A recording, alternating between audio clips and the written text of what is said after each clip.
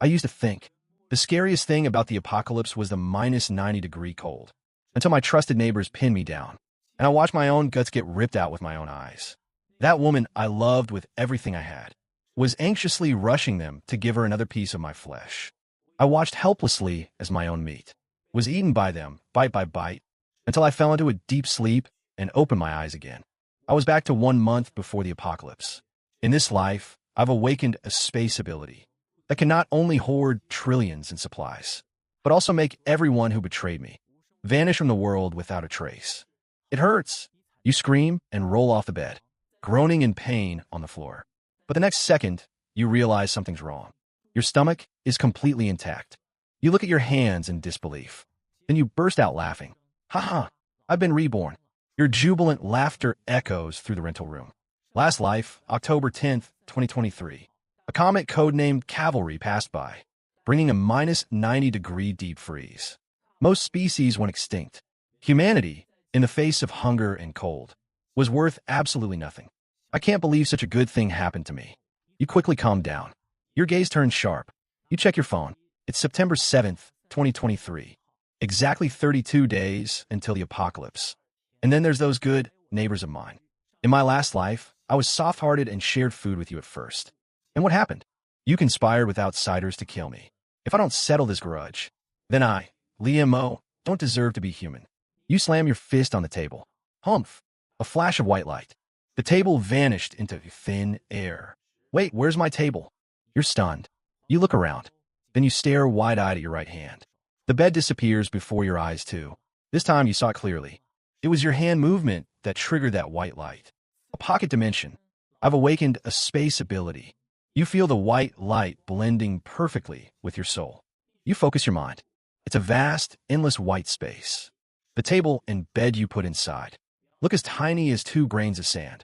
Could it be that God fragment they talked about? You remember in your last life, when you collapsed by the road, that glowing stone that fell from the sky and healed your frostbite. When you woke up the next day, the stone was gone. It was inside me all along, and it even awakened my ability. You grin, showing a flash of white teeth. I need to get used to this power fast. This is going to be my foundation for survival in the apocalypse. Over the next few hours, you practice relentlessly. The space is ridiculously huge, and time inside is basically frozen, keeping everything fresh. If you put something living in, it comes out dead. Maybe I could just suck my enemies right in. You imagine this scene.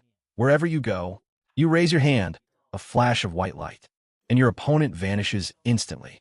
When they reappear, they're lifeless. Taking it a step further, with a wave of my hand, 100,000 enemies turn to dust. You're shaking with excitement. This isn't just storage. This is an invincible God-tier tool. You decide right then and there to develop this power to its fullest. But then, reality hits you like a bucket of cold water. You check your phone balance. 2,680.88. Where's all the money? Your face drops. I clearly had 190,000 left after paying off my student loans. It was all for that White Lotus, Xiaoling. I'm such an idiot. You want to slap yourself. If I still had that 190,000, think of all the supplies I could buy.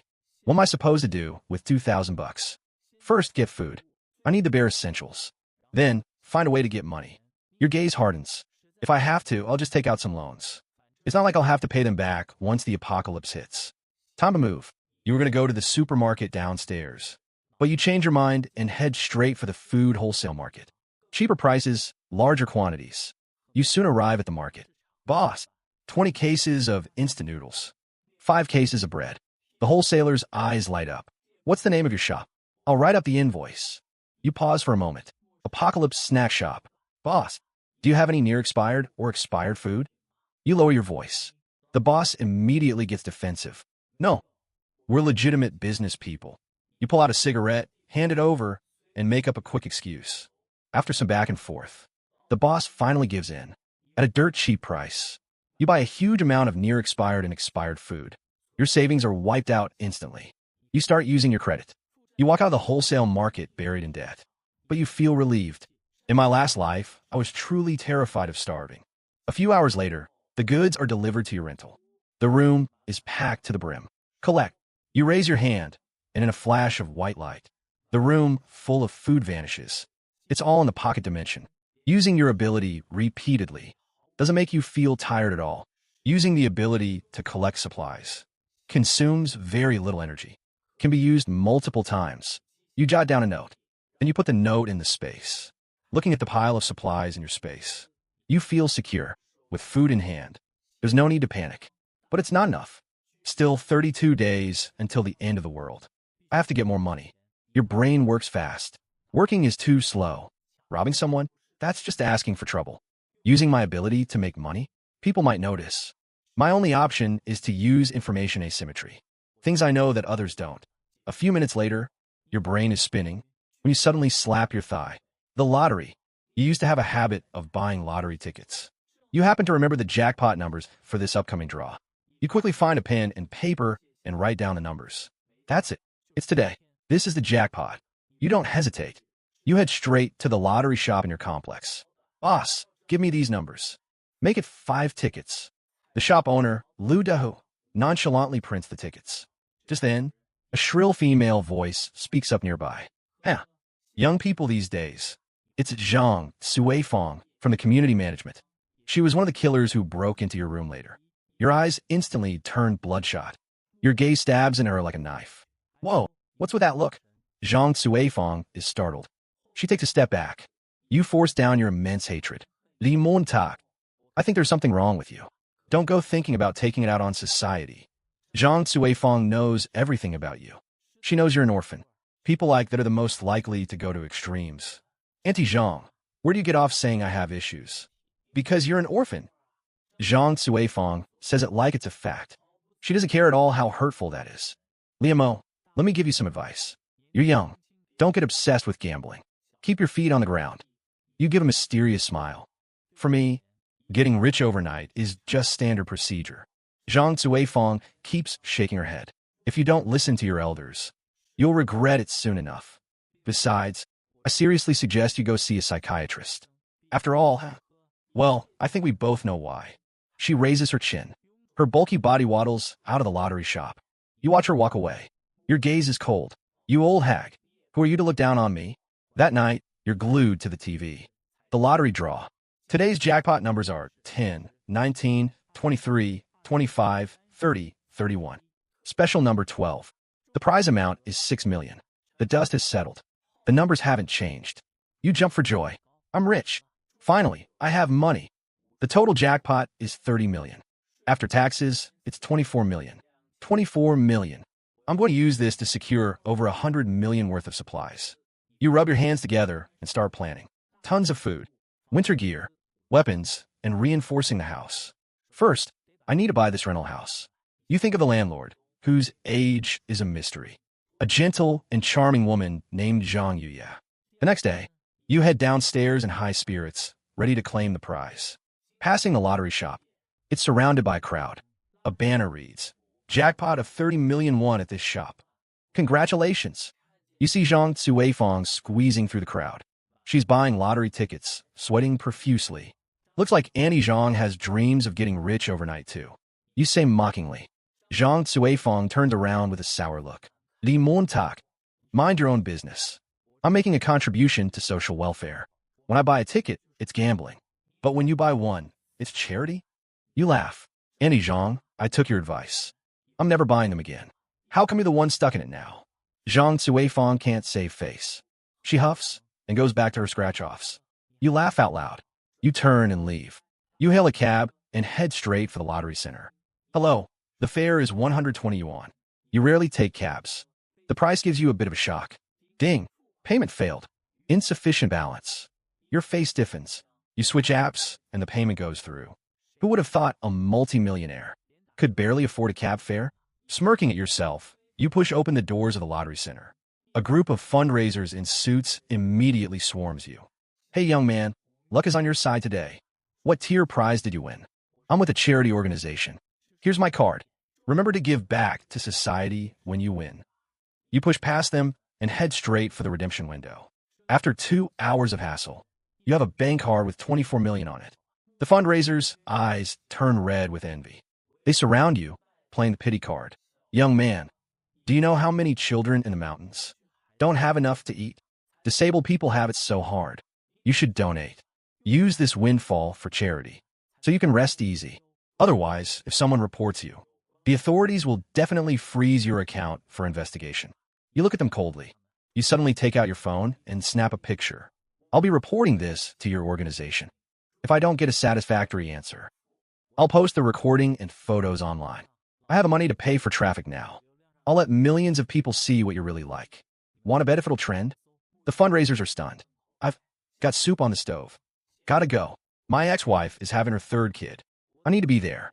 The group scatters instantly like birds and beasts. You walk out of the lottery center with your head held high. There's a big shopping mall nearby.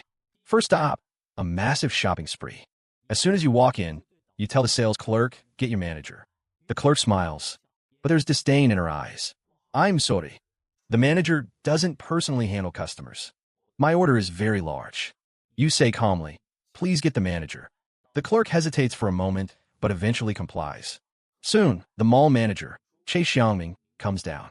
He looks you over. Your whole outfit doesn't cost more than $300. He looks disappointed. Sir, is there something you need? You don't waste words. I want to purchase a large quantity of goods. A very large quantity. Xiaoming is impatient. We're not wholesalers. If you need something, please pick it out yourself. He feels like you're wasting his time. You sense his impatience. You cut to the chase. An order worth at least 5 million. Doesn't get me any special treatment? Xiaoming freezes. How much? At least 5 million. Do you deliver? Is there a corporate discount? Xiaoming se posture immediately softens. You make a move like you're leaving. We do. We'll have everything ready for you. His attitude does a complete 180.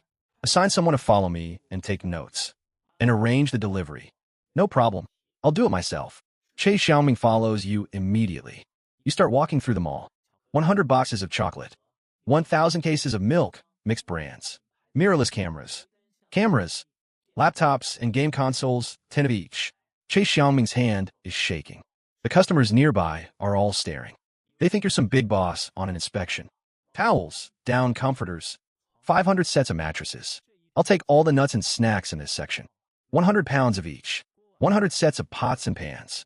Specialized cold weather gear. The good stuff. 200 sets. Sweat is pouring down Che Xiaoming's forehead.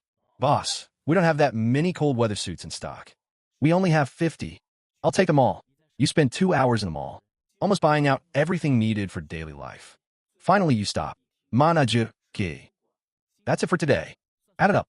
Che Xiaoming looks at the numbers on his tablet. His heart races. Your total comes to 16,452,664 yuan and 58 cents. You aren't surprised. Give me a discount. I'll pay a 10% deposit now. I'll pay the balance at the end of next month. Che Xiaoming taps away on his calculator. 15 million after the discount. 1.5 million deposit. The contract is quickly signed. You transfer the 1.5 million deposit. You know there won't be a final payment. Once the apocalypse hits, who's going to come looking for the debt? You rent a massive warehouse in the logistics park to receive the goods. Mr. Li, you hand Che Xiaoming and the clerk a few large bills as a tip. Che Xiaoming is moved to tears as he walks you out. I've never met such a legendary big spender. He sighs. Little does he know, your shopping spree has only just begun. The basic necessities are covered. Now, to improve my quality of life in the apocalypse, you decide to head to a restaurant. You won't be able to eat this gourmet food once the world ends. Conveniently, the space keeps everything perfectly fresh. Hello, sir. Welcome to the Lihua Hotel. The waiter greets you warmly. This place is famous for its luxury. A meal here starts at 5,000 yuan. You couldn't afford it before. Now, you pick up the menu. This one, and this one. You point out a few dishes. Just as the waiter thinks you're placing your order. You pivot. I don't want any of those ones I just said. I'll take everything else on menu. The waiter's eyes go wide. Yes, sir. Are you sure? There are over 50 dishes. I'm sure. I'll just have one bite of each. Pack the rest to go. You smile. I'm here to taste the food. If I'm satisfied, there'll be a massive order later. Soon, the hotel manager, Lu Yuming, knocks and enters. Mr. Li, I'm the manager, Lu Yuming. You take a sip of black tea. You say calmly, every dish on your hotel's 5 menus. How long would it take for 100 servings of each? Lu Yuming's first thought is, am I hallucinating? Or is he crazy? Ha, Mr. Li, you must be joking. You set down your cup. Answer my question. 3 days. Lu Yuming holds up 3 trembling fingers. The food arrives quickly. You take a bite of everything. It tastes good. Take them away and pack them up. You've lived through hard times. No point wasting this food. You can eat it later from the space. Manager Lu, do as I said. 100 servings of each. You say while picking your teeth as you leave the hotel. Your savings are down another 950,000. At this point, the balance you owe far exceeds your ability to pay. If the apocalypse doesn't come, you might be driven to despair. Then your phone rings. A soft, sweet female voice comes through. Li Montag, why didn't you come to work today? It's Xiaoling. Your breathing hitches instantly. Your eyes turn red. This is the woman who opened your door during the apocalypse. And now, to prove you weren't just a poor orphan, you've already spent 180,000 on her, draining all the savings you painstakingly built up in college. Li Montag, why aren't you saying anything? I'm going to get mad. Xiaoling, you struggle to suppress your violent urges. You make your voice sound flat. I'm back. Xiaoling has no idea what you're talking about. She just thinks her spare tire, simp, is acting up again. Li Macau, Imungi. Her hint is obvious. It's time to treat her to a fancy meal. You pay. Ha! You let out a cold, mocking snort. I'm Busi. Don't bother me. You hang up immediately. You don't have time for her right now. If you take revenge now, you'll end up in jail. Plus, that's too easy on her. Without letting her experience the despair of the apocalypse, it wouldn't quell the hatred in your heart. The phone rings again. It's the logistics park notifying you that some of the goods have arrived. You give a low hum. Your voice is raspy. You head straight for the logistics park. Inside the warehouse, the supplies are neatly stacked. You can't wait to put them all in your space. Collect. You open your right hand. White light envelopes the room. The goods vanish instantly. You take the chance to train your ability, expanding the collection range. Collect again. The white light flashes repeatedly. Soon, the warehouse is empty. You take the supplies out and put them back in. Over and over again. Half an hour later, the white light can cover the entire warehouse. It worked. You're thrilled. Does this space ability have other uses?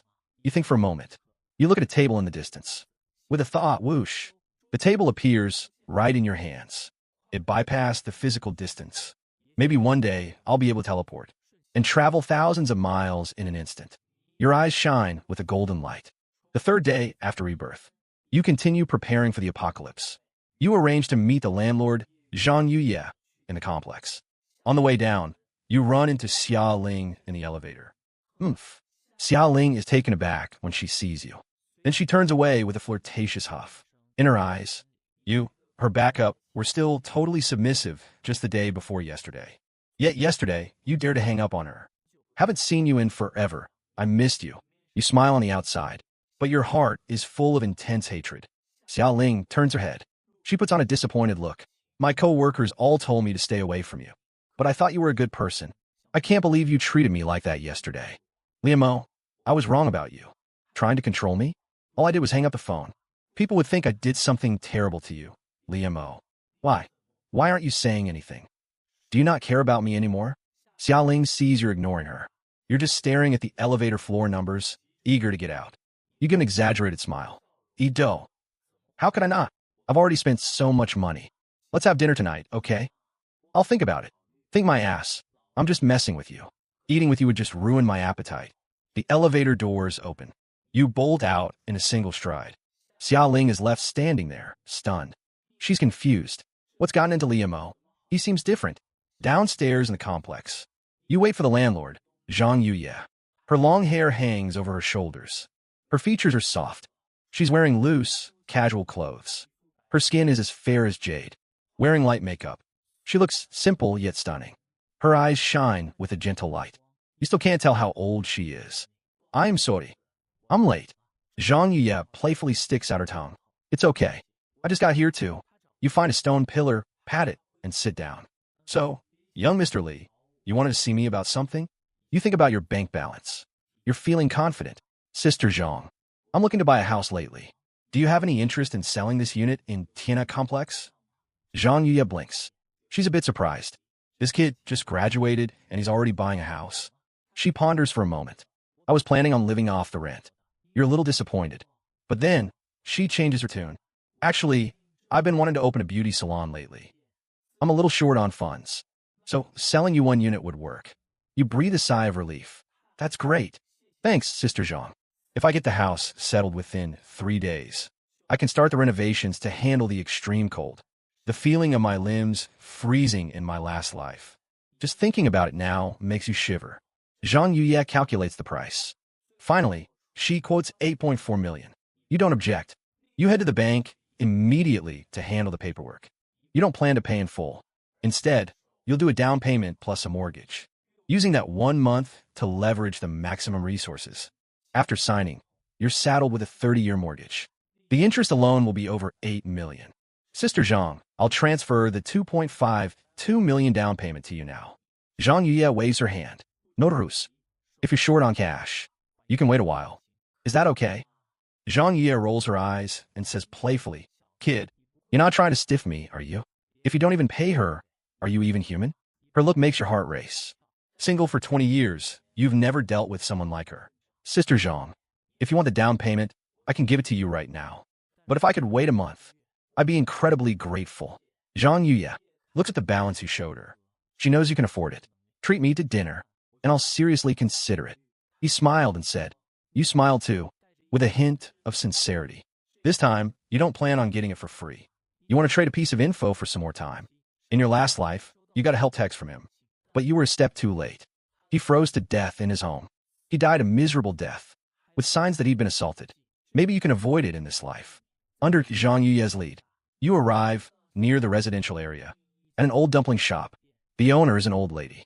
Granny Wong, 2 plates of dumplings, 1 plate of braised chicken feet, and 2 bowls of chicken soup. Zhang Yuye is a regular here. Granny Wong slowly gets up to work in the kitchen. Just then, Xiao Ling passes by the shop on her way home. Sure enough, she glimpses a familiar back inside. Then, she's almost blinded by the glare. Vosoci tres, ilvi be, Gucci shoes. This outfit costs at least 300,000. She quickly recognizes the brands. The shock on her face grows. Liam found himself a sugar mommy. Damn it, why didn't he invite me if something this good was happening? Xiaoling quickly fixes her expression and walks into the rundown shop.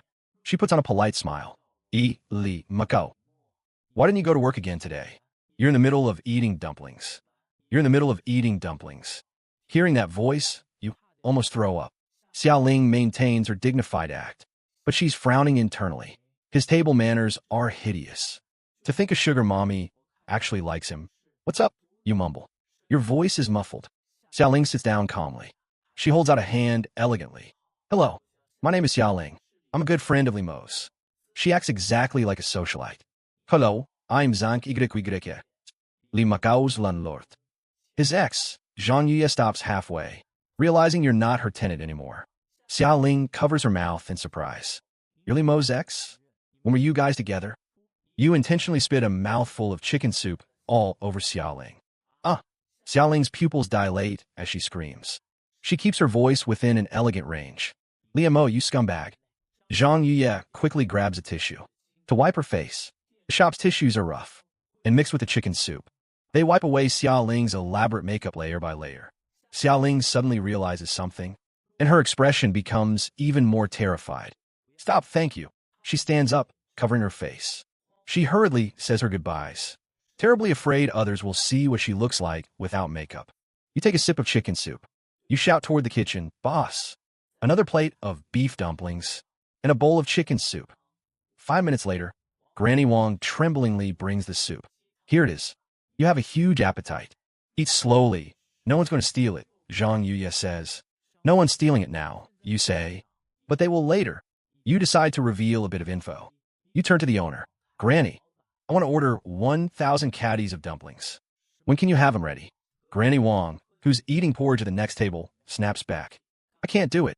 Zhang Yuye says Granny Wong is 90. How can she handle that much work? You look at the thinning-haired old lady in shock.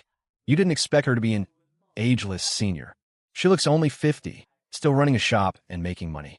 You can't imagine what she's been through. Granny Wong, don't open the shop for a while. I'll take however many dumplings you can make. She asked for a reason.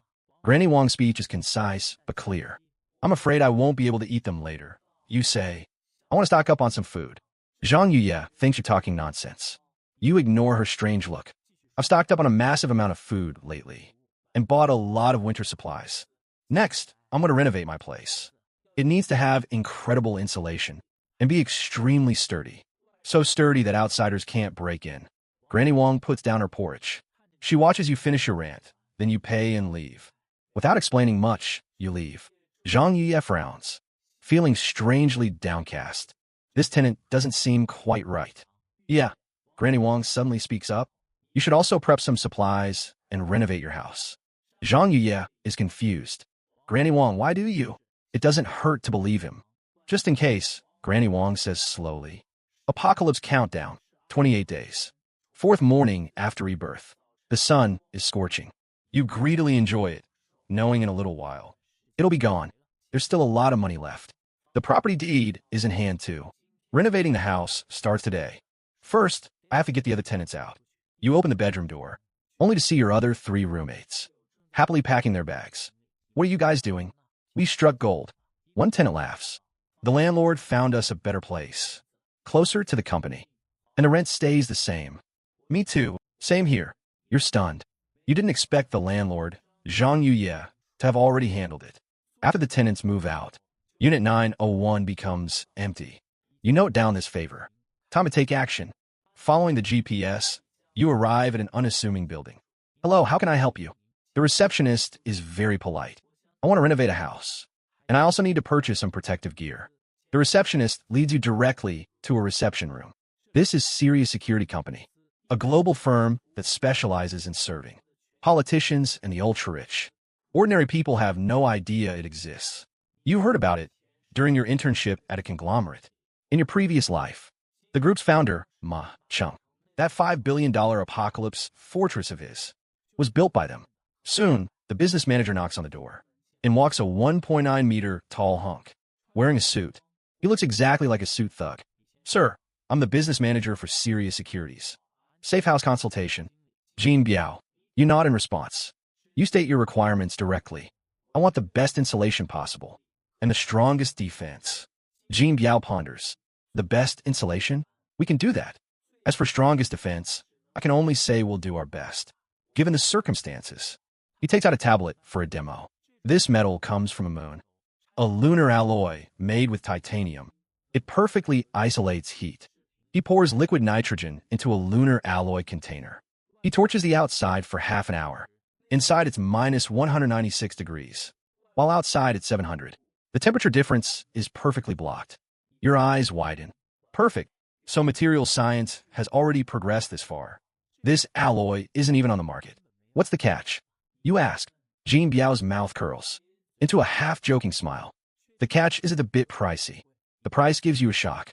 Your wallet with $5 billion doesn't seem so bottomless anymore. How's the defense? Jean Biao says bluntly, it won't stop a nuke. Is that how you pitch a product? He takes a sip of tea and smiles confidently. Any other external attack is manageable. The tablet plays a test video. Handguns, rifles, grenades, shells, sniper rifles. They all take turns blasting a 20 centimeters alloy plate. The plate gets severely deformed, but it's never pierced. Fine, let's go with this alloy. You make the final call. I wonder how big of a safe house Mr. Lee needs. 120 square meters. Jean Biao almost spits out his tea.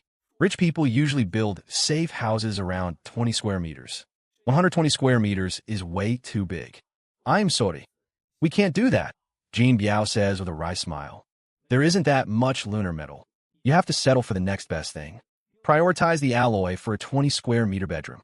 Use top-tier insulation and thick steel plates for the rest. The performance of the lunar alloy is actually overkill for you. Being able to isolate a 100-degree difference is enough. Besides, you'll have energy to run the AC, as long as you have money and prep for the deep freeze. The bedroom doesn't seem that hopeless. Do you have protective gear? You ask. Of course. We have many patents. Jean Biao clicks on another page. Cold-resistant, heat-resistant, bulletproof, all sorts of protective suits. It's dizzying. You watch a live test of a bulletproof vest. Handguns, rifles. The impact of the bullets is almost completely neutralized. 50 cold-resistant suits. 10 each of the heat, bullet, and gas-proof ones. Your finger taps wildly as you buy everything in sight. Even some niche gear. You buy a few sets without hesitation. If you ever need them, they'll save your life. Jean Biao's eyelids twitch as he watches. Even billionaires worth dozens of billions aren't this extravagant. When can the renovation start? You ask. Site survey tomorrow. Materials prep. Work starts within 2 days. We use a modular design. Many parts are pre-made and assembled on site. It shortens the time significantly. Jean Biao guarantees. You nod in satisfaction. The faster the better. I need it urgently.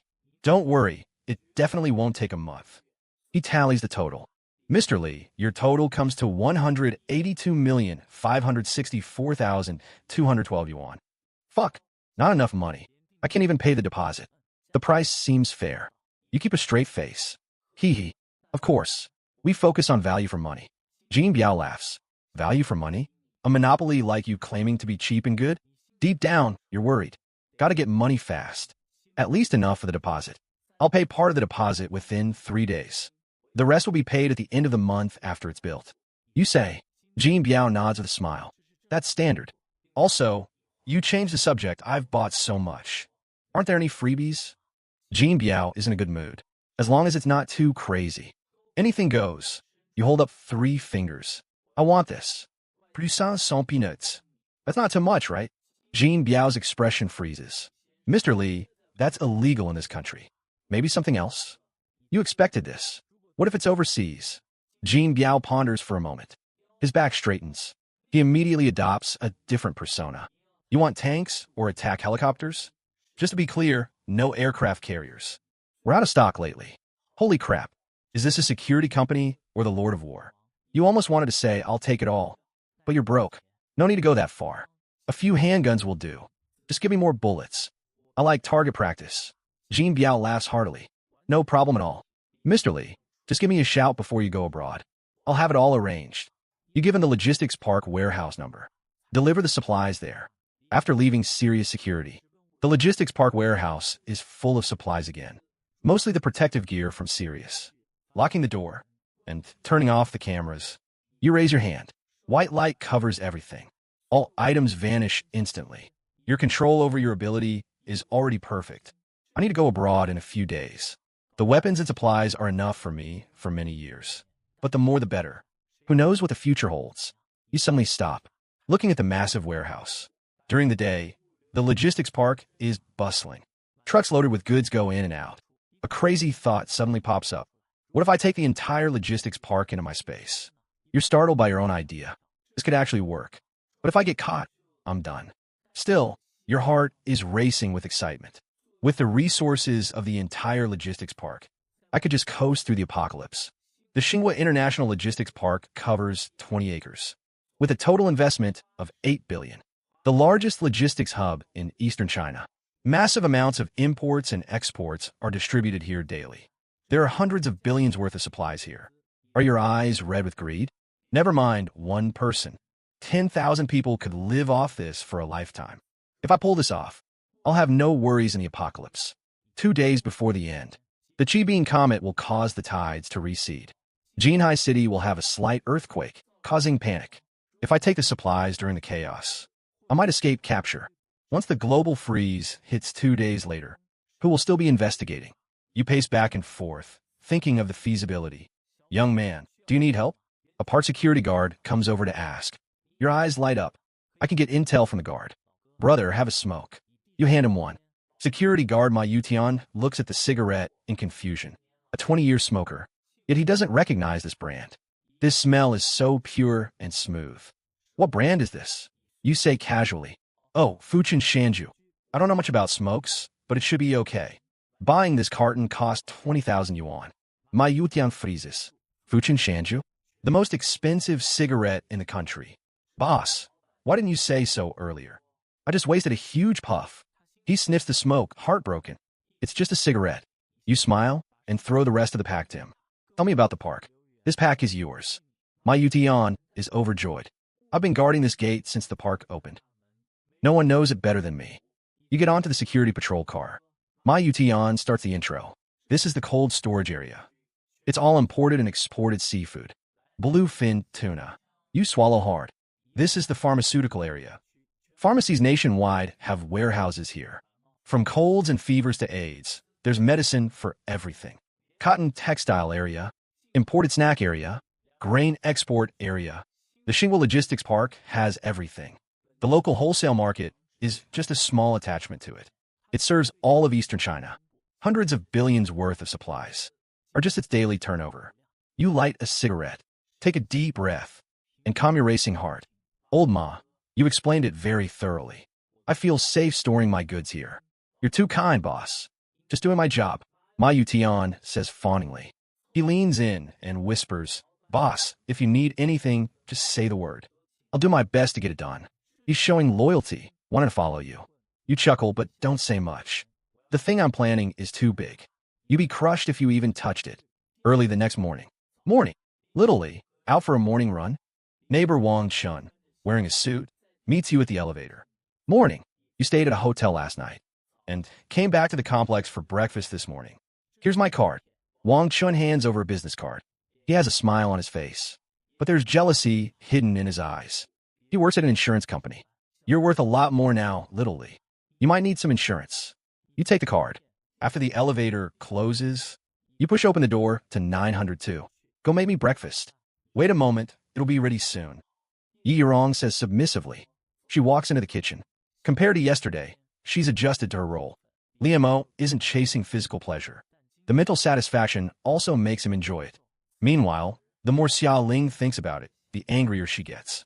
She feels those 30 million getting further and further away. She's very frustrated, reflecting on whether she was too mean to Liamo before. Xia Ling, let me buy you Starbucks. Her backup, Zhao Xiang, send a message. Xia Ling closes the window in annoyance. Hand-drip coffee is what rich people drink. She has to win back Li Mo's affection. She quickly thinks of a way. Let Li Mo see how popular she is. Create a sense of urgency. Zhao Xiang, let's go to that coffee shop on the street. She messages her backup. Zhao Xiang jumps out of bed. With tears in his eyes, his god has finally asked him out. She clicks on Li Mo's avatar again. Weekends are so boring. Why don't we go for some hand-drip coffee? No time. You refuse bluntly. Come on, come on. I'll let you in on a secret. There's a surprise. Xia Ling is acting like a backup herself now. Let's see what tricks you're up to. You arrive at the meeting spot and see Zhao Xiang fawning over Xia Ling. So this is it? Trying to provoke me with another man? You find that you can easily see through Xia Ling's mind now. The bystander sees most clearly. Liamo, over here. Xia Ling sees you and waves reservedly. What kind of coffee? Americano or latte? Whatever. Zhao Xiang thinks the conversation sounds familiar. You just asked the same thing a moment ago. The tables have turned. You sit casually, out of place with your surroundings. Looking at the wary Zhao Xiang. You greet him. Xiangzi, long time no see. I've really missed you. You remember when the extreme cold hit? He was among the first batch to go. Simping for a goddess until the end. Xia Ling, this woman is toxic. Limo, I heard you haven't been working lately. A man needs a career. No girl will look at you if you're this aimless. Zhao Xiang puts you down with his words. You don't care. I think plenty of women have their eyes on me. Xia Ling's eyes are sparkling. The man in front of her has a different vibe now. He exudes a mysterious charm. Haha, that's just an illusion.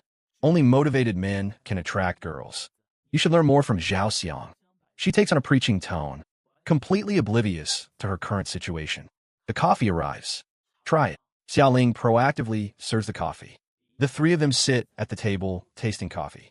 Under the table, however, it's a different scene. You feel something touch your shin. Both people opposite you look normal.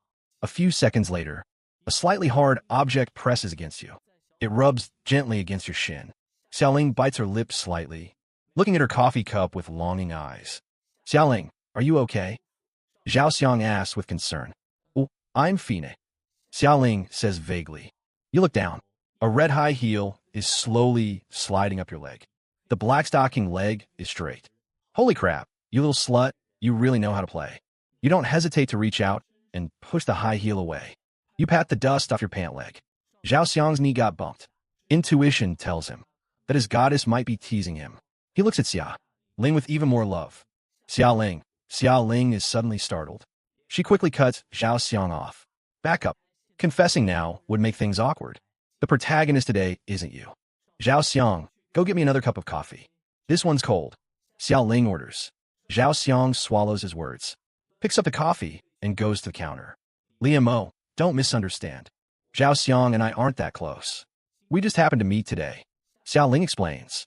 Yeah, you find it boring and stand up. I have things to do. I'm leaving. Xiao Ling's eyes widen. Why is it different from what she expected? Wait, you can't go. I haven't given you the surprise yet. She's anxious. You stop and look down at her. Xiao Ling puts on a shy expression. Close your eyes. The surprise is coming. You close your eyes, but at the same time, you block your face with your right hand and open them. Xiao Ling's mouth is slightly puckered. Her forehead is blocked by your hand. She wants to move forward but can't. Trying to play me? No way. You little slut. You haven't even taken off your pants. And I already know what you're up to. I really have to go. Goodbye. You back away warily. Turn around and leave. Without looking back, Xiao Ling stands there frozen. Humiliation floods her heart. She threw herself at him, only to fail so completely. That man wouldn't even take a freebie. Liam, you bastard. I'll make you regret this sooner or later. Her face is contorted. She mutters to herself. Hot coffee's here. Zhao Xiang comes back with a coffee. Full of joy. The third wheel is finally gone. Drink it yourself. Xiao Ling grabs her Gucci bag and leaves the shop. The sound of her heels taps against Zhao Xiang's heart. Xiao Ling, my white moonlight. I, Zhao Xiang, will marry no one but you. He shouts in his heart. Sir, hello. Your total is 512 yuan. The coffee girl presents the bill. Zhao Xiang is suddenly shocked. What? Why is it so expensive? We only had 4 cups of coffee. For the next while, you didn't go back. To Tianhe Complex. You traveled all over. The house was being renovated, so you couldn't live there anyway. After packing, you get on a plane again. Destination, North Lian, a lawless zone and criminal paradise. This trip isn't just about getting weapons. I need to find a chance to test my spatial powers on a living person. A day later, after some back and forth, you arrive at the trade location. A rundown restaurant. It was already the most luxurious place around. Generous Chinese man. The middle-aged man opposite you is wearing a plaid shirt. He looks a bit refined. Through the translation earpiece, you understand him. My purpose is clear. Where are the pistols? You ask. Lu Hua pulls out a briefcase and opens it. 3 M9 pistols lie there quietly. M9s. They take 9mm rounds. Within 50 meters, no one escapes. Even if you don't know guns. Seeing the glint of the metal makes your heart skip a beat. The human body is defenseless against firearms. You happily reach out to take one. Special price, 150,000 US dollars. Lu Hua smiles. Your hand freezes in midair. Didn't Jin Biao already pay? 3 pistols for 150K? Has the dollar devalued that much? You're sure you either got scammed by Jin Biao, or they're being dishonorable, but you quickly rule out Jin Biao. You placed a huge order with him. The final payment hasn't even been settled yet. Lu Hua looks at your shifting expression. He sneers inside. Generous Chinese man, the dollar hasn't devalued. It's the guns that got expensive. Going from $50 to 50K is reasonable, isn't it? You straighten up and look at him coldly. Doing this. Does Jin Biao know? Jin Biao. I'm safe and sound in northern Myanmar. What can he possibly do to me? Lu Hua laughs wildly. Instead of bowing and scraping. It's better to make money and live free. That's how it's done. This is northern Myanmar. Well, that's an eye-opener. Yeah, this is northern Myanmar. Once I bleed you dry, I'll take you to see your countrymen. Lu Hua downs his drink in one gulp. He looks at you crazed. Scam center or casino? Which one do you want? At this moment, he let loose his aura, his gaze chilling. Before, you would have collapsed in despair. But now you let out a laugh. I was actually going to come for you guys once I got the weapons. Turns out you saved me the trip. Lu Hua acts like he's heard the biggest joke ever. He slaps the table and laughs. You raise your right hand and snap your fingers. A white light instantly covers Lu Hua. Collect. A bizarre scene unfolds. The laughing man right in front of you just vanishes. You frown. You notice something different about using your power this time. Collecting large living things takes a lot out of you. Where's Manager Lu? How did he disappear? The henchman from outside comes in to ask. You were busy recording your discovery and got interrupted. You could try looking in the bathroom, you say. The henchman turns suspicious. Just as he turns his head, a white light covers him. Collect. You use the power again, storing him into the space. Damn, the drain is huge. 5 living people max. Then I'll be out of power. You feel a bit disappointed, wiping out 100K enemies with a wave of the hand. isn't happening anytime soon. Manager Lu and Shauna. Stupid Chinese guy. The other henchmen realize something's wrong. They rush in with weapons drawn. You're startled, knowing it's not the time to think. In a panic, you have a sudden thought. You cover yourself in a layer of white light. Their attacks land on you. Without making a single sound, half the weapons just vanish. Your eyes widen. You accidentally discovered another use for your power. As long as the light covers your body, you're theoretically immune to physical attacks. The henchman sees the steel pipe vanish. He backs away in terror. As he moves back, the pipe is pulled from the dimension. Ghost, you're a demon. The henchman screams in fear. You slowly stand up, looking at them with confidence. I'm done with you guys. I'm still invincible. You take out the permanent pistol from the trade, gently pulling the trigger. No, we surrender. Spare us. Bang. A deafening gunshot rings out. One henchman falls. Where's your compound? You're looking pretty hyped. Forcing out the location, you flag down an unlicensed taxi. You name the place. Generous Chinese man. Hunk. Welcome to Northern Myanmar. The driver smiles kindly, showing off a big gold tooth. You press the pistol to his head. I dare you to say that again. The driver is terrified. He quickly apologizes in Burmese. I'm going to find me some beauties at the compound. The driver speeds along, soon arriving at a rundown compound. Respected Chinese man. This is... out of the car. The driver is silenced forever. Before entering, you cover yourself in the white light power. Chambering around. Stop. Where are you from? The guard speaks Chinese, with a local accent. You raise your hand and fire. The shot draws the compound guards. They surround you with guns. Drop the gun and you might live. You smirk, calmly swapping magazines. A few seconds later, the guards look like they've seen something horrifying, screaming for their lives as they ran. Help! The devil's coming for us. We have breaking news. An industrial park in northern Myanmar was suddenly attacked. Heavy casualties among staff. Hundreds of scam victims have safely returned home. As of now, the truth remains unknown. In addition, several international terrorist groups have claimed responsibility. We will continue to follow this story. The incident caused a huge stir online, dominating the trending searches. Major respect, honestly. Which legend did what I've always wanted to do? Was it Wolf Warrior? Looking at how brutal the video is, was it a military raid? You're lying in a 5-star presidential suite, scrolling through your phone, commenting to guide public opinion. Whoever did this is a total badass. I'd call him Godfather for that. Who's with me? Godfather. Godfather. Godfather. Ha ha. Seeing so many people call you Godfather in the comments. You're rolling on the bed laughing. These netizens have no clue. The king they worship is right there, and he's still egging them on to call him Godfather. Beep beep. Hey Jean Biao. Mr. Lee. The safe house is finished. Ready to move in. You jump up from the bed. That fast. Serious Heart Security prioritizes efficiency. Good. I'll go check it out right now. You rush back to the neighborhood without stopping. The safe house is too important. No change to the exterior of 901 Tianhe. The inside is brand new. Jean Biao explains everything, wearing a suit. We use modular design for internal assembly. Without a word, you draw your gun and aim at the wall. Jean Biao is terrified. He's never seen anyone as crazy. Bang, bang, bang. 3 bullets hit the wall. Not even a white scratch. You nod in satisfaction. Not bad. Defense is solid. Jean Biao says seriously, Mr. Lee. Once again, guns are illegal in this country. You tuck the gun behind you. Smirking. What gun? Wasn't that just thunder? Anyway, how's the soundproofing? Jean Biao stares at you. Totally insane. Perfect sound isolation. You can't hear a thing outside. So, no big deal if I mess around with guns at home, right? You laugh. Next, you tested the cold resistance. Even liquid nitrogen at minus 196 degrees Celsius couldn't penetrate it. Finally, the separate bedroom. 20 square meters made entirely of lunar metal. Perfect performance. It cost over half the budget.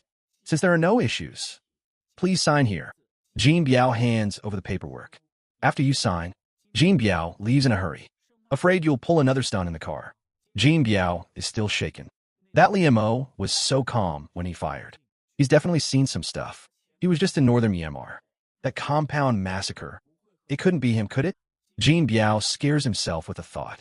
He immediately shakes his head to dismiss it. So many people in that park. How could one person do all that? Watching him leave, you go back to the safe house alone. As the apocalypse nears, you're getting more and more reckless. Once the end comes, who could even touch me? Taking furniture from space and setting up until late at night. 3 days left until the comet arrives. You're fully prepared. Just need to hit the logistics park. After that, I'm never leaving this safe house again. You cherish your last moments outside. Decided to take a walk in the neighborhood. The summer night is quiet and sweltering. Click-clack, the rhythmic sound of high heels. From afar, you smell the smoke and booze on Xiaoling, wondering where she's been partying. Li Montag, when did you get back to the neighborhood? Xiaoling jumps at the shadow, realizing it's you. Suddenly delighted.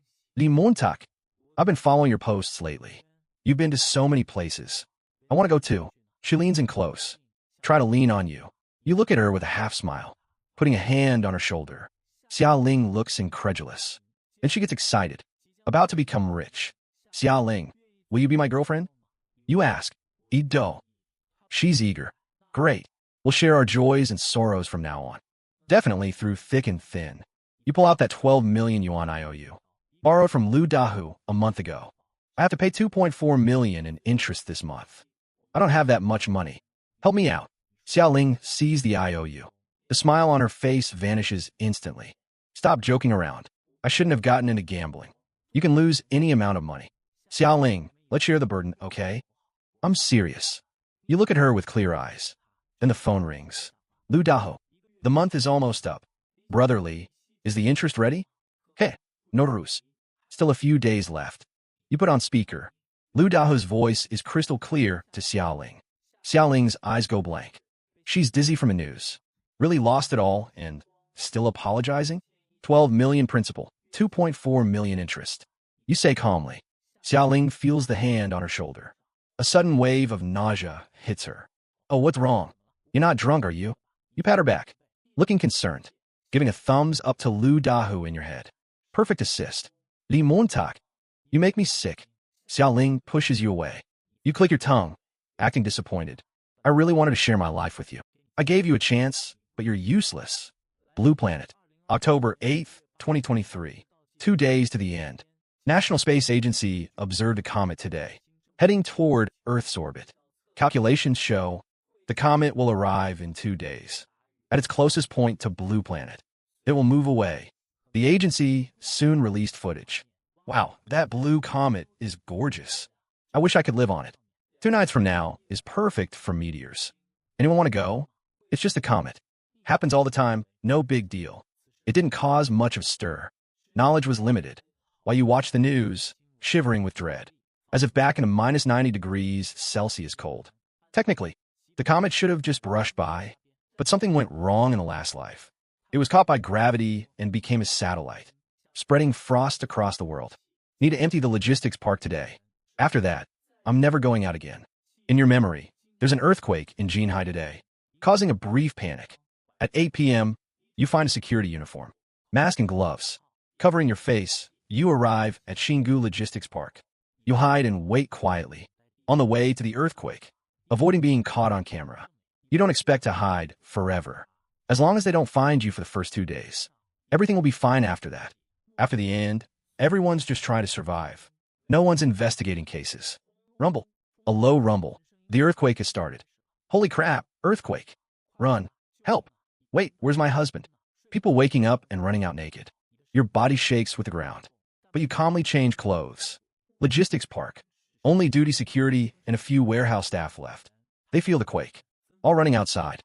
Wearing a mask, you head in against the crowd, shouting to stir up panic. Everyone run. A bigger quake is coming. The warehouses will collapse. It's only safe outside the park. You shout this while wearing the uniform. They run out even faster. You don't grab supplies immediately. Instead, you go to the security building, turning off all surveillance. Then you play a recording over the speakers. Emergency notice, a massive quake is imminent. All personnel evacuate the park. Just like that, everyone heard the announcement.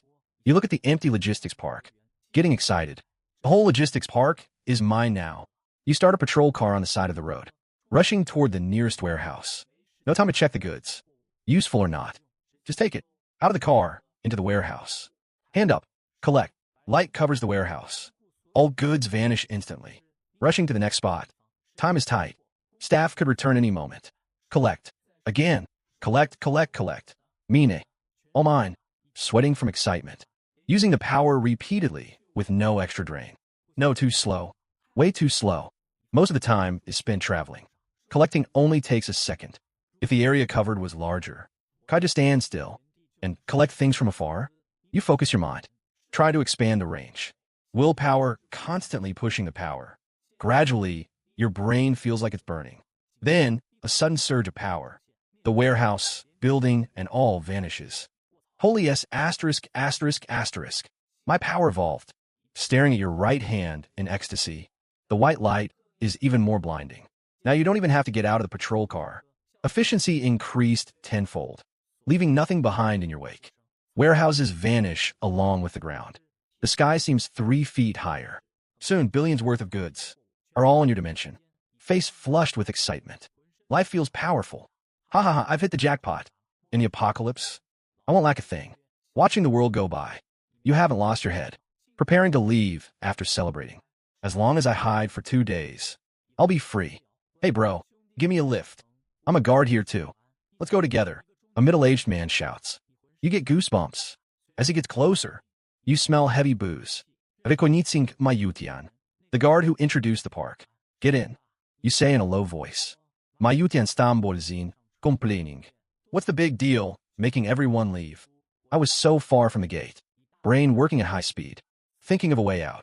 Bro, which team are you on? Team 3, you say casually, knowing he's Team 2. Mayutian freezes.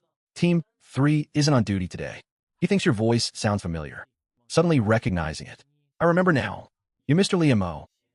Wait, why are you in a uniform? Though drunk, Mayutian is sharp.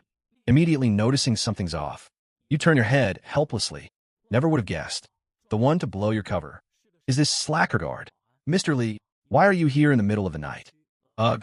Mayutian's voice suddenly cuts off. Eyes wide, looking at you in terror. You lean in and whisper. Take a deep breath. It's normal to feel dizzy. Just close your eyes and go to sleep. Pulling out the dagger and stabbing again. Huff, puff. Repeatedly. Then stopping the car and moving on. Leaving a body behind. 901's door slowly closes. Everything's ready, just the bedroom left. I'm never going out again. You go back to the bedroom. Falling into a deep sleep. Okay, let's continue. Now your perspective is fully on Liamo. Action and revenge. Fast-paced progression. Straight into the next day. Woken up by a notification. Property manager Zhang Suifeng, after being quiet for a bit, is attacking again. She's had a rough time lately. Spent all her savings on the lottery. Son and daughter-in-law asked for money and were refused. She blames everything on Liamo. Did you get property approval for your renovations? Her coarse voice blasts through the message. Waking up groggily and hearing her voice. Becoming a bit more alert. It's my house. None of your business. You've completely let loose in your safe house. You have no fear. I am the property manager. I'm in charge of everything at Tianhe.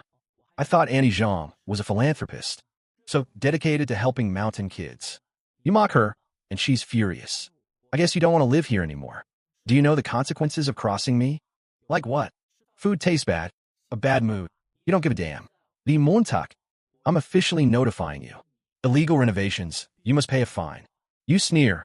Serious heart paperwork is all legal. The old bag still has the nerve to act up. Well, are you going to accept this or not? She sounds arrogant, thinking she's got you. Unfazed. I accept. For waking me up. Zhang Suifeng freezes. Listening a few times to confirm he insulted her. This little punk dared to curse at me. Her face turns red. Pressing voice to blast him. Message failed to send. The other party is no longer your friend. Seeing she's blocked. Completely breaking down. Screaming and shouting alone at home. You sit at the dining table. Taking a feast from space. Scallion egg pancakes and tofu pudding. Reading the group chat while you eat. Neighbors are still just chatting away.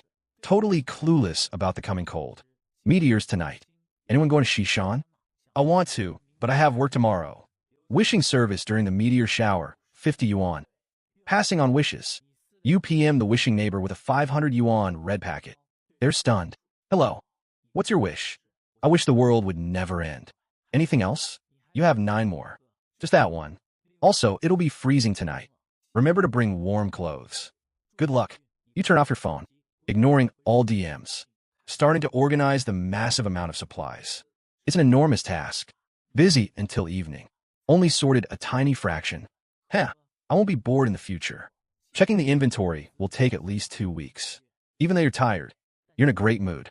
The phone rings again. Unknown number. Hello. Is this Mr. Lee? Speaking. I'm from Xingu Logistics Park Theft Task Force. Can you come to the station to give a statement? Your palms start sweating instantly. Your heart races. Don't let it fall apart at the very end. Quickly deciding, never leave the safe house. I am Buse. Stressed out over the missing goods. Voice. Steady. Mr. Lee, please understand. We want to solve the case quickly. The higher-ups are taking this very seriously. If you absolutely need a statement, ask over the phone or come in person. I'll cooperate. But I'm not leaving the house. You won't budge an inch. The task force is helpless. They have to settle for a phone call. You handle it calmly. Airtight. Half an hour later. Questioning ends. Don't worry, Mr. Lee. We'll solve this ASAP. And recover your property. Yeah, thanks. Hangs up. Immediately opens social media. Top 20 trending topics. Almost all about the Xinpu logistics theft. Aliens, spatial rifts, swallowing things up. Inside job. Wild guesses flying everywhere. Global media is watching. Reporters rushed over overnight. This is one for the history books. And the one who did it, you. Destined to get away with it. News of the jibing comet passing blue star. Doesn't even make the trending list. Insignificant. Boom. The earth seems to shake. You look out the window. A white light streaks through the sky. A meteor? No. The ice comet's been caught by gravity. The frigid apocalypse is finally here. Bulletproof windows of the safe house are open. A cold breeze instantly blows in. You can't help but shiver. Temp dropped over 10 degrees in no time. Over the next week, the ice comet will keep altering the planet's temp until it hits a steady minus 90 degrees. The global ecosystem will be devastated. 1 in 100 survived. Man, it's cold. Anyone else at Snake Mountain for the meteors? What a freak wind. My nose is freezing. Gonna catch a cold for sure. Anyone got extra clothes? Haha, I came in my boxers. You guys feel me? The group is still optimistic. They think it's just a cold snap. You watch silently. Don't join in. Mention End of the World now, and they'll just mock you or drag you to a psych ward. Meteor photos flood social media. Comment sections become wishing wells. The wishing neighbor DMs, boss. When the meteor appeared, I made your wish out loud. Okay, I believe in shooting stars. Hearing your reply. Clearly, the meteor isn't granting anything. Out of a bit of kindness. You warn her. The forecast says a huge temp drop. Suggest you get off the mountain ASAP. Got it. Xiao Yi's calling me home. Getting ready to leave now. A cute, silly girl pops into your head. Face flushed red from the cold. Clutching her phone and texting. What am I thinking? What if it's some gross guy? Push the thought away. Lying on the sofa watching the news. Today, comet jibing reached its closest point. To blue star. Due to its extreme temperature and massive ice content, it may cause a sharp temperature drop, bringing a cool breeze to the summer. Experts say, this is all normal. Temps will recover soon. Lately, temperatures have fluctuated. Citizens, please stay warm. See a doctor if you catch a cold. You stare at the TV, leaning back on the sofa. How did they not notice? According to the news, experts think the comet will move away, with minimal impact. You don't understand. But whatever, you're fully prepared. The wind outside is picking up. Frost forms on the window. Quickly close the windows. Double-checked everything. Soon, this place will be a warm paradise. Can't let anyone break in again. Wow, it's snowing. Someone in the group is excited. You look out. Snowflakes are drifting down, melting as soon as they hit the ground. The planet's temperature is being reshaped. It hasn't snowed in Jinhai for 3 years. Snowing before autumn even arrived. That's damn weird. Omens in the sky mean big trouble. I bet the island nation is sinking. You've got some dark intentions. Something weird entered the group. But no one cared. Kept discussing the weird temps. Someone's worried. This comet is intense. Still affecting us from this far away. Reminds me of the sun. This guy's a retired uni professor. Someone jumped in to argue. A tiny comet competing with the sun? I'll bet anything. The ice will melt in a few days. According to observations, the comet has more ice than both poles combined. Won't be that easy to melt. Unbelievable. Someone's playing expert. He's actually just a scavenger. They attacked the professor for scavenging. Huge low tides lately. Global earthquakes are all linked to the comet. I scavenged to protect the environment. He dead, LOL. And I'll say the island nation's tornado. was because I farted. They started fighting. The old professor analyzed rationally. The other was being sarcastic.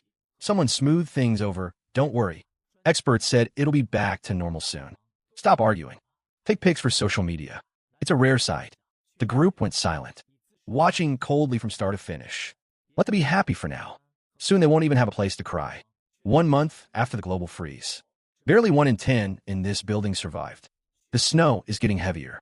It's starting to pile up. Residents were frozen awake, cursing while turning on AC and adding quilts. Safe house is a steady 25 degrees. Can't feel a hint of cold. Early the next morning, you pull the curtains.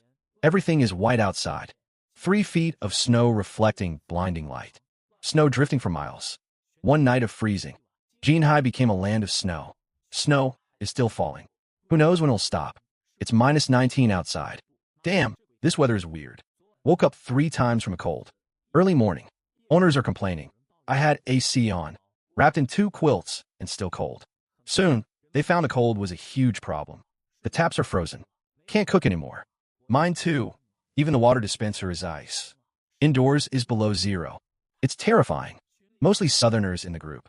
Never dealt with temps this low. Anijong Suifong, please. Property management, fix this. Or we won't even have water to drink. Zhang Suifong was shivering in bed. No time for this crap, but had to keep up appearances. Zhan Du Kuifang, Fine. Contacting the staff. Awaiting a response. I'm sure it'll be fixed soon. Drinking cold soy milk in the safe house. Eating a nutritious breakfast. Is it cold? I almost break a sweat jogging in the morning. Glanced at the indoor thermometer. 24 degrees. The outside cold doesn't touch this place. Day 7 of the apocalypse. Temp keeps dropping. Snow outside buried the first floor. Long power outage in the complex. Power only from 5 to 7 p.m. Voltage is unstable. Owners try to complain. Useless. No one saw the pitch black complex. One unit was brightly lit. 901 is like the last beacon in the apocalypse. Late at night. Enjoying the jacuzzi. Smart home says time for bed. Are you Mr. Liamo from 901? Phone lights up. A female neighbor sent a message. You remembered, Gao Yahweh. Met her in the elevator before.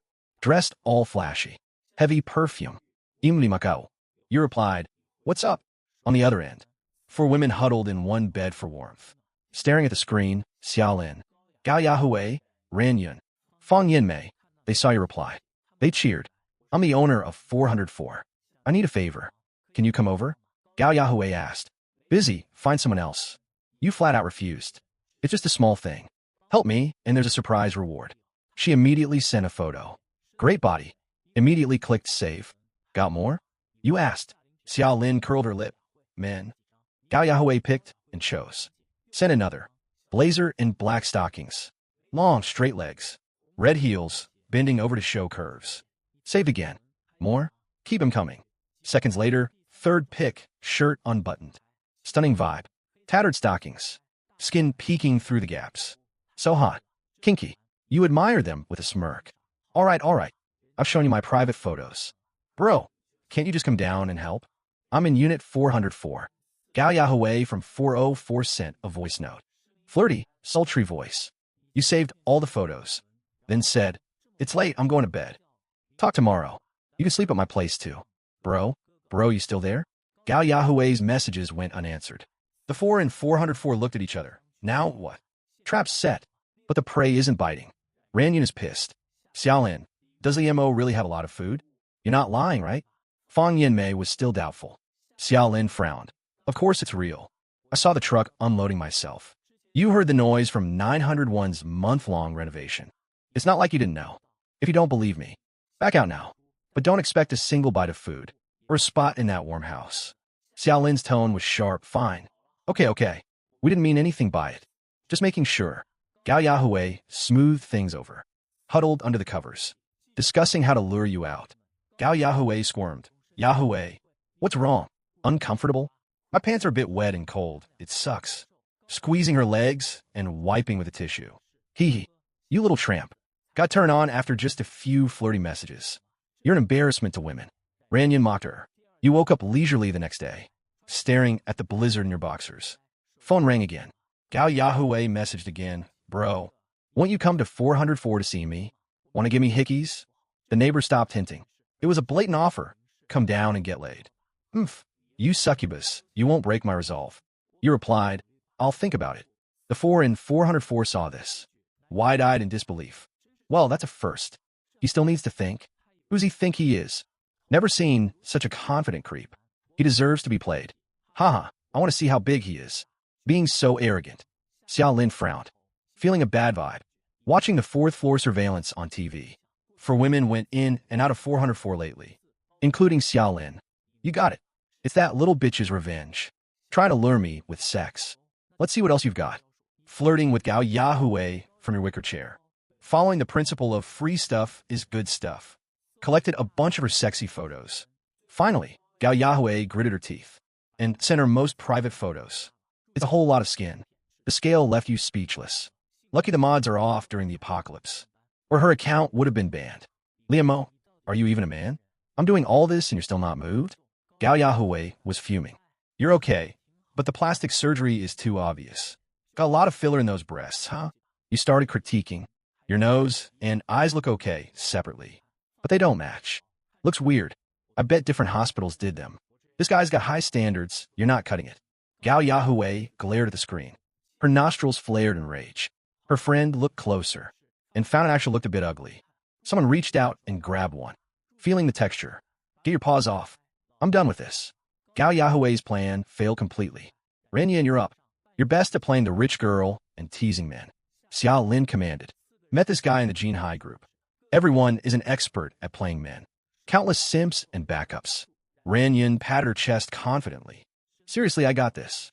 This time, I'll move him with money. She cleared her throat. Entered Soul Family Air mode.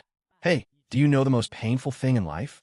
She messaged, looking at the unknown account, knowing it's another one of the 4. Finding out you haven't spent all your money. You played along, yeah. You think like me. A true soulmate. Meeting you at the end of my life. Makes me so happy. Ranyun's tone was gentle. You're dying? You asked, oh sick? Professor Wu says, I only have a year left. But I have one regret left. She sounded sad. What disease? AIDS? HPV? Or syphilis? You asked Ranyun on purpose. Can't you wish me well for once? Haha, you're joking. I'm from a respectable family. How could I catch a dirty disease like that? Then what is it? An incurable one. When the time comes, I'll be gone. But it doesn't affect my daily life. Sounds convincing. A disease like that? You bullshitting? Tell you a secret. My last name is Ran, she said mysteriously. Oh, is it the famous Ran family of Jinhai? There's a giant Ran family in Jinhai. You figured it out. My family built the Tiana complex. I was here inspecting when the blizzard hit. Couldn't get back to the estate for shelter. She started the trap. You sneered. Switching from sex to a scam? Oh, didn't expect to be talking to Miss Ran herself. How exciting. Never thought I'd talk to a high-class lady. You acted excited. You're too kind. It's nothing. Being happy is what matters most. She said calmly, sigh. I'm about to go, and I have 2 regrets. She got to the point. Here it comes, the regret scam. Tell me about it. Maybe I can help. You're biting. The women in 404 huddled. Looking happy. Looks like he's hooked. Things are looking up. Wait, here comes the bombshell. Ranyun's frozen fingers tapped the screen. Message sent. My first regret is that after I'm gone, the Rand family will have no heir. The multi-billion-dollar empire will lose its leader. My second regret is that at my age, I've never been with a man. Don't even know what it's like. Your eyes widened. Holy crap. A paying for a child scam. This is just like those shady flyers on the street poles. Need a son to inherit the business. Seeking a healthy man, big reward after. This scam fooled many men years ago. I know you don't need money, but the Rand family really needs an heir. The empire my ancestors built can't end with me. Can you help me? She begged. You held your stomach and burst out laughing in the safe house. Xiao Lin and her friends are quite the talents. Gao Yahweh is an escort. Ranyun's probably done plenty of scams. Liamo, from what I've seen, you have the best genes in the whole complex. If I could have a child with you, that would be wonderful. She even changed her tone. You're laughing so hard you're tearing up. It would be wonderful. You've watched too many period dramas. Are you really the sole heir of the Rand family? You asked. I have no reason to lie. You never been to bed with a man in your life? It's not as vulgar as you put it. But yes, I haven't even held a man's hand. Acting pure, Ranyun waited for your reply. If he bites, they can lure him out. Then the 4 of them will overpower him. Haven't laughed this hard in a long time. The four women are getting weirder by the second. I have one condition. What condition? You said, Ran Yun, when we're making the baby. Can Xiao Lin and Gao Yahui watch? If I get tired, they can give me a push. Ran Yun, what are you talking about? I don't understand. Haha, it means you four gold diggers. Trying so hard to seduce me. I saw through a long time ago. I just didn't call you out because I was having fun. The four women under the covers froze.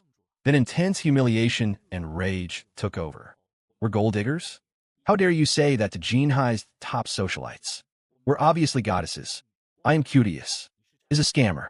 Gao Yahui is an escort. What's Xiao Lin's role? A green tea bitch? No. You're all fake socialite green teas. Wahaha. You roared with laughter. Gao Yahui snatched the phone, typing with trembling hands. Wanted to curse you out. Ran Yun's face was just as bad. Eyes savage and malicious. Cursing nonstop in her head. Before they could send, your message came again. You'll never fool me. Because you're the four idiots of Tiana Complex. Gao Yahui finally finished typing. Clicked send. Message failed.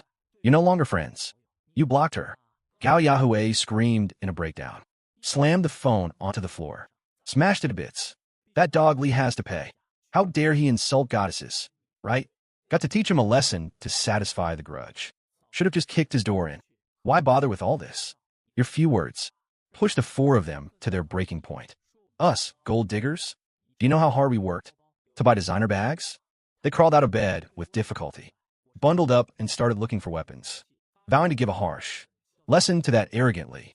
In the safe house. You blocked them right after the last text. Pure satisfaction. You can foresee. You'll be in a great mood all day. I'm laughing with pride. Laughing at the world. You hummed. Table full of breakfast treats. As usual, you checked the building surveillance. Watching the movements. Soon, noise from the fourth floor. Oh, the gold digger squad is out. Going to clean someone's house. Watching the monitor. Xiao Lin has a mop. Gao Yahui has a broom. Ran Yun has a spatula. Fong Yinmei has a rusty iron pot. Setting off in force. They're climbing higher and higher. They finally stopped on the ninth floor. What the hell? Are they actually coming to attack me?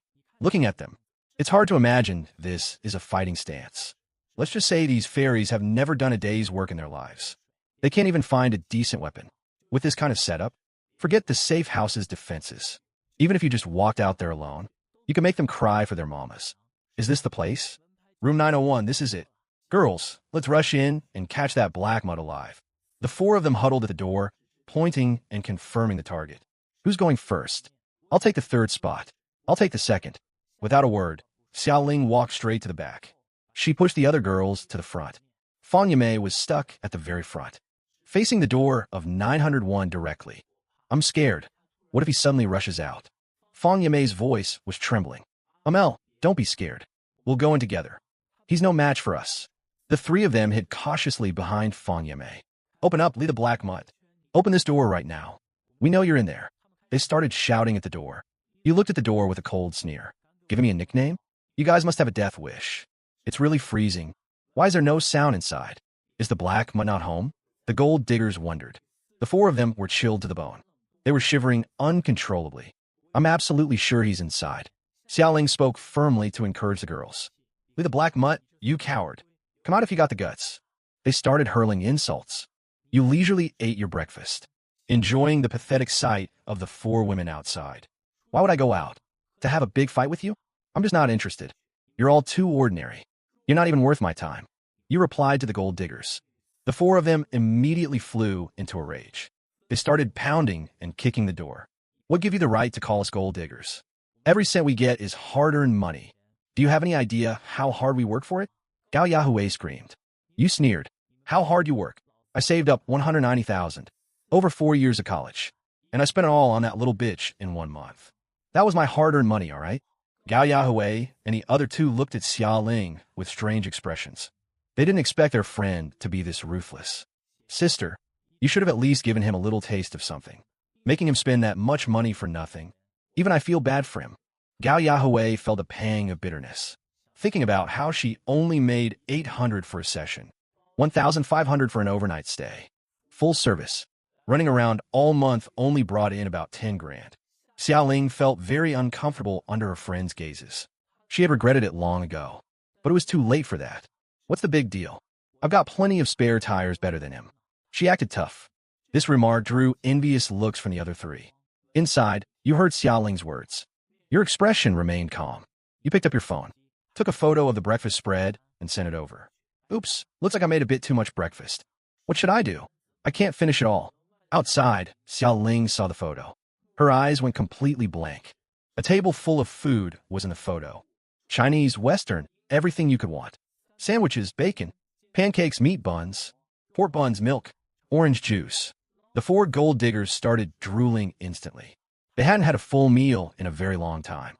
Something's not right. Why is he wearing short sleeves? Isn't he cold? They still have power in there. The lights are so bright. The gold digger squad went completely insane. They pounded frantically on the door of 901. Lee the Black Mutt. No, Brother Mo. Please open the door. Let me in to see if this is all real. I'm so cold. Let me in to warm up, please. You shook your head with a cold laugh. Took a big gulp of orange juice. Keep screaming.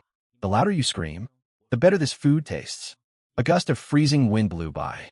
The gold diggers' cheeks stung from the cold. Their hands and feet were already numb. Brother, I'm your neighbor from downstairs. My name is Gao Yahweh. We've met in the elevator before. Gao Yahweh changed her tactic. Oh, the escort who sells her body? You called her out directly. Gao Yahweh's face froze as she tried to explain. Ran Yin, next to her, shoved her aside. She stepped forward urgently. Brother, I'm Ran Yun. Let me tell you, I'm a decent woman, okay? Whether you're decent or not, only you know.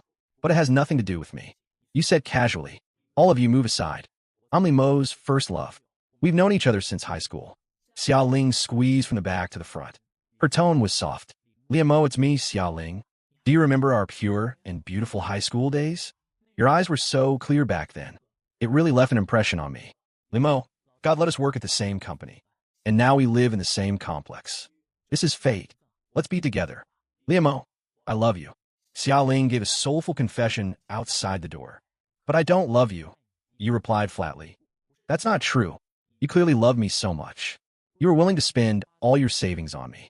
Xiaoling pounded on the door, unwilling to give up. Desperate, the gold digger squad used every trick in the book to show off. Their faces and hands turned purple from the cold. But they got no response at all. You ate your breakfast slowly. A lot of food was destined to go to waste. But you didn't care. The food in your space couldn't be finished in 10 lifetimes by one person. Li Mo, I'm begging you, let me in. I'll do anything you want. We could do group stuff with you. Roleplay, anything. We'll be very obedient. Listening to the begging outside, their attitudes became more and more submissive. Their standards were dropping to zero. As long as they were let in, they'd let him do whatever he wanted. Just for his amusement.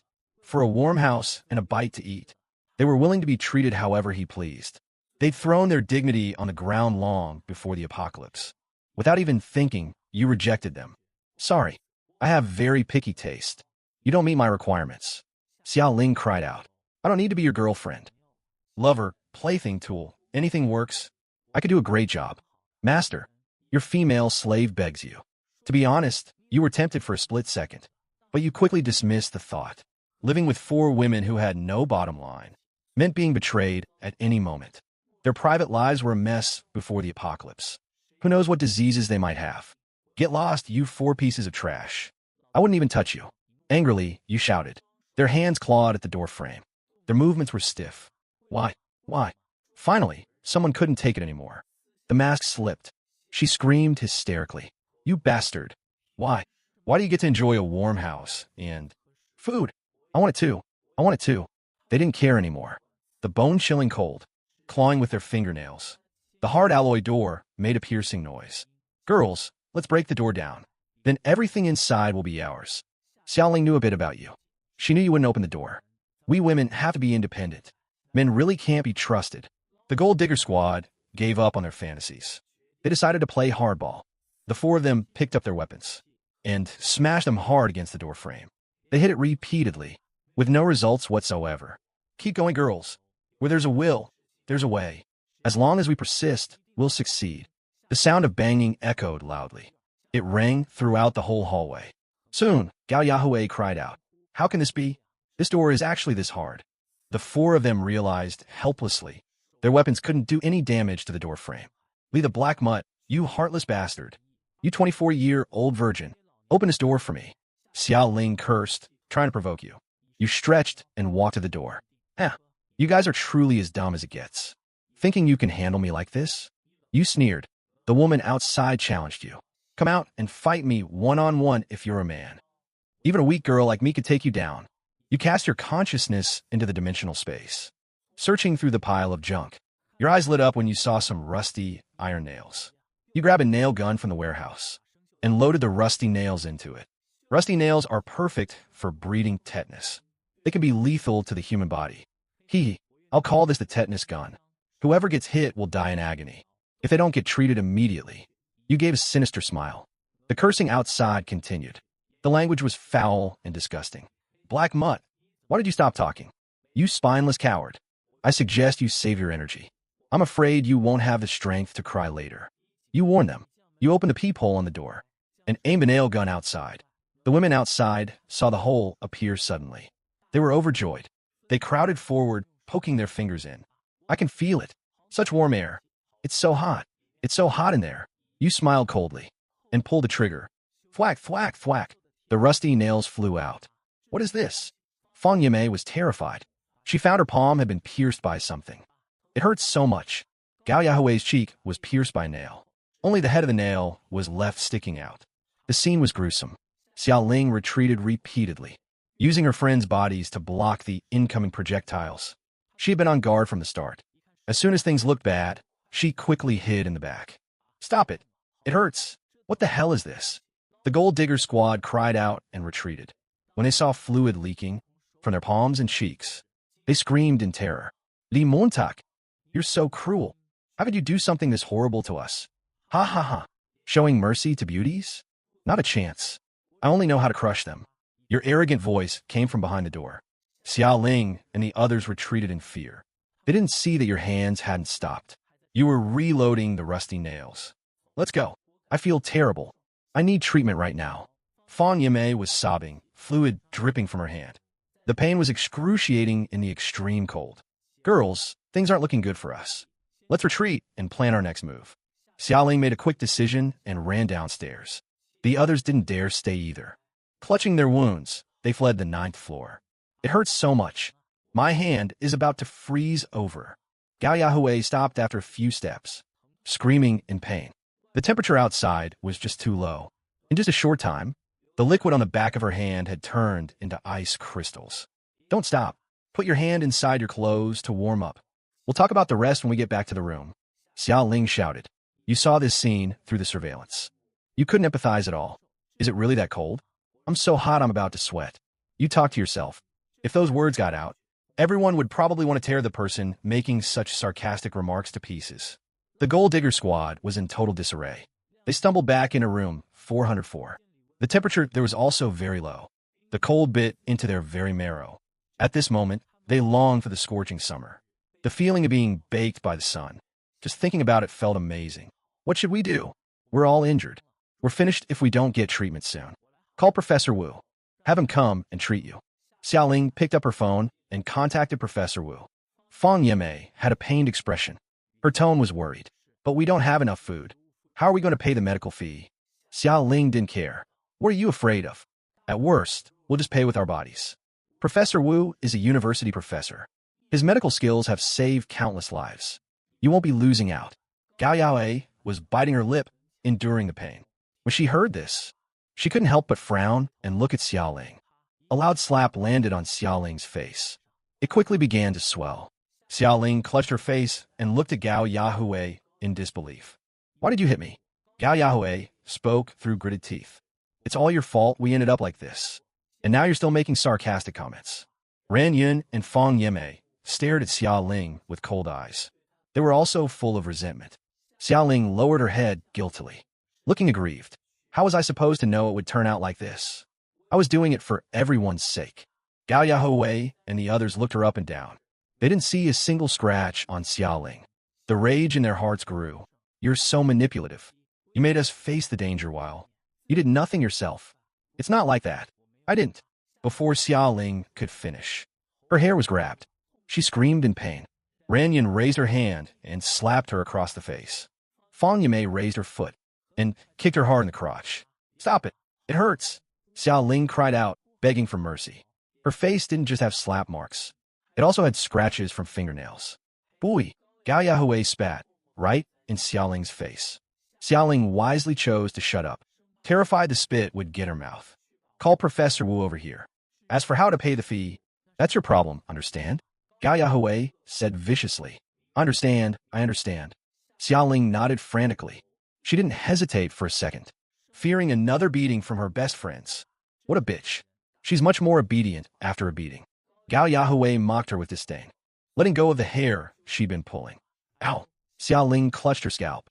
The corners of her mouth trembled with pain. Tears flowed uncontrollably, even though she felt extreme hatred for her friends. She didn't dare show it. She could only curse the three of them venomously in her heart. Professor Wu, I'm Xiao Ling from 404. My roommates are sick. Can you come take a look? Xiao Ling made the call. An old man's voice came from the other end. What are the specific symptoms? They just don't feel well. You'll see when you get here, won't you? Xiao Ling was evasive. She didn't tell Professor Wu the specific symptoms, fearing he wouldn't be willing to come. Also, remember to bring medicine. I'm a university teacher, not a clinic doctor. I don't have medicine at home. As for the rules of a consultation, I assume you're familiar with them, Miss Xia? I know. Just come and treat them. You won't be disappointed. Xiao Ling promised. Professor Wu hung up the phone. He sighed softly and stood up shakily. He was 76 this year. In this extreme cold, he could die at any moment. But he was still putting in his last bit of effort to save people. Xiao Ling put down her phone, frowning. Still dragging your feet when I ask you to come. And you call yourself a professor? No sense of urgency at all. How is it? When is Professor Wu coming? Gao Yahui asked. He's coming right now. You'll be fine soon, Xiao Ling said quickly. The three of them collapsed on the sofa, moaning in pain, starving until their stomachs ached, freezing to the bone, pain that felt like their hearts were being torn out. The various tortures almost drove them mad. They wished they could just end it right now, to be done with it all. Oh, Mama, living is just too painful. Inside the safe house, you were lying on the sofa, watching a movie like nothing had happened. Dealing with Xiao Ling and those women was just a trivial matter. You didn't take it to heart at all. With a black mutt, I curse you. You'll never. Gao Yahui, from the Gold Digger Squad, sent a message, cursing like crazy. You sneered. You only have yourselves to blame for being so stupid. For women who can't lift a finger, actually thought they could defeat me. You're beyond ridiculous. Gao Yahui was in piercing pain. She had an emotional breakdown. Then why were you so cruel? We didn't actually hurt you. You laughed out loud. These women in 404, each one had a weirder way of thinking than the last. Completely self-centered. Damn it, you come to attack me, and I'm not allowed to fight back? If I had been subdued by you, what would the consequences be? Would it be better than your current situation? You snap back. But aren't you fine? You weren't hurt at all, Gao Yahui said righteously. You saw this message and slapped your own forehead hard, looking frustrated. Is there something wrong with me? Why am I trying to reason with an idiot? Why aren't you saying anything? Is it because you feel guilty? Gao Yahui pressed. Scram. You're an idiot. I can't be bothered with you. You threw your phone aside and ignored her. It wasn't until evening that the Tina complex got power again. The owners were overjoyed and celebrated in the group chat. Then they started cooking, digging up snow from outside to boil hot water. They'd never lack water again. But the process of getting it was enough to freeze someone half to death. See, things are going to get better. Everyone needs to believe in me. Zhang Suifang spoke excitedly after the power came back, acting as if she had played some huge role in it. 2 hours later, the power went out again, plunging everything into darkness. Why is the power out again? Annie Zhang, come out and explain this. An owner demanded. Zhang Suifang never expected this sudden turn. She had just been taking credit in the group and was immediately slapped in the face. No matter how the owners looked for her, she played dead and didn't respond. Day 13 of the apocalypse. October 23rd, 2023. You couldn't help but sigh. Time is moving so slowly. It feels like at least a month has passed. But a quick count shows it's only been 13 days. The dining table was covered in all kinds of food. A special reward for yourself after your workout. Are you awake? Yi Yirong sent a message. During this time, she would report to you no matter what she was doing. Most of the time, you only replied with one word. She was submissive to a terrifying degree. One time she said she had to pee. You didn't respond. She held it for 5 hours until you gave her permission. From then on, you'd at least reply with one word. I'll send you some food. With a flash of light, a roast chicken appeared in Yi Yurong's room. Does anyone have ibuprofen capsules? I have a bad cold. I need medicine. An owner asked for help in the group. The group was dead silent. There was no response. Owners rarely chatted in the group now. It was basically just requests for help. But very few ever got a response. 13 days ago, before the apocalypse, there were tons of people chatting and gossiping, talking about family stuff. Now, no one was in the mood for small talk. The owner with the cold waited for a long time. When no one responded, "How can you be like this? Aren't neighbors supposed to help each other?" He shouted angrily, only to get mocking responses from his neighbors. "Oh, so you know about helping each other now? If I help you, what can you do for me?" That's such a selfish way to think. Think whatever you want. Call me selfish if you want. People are naturally selfish. You're just finding this out now. You've lived all these years for nothing. The conversation between the two didn't cause a stir. Soon, someone else asked for help in the group. "Professor Wu, my wife's consciousness is fading. Her body temperature is very low. Can you please come take a look?" "Okay, I'm coming right now." Professor Wu is a retired professor from Jinhai Medical University. His medical skills are incredible. Lately, for a bite to eat, he started treating residents for free, just for a bag of instant noodles or bread. He's the only doctor in the whole building. No one dares to cross him. Professor Wu is highly respected. "Please, help me out and check my symptoms. I feel really awful." A resident with a bad cold asked Professor Wu for help. As far as he knows, Professor Wu used to pick up trash in the neighborhood. He cleaned up the place for free. He's a good man. I've already said it. A bad cold can be cured if you have medicine. Without medicine, there's nothing I can do. You're a doctor. You must have a way. Or just give me some medicine. Professor Wu didn't reply again. He's a university professor, not a doctor. Even if he were a doctor, he wouldn't be hoarding a ton of medicine at home. His meds were given to the neighbors long ago. "I haven't eaten a bite in 4 days. Can any of you lend me some food? I'm willing to trade my body for food." The one saying this is a white-collar worker, a decent, respectable woman. Now, to survive, she has to give up her dignity. There's no shortage of men who think with their crotches anywhere. Looking through the surveillance, when the white-collar worker came back to her room, she was holding half a box of crackers. "I feel so hot. I'm sweating all over. Do I have superpowers?" An owner said excitedly, thinking they didn't have to worry anymore. Professor Wu, back from an online consultation, saw the message. He couldn't help sighing. This was terminal lucidity. Your body functions have already collapsed. You're almost gone. What nonsense. You're clearly just jealous of me. That owner never spoke in the group again. He passed away naked in his own home. He still had that excited look on his face. By now, it wasn't panic hanging over the building, but despair. Inside the safe house, a small tea table was placed by the floor-to-ceiling window. The teapot was steaming. You're sitting in a wrought-tan chair, holding a book in your hands. Before, you were so busy making money you didn't even have time to read. Now you finally have plenty of time to read some useless, casual books. This high schooler named Abin has bad grades. The author of this novel really knows how to fantasize. You take a sip of tea and complain, but you don't put the book down. Instead, you keep reading with great interest. The cold and hunger outside the safe house. You don't feel it at all. You've been lost in the world of the novel all day. "Ding, master. It's dinner time." The smart butler's voice reminds you to eat dinner. Per your request. The smart butler set up a healthy, regular schedule. "Man, I've had too much heavy food lately. Let's have something light for dinner." You rub your stomach, not feeling hungry at all. Cabbage and tofu soup with 2 buckwheat buns. A very satisfying meal. When your material needs are met, you stop chasing luxury. Being happy however you want is actually the real luxury. After dinner, you give a comfortable sigh, pick up the book, and keep reading. Time's up. After an hour, the power cuts off again. Tiana neighborhood and all of Jinhai City fall into darkness. Only your 901 is still lit up, like a beacon for the whole city. Time passes. October 27th, 2023, day 17 of the apocalypse. The temperature keeps dropping. It's minus 70 degrees outside. Snow has buried 3 floors. The death toll in Building 9 keeps rising. Lu Dahu's power is expanding quietly. They aren't openly robbing anymore. Instead, they're starting to collect systematically. You see something strange on the cameras. Lu Sin leading his men door to door. If someone answers, they turn and leave. If no one answers, they break in. Then they carry out frozen bodies to Lu Dahu's floor. They're stockpiling food. The thought gives you a shiver. Not food in the usual sense. In a sealed building, normal food is the first to go. When people are starving, they'll eat leather goods just to fill their bellies. Anything that looks edible gets stuffed down their throats. Finally, those driven mad by hunger will turn to their loved ones and companions. In your last life, you didn't know when this stage started. By the time you realized, you were already pinned to the dinner table. You can't imagine what that's like, and you definitely don't want to try. Just thinking about it is enough to drive you insane. It's not at the breaking point yet.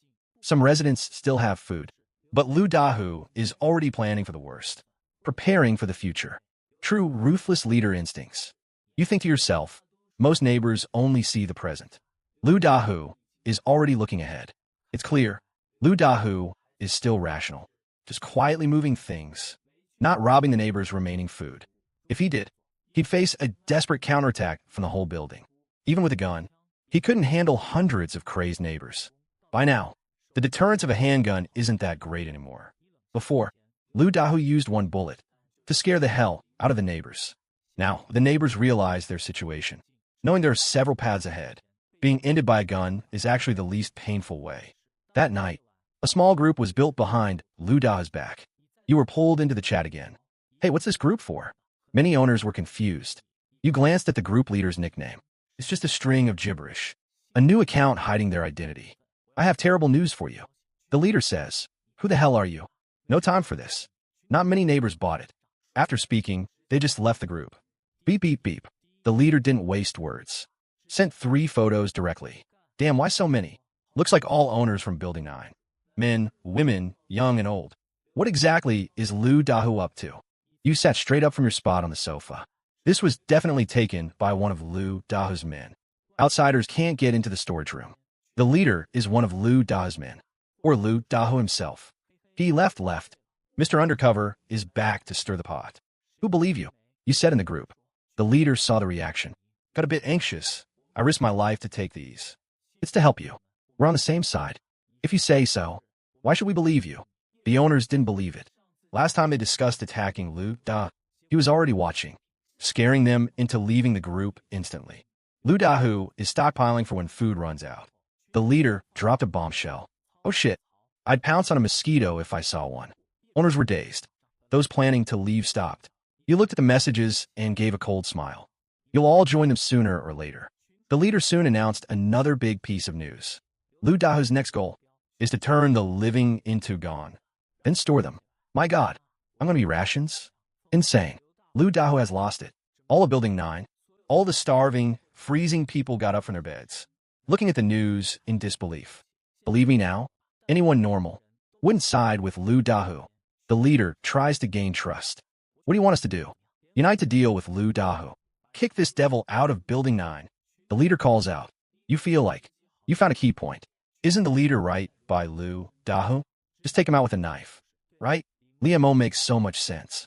Great idea. We can solve this Lu Dahu problem once and for all. Owners agreed mindlessly. As long as they don't have to step up, they're all for it. The leader's frustrated. Building the group secretly was to use the owners against Lu Dahu, but it's circled back. Lu Dahu is heavily guarded. It's hard for me to find a chance. The leader explains. You immediately give advice. Can't you contact others to act together? Didn't you just say anyone normal wouldn't side with him? Yeah. I think you're right. Owners keep agreeing. The anonymous leader is struggling to breathe. Just quits. Fuck. A bunch of idiots. Wait till you're dead. Disbanded the group. Group chat left the owners confused. You laughed. Drove him crazy. Resistance leader? Lu Dahu's right-hand man +1. I'm a little genius. You don't care who wins. You're just there for the show. Owners set up a small group again. After that anonymous leader was pulled in, simply chose to leave the group. Idiots, I'm done. Owners were stunned. Crap. The only person who knows the inside scoop refuses to cooperate. Liamo, you're ridiculous. Drove away an important person in a few words. Someone blames you. You won't take it. Snap back in a group. Driving the spy away was a team effort, right? I'm not taking all the credit. All right. Most important thing is Lu Dahu. As long as he's not gone, we're all in danger. Hu Yuan feared you'd break the group again. Mediated quickly. Friends, situation is dire. We must unite to take down the devil Lu Dahu. Mr. Wu is right. If you don't take him down, You're toast. You spoke casually. You said you guys. Owners didn't see the problem in the wording for a moment. Hu Yuan this time felt 10 times more urgent than before. For this, didn't hesitate to use his food stash to motivate them. Promised everyone who joins the attack can get a cracker beforehand. Hu Yuan grit his teeth. Owner's eyes lit up, instinctively swallowed. And afterward, you asked. Hu Yuan stared at your avatar. Itched to punch you. If you have nothing good to say, shut up. Crackers afterward? My ass. Want some blood instead? Yeah, the boss only said beforehand. Reward afterward should be more, right? Owners followed up. Hu Yuan pushed through. After we beat him, everyone gets a share of his supplies. Owners thought about it and stopped being greedy. After all, taking down Lu Da was their common goal. Sign me up. Count me in. Everyone responded. Only you chose to stay silent now. None of my business. Soon they noticed you hadn't signed up. Liam, what's with you? Still haven't signed up. I see it now. This guy is useless at everything, except ruining things. Owners found you active in the group, snapping at people. But since the famine hit, no one has seen you. That made them even more upset. Why do you get to hide? While we charge ahead, their dissatisfaction grew. Someone mocked you. Some people really know how to play the system, only thinking about taking advantage. So what if you won 30 million? In this situation, you can't even spend it. Hilarious. Ha ha ha. I almost forgot about that. 30 million is probably rotting. Even as toilet paper, it's useless. You watch them mock you with a smile. Not angry at all. A bunch of idiots. My money was spent long ago. Hu Yuan was fuming. Again, we're discussing attacking Lu Dahu. How do we get off track again? I'll say it again. We need to unite against the outsider. Our enemy is Lu Dahu. He shouted. Yeah, Li Montak. We should go together. Don't always hide. You said calmly. Stop saying we. I'm not like you. Stop saying we. Staring at the phone, you dropped the line in the group. Liam is not like you guys. One sentence blew up the group. What's the difference? Can you stay full or warm? He didn't even buy high-priced food before. Acting like winning 30 million is a big deal. Can money be eaten now? Group was full of mockery. Next second, message failed to send. You were kicked. You paused. Seriously? I wasn't finished. You reapplied. Rejected. Reapplied. Rejected again. Hu Yuan stabilized things. Don't let one bad seed ruin the plan. Someone was unhappy. Boss who? We charge Lu Dahu, and Liam watches. Is that fair? Hu Yuan sneered. Deal with Lu Dahu first. We'll settle scores with the clowns later. Group went silent. Then everyone understood. Finish Lu Dahu. Then hit 901. Not hard, but then Fang Yinmei from the 4th floor posted a photo. Bright lights in the photo. Table full of breakfast. Hot milk, buns, xiaomai. Fried eggs, a whole spread. Group went dead quiet. Someone swallowed hard. Where's this from? Fang Yinmei typed. Realized it's his breakfast from last time. Dead silence again. Then everyone started denying it. Impossible. Bullshit, definitely taken before the cold. Everything's frozen solid in this weather. How could it be? But Jiang Kuang appeared. Lying on the bed, limbs blackened from frostbite. Looking as awkward and lifeless. Looking at the photo, thinking of the door he couldn't break. And the scalding water from inside. Grit his teeth and spoke. The photo might be real. Group exploded. You lost your mind? You believe this? Jiang Kuang came clean. Liam has hot water. Lots for bathing. And not during power hours. This hit harder than the photo. Everyone froze. Hot baths? Steady power? Hot food? This isn't life. It's heaven. Soon, designer Yin Huaqiao checked the photo. After power came on, he ran it through software. No Photoshop. No filters. Taken just a few days ago. Yin Huaqiao stared at the screen. Dumbfounded. It's real. Sent the screenshot to the group. Group completely lost it. We're freezing and failing. While he's drinking hot milk. We're gnawing on belts, and he's eating meat buns. Why is his life different from ours? Meanwhile, you're lying on the sofa. Threw the phone aside. Neighbors started a group and didn't invite me. Pulled a 100-inch screen from Dimensions. Set out seeds, peanuts, chips. Watch them fight Lu Dahu. Next second, private message. Little brother, I'm Wang Yuan Biao from downstairs. Saw you in the elevator. Knew you weren't ordinary. You frowned. What the hell? Messages kept coming. Li Montak. It's brother Zhang. Treated you to dinner before. Can't forget that. You sneered. Helped him move furniture for half a day for a bowl of noodles. Now I owe you. Another message. Brother. I don't feel well. Can you come check on me? Click the image. Pause 2 seconds. Saved it. Kept reading. Brother, you're my real brother. I watched you grow up. Can't leave it alone. We got a deep bond. You have to look out for me. Something's wrong. They know. A woman messaged. Little brother, can I come visit? You got it. They know about the supplies. Know your place is warm. Know you're in another world. Pick someone at random. Asked, how do you know? They were incoherent with excitement. He replied, I can cook, clean, give massages. Let me in. I'll make it worth it. Blocked her. Mom of two. Acting young. No one said why. Until Hu Yuan contacted you. Mr. Lee, we can cooperate. Later, the whole building, even the whole neighborhood will be ours. You laughed. Boss who has big dreams. Hu Yuan was serious. Food, medicine, warmth, house, tools. Power in the apocalypse depends on these. You have at least two. You could be king. Replied calmly. Skip the junk. Tell me how you found out. He pulled you into the group. Group changed immediately. Big shots here. Welcome, brotherly. Air feels warmer with you here. Looking at the flattery. Felt pretty good. But you knew. They didn't like you. They wanted your food. Wanted your house. Scrolled up. Saw Fong's photo. Saw Jiang confirming water. Saw the screenshot. Laughed. Just one breakfast photo? You guys know too little? My whole logistics park is just a speck of dust to them. Floor 24. Lu Dahu staring at the group. Min's eyes turn green. Boss, Li Mo is loaded. Take him. We get food, drink, hot baths. That house is a treasure. Lu Dahu was tempted, but didn't move yet. Looked at everyone. Voice low, I want to know, who built a group behind my back? Planning to take me down? Min turned pale. That day, he started checking. 5 bodies brought to 2402. Future rations. That day you were treated like an emperor. Neighbors praised you to the sky. Whatever you said was right. Could praise a punctuation mark. But you knew. They turn if you didn't give stuff. Sure enough, the owner group found out. Building 9 lost it. Take me in, Li Mo. You're my Prince Charming. Brother, I'll do anything. Women sent photos. Maids' elegant outfits. All sorts. You were amazed. Official censors must have frozen too. Wang Yin messaged. Li Montak. I'm Lu Weiming's wife. It was wrong of him to preach to you.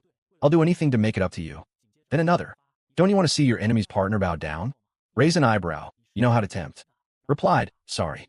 I don't like useless things. He stayed silent. Property manager Zhang, Sui Fong piped up. Li Mo. As the manager, I'm ordering you. Hand over all your supplies. For fair distribution. You laughed. You're still kicking, lady?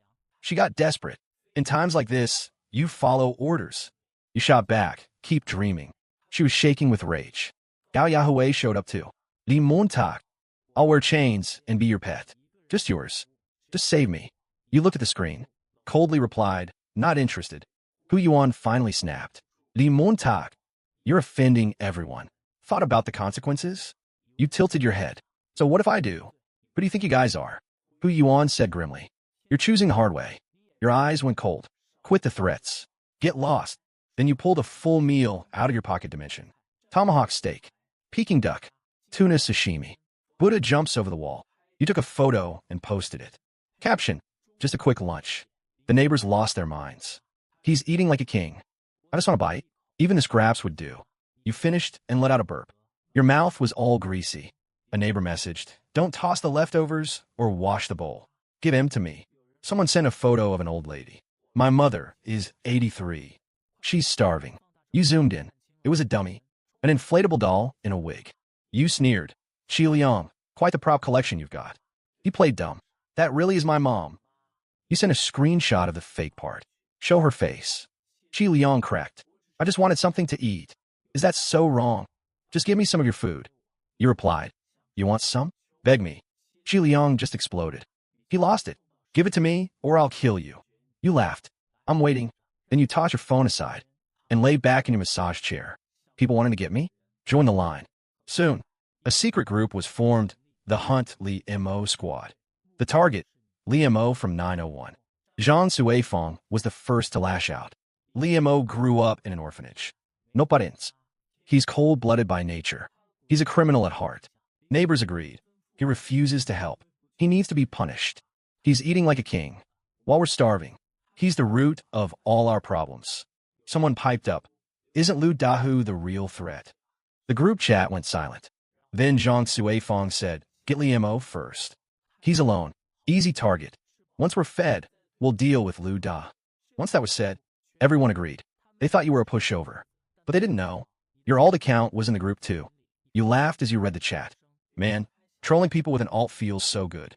Meanwhile, Xiaoling sent a screenshot. Li Montak. They're coming for you. You have to be careful. You frowned at her message. This woman just betrayed you. And now she's a whistleblower? Interesting. Elsewhere, Gao Yahweh was also gathering people. Want a bigger share of the food? Attack 901 first. Jiang Kuang agreed instantly. I'm in. Liamo hurt my brother. I've been wanting payback. Soon, 10 of them met up on the 4th floor. Kitchen knives, steel pipes, wrenches, and electric drills. Hammers, too. Their eyes were full of hunger and hate. Take 901, split the food. We all live in a house. Who's in? I am. The 10 of them headed up. They soon reached the door of 901. They had Zhao Xiang knock first. Knock, knock, knock. Liamo, open up. I've got a secret to tell you. You were woken by the noise. You turned on your 100-inch monitor. Zhao Xiang looked desperate outside the door. In a peephole's blind spot, 9 people were waiting with tools to pounce.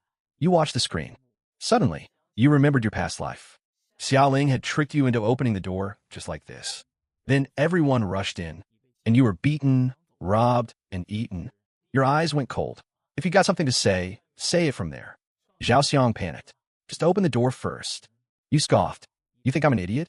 Xiaoling was hiding to the side. She suddenly remembered something. You'd mentioned it before. You'd hide a spare key in the fire hydrant box. She opened the box. Sure enough, there was a key. Xiaoling's breath caught. There really is a key. She shoved the key into the lock. A twisted smile crept across her face. Don't blame me, Liamo. Your weakness was just too obvious. Click. The key turned, but the door didn't budge. Her smile froze. How is that possible? You laughed at the monitor. You left that key there on purpose. Even the keyhole was a decoy. 901's real door had an electronic lock. The key was useless. Xiaoling panicked. Liamo, let me explain. I just wanted to help. You only replied with 2 words. Zhao Xiang heard his goddess getting insulted. He lost his temper. Liamo, how dare you say that? Xiaoling was even more confused. Zhao Xiang snapped and swung his hammer at the door. Clang! The hammer bounced right back. The impact split the skin on his hand. Liquid flowed down. What is this door made of? Gao Yahweh and the rest came out hiding. Liamo, you're surrounded. It's not too late to surrender. You sipped your ice-cold Coke. You said lazily, oh, I'm so scared. Please don't break my door. Zhao Xiang sneered. Too late for regrets now. Bang! He swung the hammer again. Not even a scratch on the door. The recoil made him howl in pain. He stood up. That's enough. A flash of light, and a crossbow appeared in your hand. You walked up to the door. You aimed through the hole. Whip! The first bolt hit a vital spot. He went down. The crowd outside panicked. What was that? Whip! The second one caught Zhao Xiang in the neck. He stared wide-eyed, clutching his throat. Golden liquid oozed from the corner of his mouth. He couldn't scream. You kept reloading. Thwip, thwip, thwip. 3 bolts in a row. 3 more people went down. Fang Yimei screamed and ran. I'm out. A bolt hit her from behind, and she hit the floor. Her tears froze the moment they fell. 5 out of 10 were down. The survivors lost it. Liamo, we're sorry. I didn't do anything. You said calmly, better to end it early and be done with it. I'm doing you a favor. The survivor's skin crawled. Those words were colder than the bolts. You checked the monitor. Xiaoling, Yahweh, and Ranyun were huddling by the door. They were hiding in the blind spot of the hole. You laughed. You think I can't see you? This whole building is my eyes. You pulled a power unit out of your pocket dimension. You hooked it up and touched the wire to the alloy door. The 3 outside were instantly paralyzed. Their bodies jerked and twitched. They couldn't move. Puddles started forming on the floor. Xiaoling was on the edge, barely touching it. She struggled with everything she had. She finally broke the connection. She was a total mess. She scrambled and crawled down the stairs. It's a death trap. This place is a death trap. You watched her run away with cold eyes. She's lucky. Gao Yahweh and Ranyun weren't. The current ran for a long time. You disconnected the wire. They both collapsed, stiff. They weren't breathing anymore. You looked at the bodies outside. You didn't feel a thing. You chose this path. Now you've got to follow it to the end. Xiaoling ran into Jiang Kuang downstairs. Jiang Kuang was livid. This was your perfect plan. I almost died. Xiaoling had completely snapped. She screamed and scratched his face, drawing that golden liquid. He lost his temper. He kicked Xiaoling down the stairs. Xiaoling tumbled down the steps. She cried out a few times, then went silent. Jiang Kuang spat. Nobody cares if you kill a troublemaker these days. I'll do whatever I damn well please. Suddenly, a lot of footsteps came from upstairs. The rest of the neighbors had arrived. Jiang Kuang looked up. Get upstairs and join them. You stood behind the door. It's a busy day today. Another batch to get rid of. The neighbors reached the 9th floor. They saw the bodies everywhere. They were all stunned. Jiang Kuang ran over. We were just testing the waters for you. 901's defenses are insane. Wang Yuan Biao sneered. You just wanted all the food for yourselves. And you failed. Now you want a piece of the loot? Jiang Kuang panicked. I've got intel. Hu Yuan said, let him speak. Jiang Kuang swallowed. He's got a crossbow. Everyone backed off. Why didn't you say that sooner? Jiang Kuang went on. He can spray boiling water from the door too. Hu Yuan ordered, find something to block those holes. Once they're blocked, he's helpless. Wang Yuanbiao slapped his thigh. Brilliant. He mocked Jiang Kuang. You couldn't even think of that. You guys are pathetic. Jiang Kuang looked at him calmly. I wasn't finished. Wang Yuanbiao snapped, shut up. He took some rags to plug the holes. You heard everything from inside. You flipped a switch. You cranked the voltage all the way up. As soon as they got close, they froze up. The smell of burning flesh filled the air. Only then did Jiang Kuang say, there's high voltage on the door. Wang Yuanbiao roared. Why the hell didn't you say so? Jiang Kuang acted hurt. You told me to shut up. Hu Yuan looked grim. Retreat to the 10th floor. The neighbors backed off. You looked at the monitor. Running already? I'm not even warmed up yet. They retreated to the floor above. They started looking for tools. You didn't bother watching. Next round, I'll give them something big. You searched your dimensional space for gear. Liquid nitrogen, flamethrowers, pistols, they'd all work. But the range was too small. I wanted to take care of everyone at once. Soon, you found crates of herbicide in the agricultural area. You smiled. Perfect. They gathered outside the door again soon after. They used wooden boards as shields. Wearing insulated gloves, they blocked the holes. Hu Yuan shouted, Li Montak, it's not too late to talk. Hand over the food and the house. And you could be my second in command. You replied. Wang Yuanbiao snapped. What more do you want? Boss who's giving you a great deal. Stop acting tough. You couldn't be bothered with them. Meanwhile, before you dealt with 902, you had already used ice to seal the living room and balcony of Yi Yorong's place across the hall to stop anyone from sneaking in through her unit. Inside 902, Yi Yorong messaged nervously. Liamo, there are so many people. I am scared. You replied, go to your bedroom. I am seating. The living room. She did as she was told. Ice quickly filled her living room and balcony. Now you didn't have to worry about your flank. Then you put on a hazmat suit and a gas mask. You tore open bags of herbicide and poured them into a sprayer. Shao Dian, open the external vents. Understood, master. A nozzle extended from the vent to the ceiling outside. Everyone outside was still pounding on the wall. They couldn't break it. Suddenly, one of them felt the wall. His face went pale. He muttered a complaint, then completely lost it. Find some acid. You piped up from inside. I've got acid. Hu Yuan's face darkened. You think you're funny, huh? You hit the switch. A thick mist of chemicals sprayed out. Someone outside said, is it raining? Ugh, it reeks.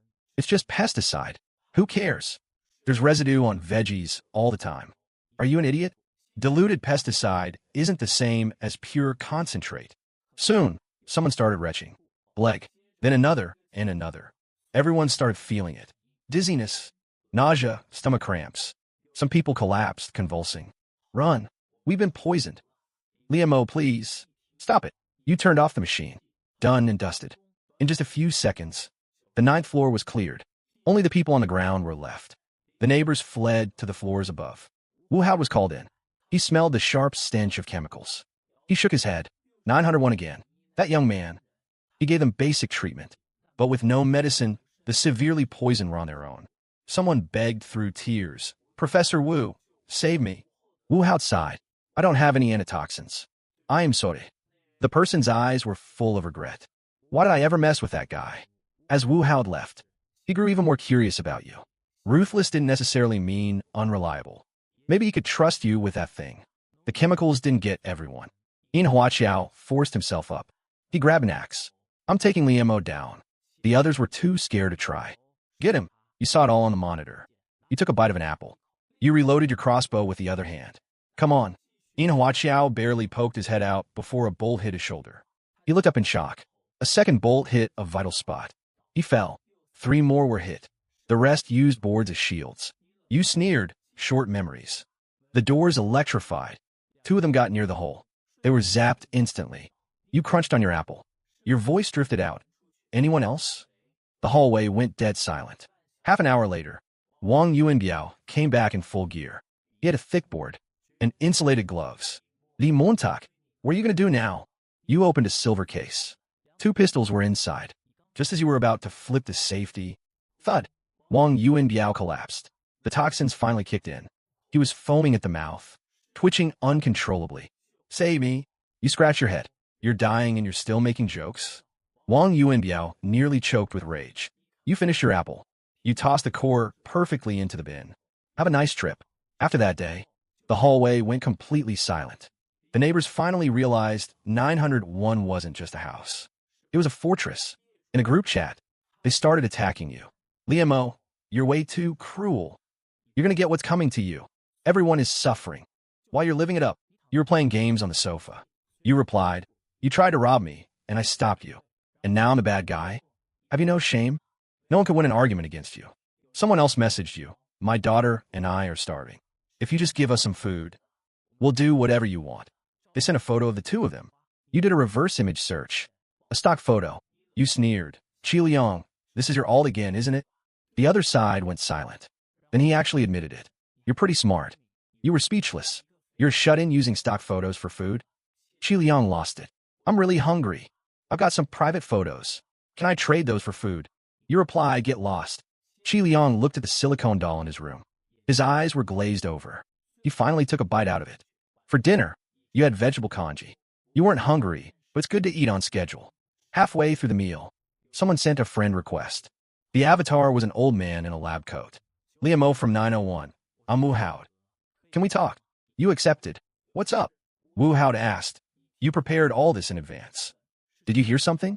You asked. Is that even possible? Wu Haod was silent. 2 days after the freeze. I heard about some research from an old friend. But it was already too late then. Is the government coming to help? Wu Haod messaged back. There's no government anymore. You stared at the screen. Say that again. The top officials and elites already left Earth on spaceships. Your breath hitched. It felt like the world had been hollowed out. Wu Haod went on. The major nations are all in total anarchy. No rescue is coming. If you want to live, you're on your own. You gripped your phone. Where do they go? Drifting in the solar system. Once the comet's effect fades and Earth warms up, they'll come back. Their life support can last about 30 years. You stared at the screen. 30 years. They think they can just come back and rule again? Theoretically, yes. You laughed coldly. Then they'd better not come back. If I'm still alive, I'm not following their rules ever again. Wu Haod saw your reply and smiled. You got a lot of spirit, kid. You looked him up. Professor at Genheim Medical University.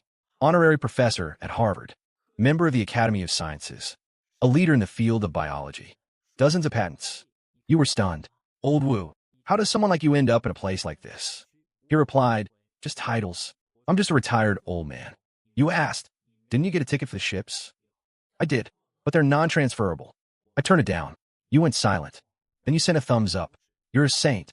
You asked if he needed food. He said he was fine. You asked about winter supplies. He said he could manage. Then he said, if you can, maybe help the neighbors. You laughed. Old Wu, I'm really not a saint. He didn't push. Not being a saint is fine. You'll live longer that way. Will the snow stop? You remembered your past life. 2 days after it stopped, you went out for food. You were hit by a stone from the sky. That was the god's fragment. If I go to the same spot this time, will it be there? You decided to head out. You check your gear. Down jacket, gloves, body armor, helmet. With your snowmobile ready, you left 901. Shouty yawn, open up. The door opened. The extreme cold rushed in. You shivered. It's freezing. In the hallway, the golden energy had frozen into spikes. The bodies were still there. Neighbors watched from behind their doors. Nobody dared to move. You walked out of the building. People in the other buildings saw you too. He's going out. Has he lost his mind? It's minus 90 out there. You won't survive, no matter what you wear. You looked up and flipped them off. Someone yelled at you, but they didn't dare step outside. You went to a secluded spot. You pulled out the snowmobile. Virum, You roared out of the complex. Everyone was shocked. He actually went out. He's alive. Is it warming up? You'd misled a whole bunch of them.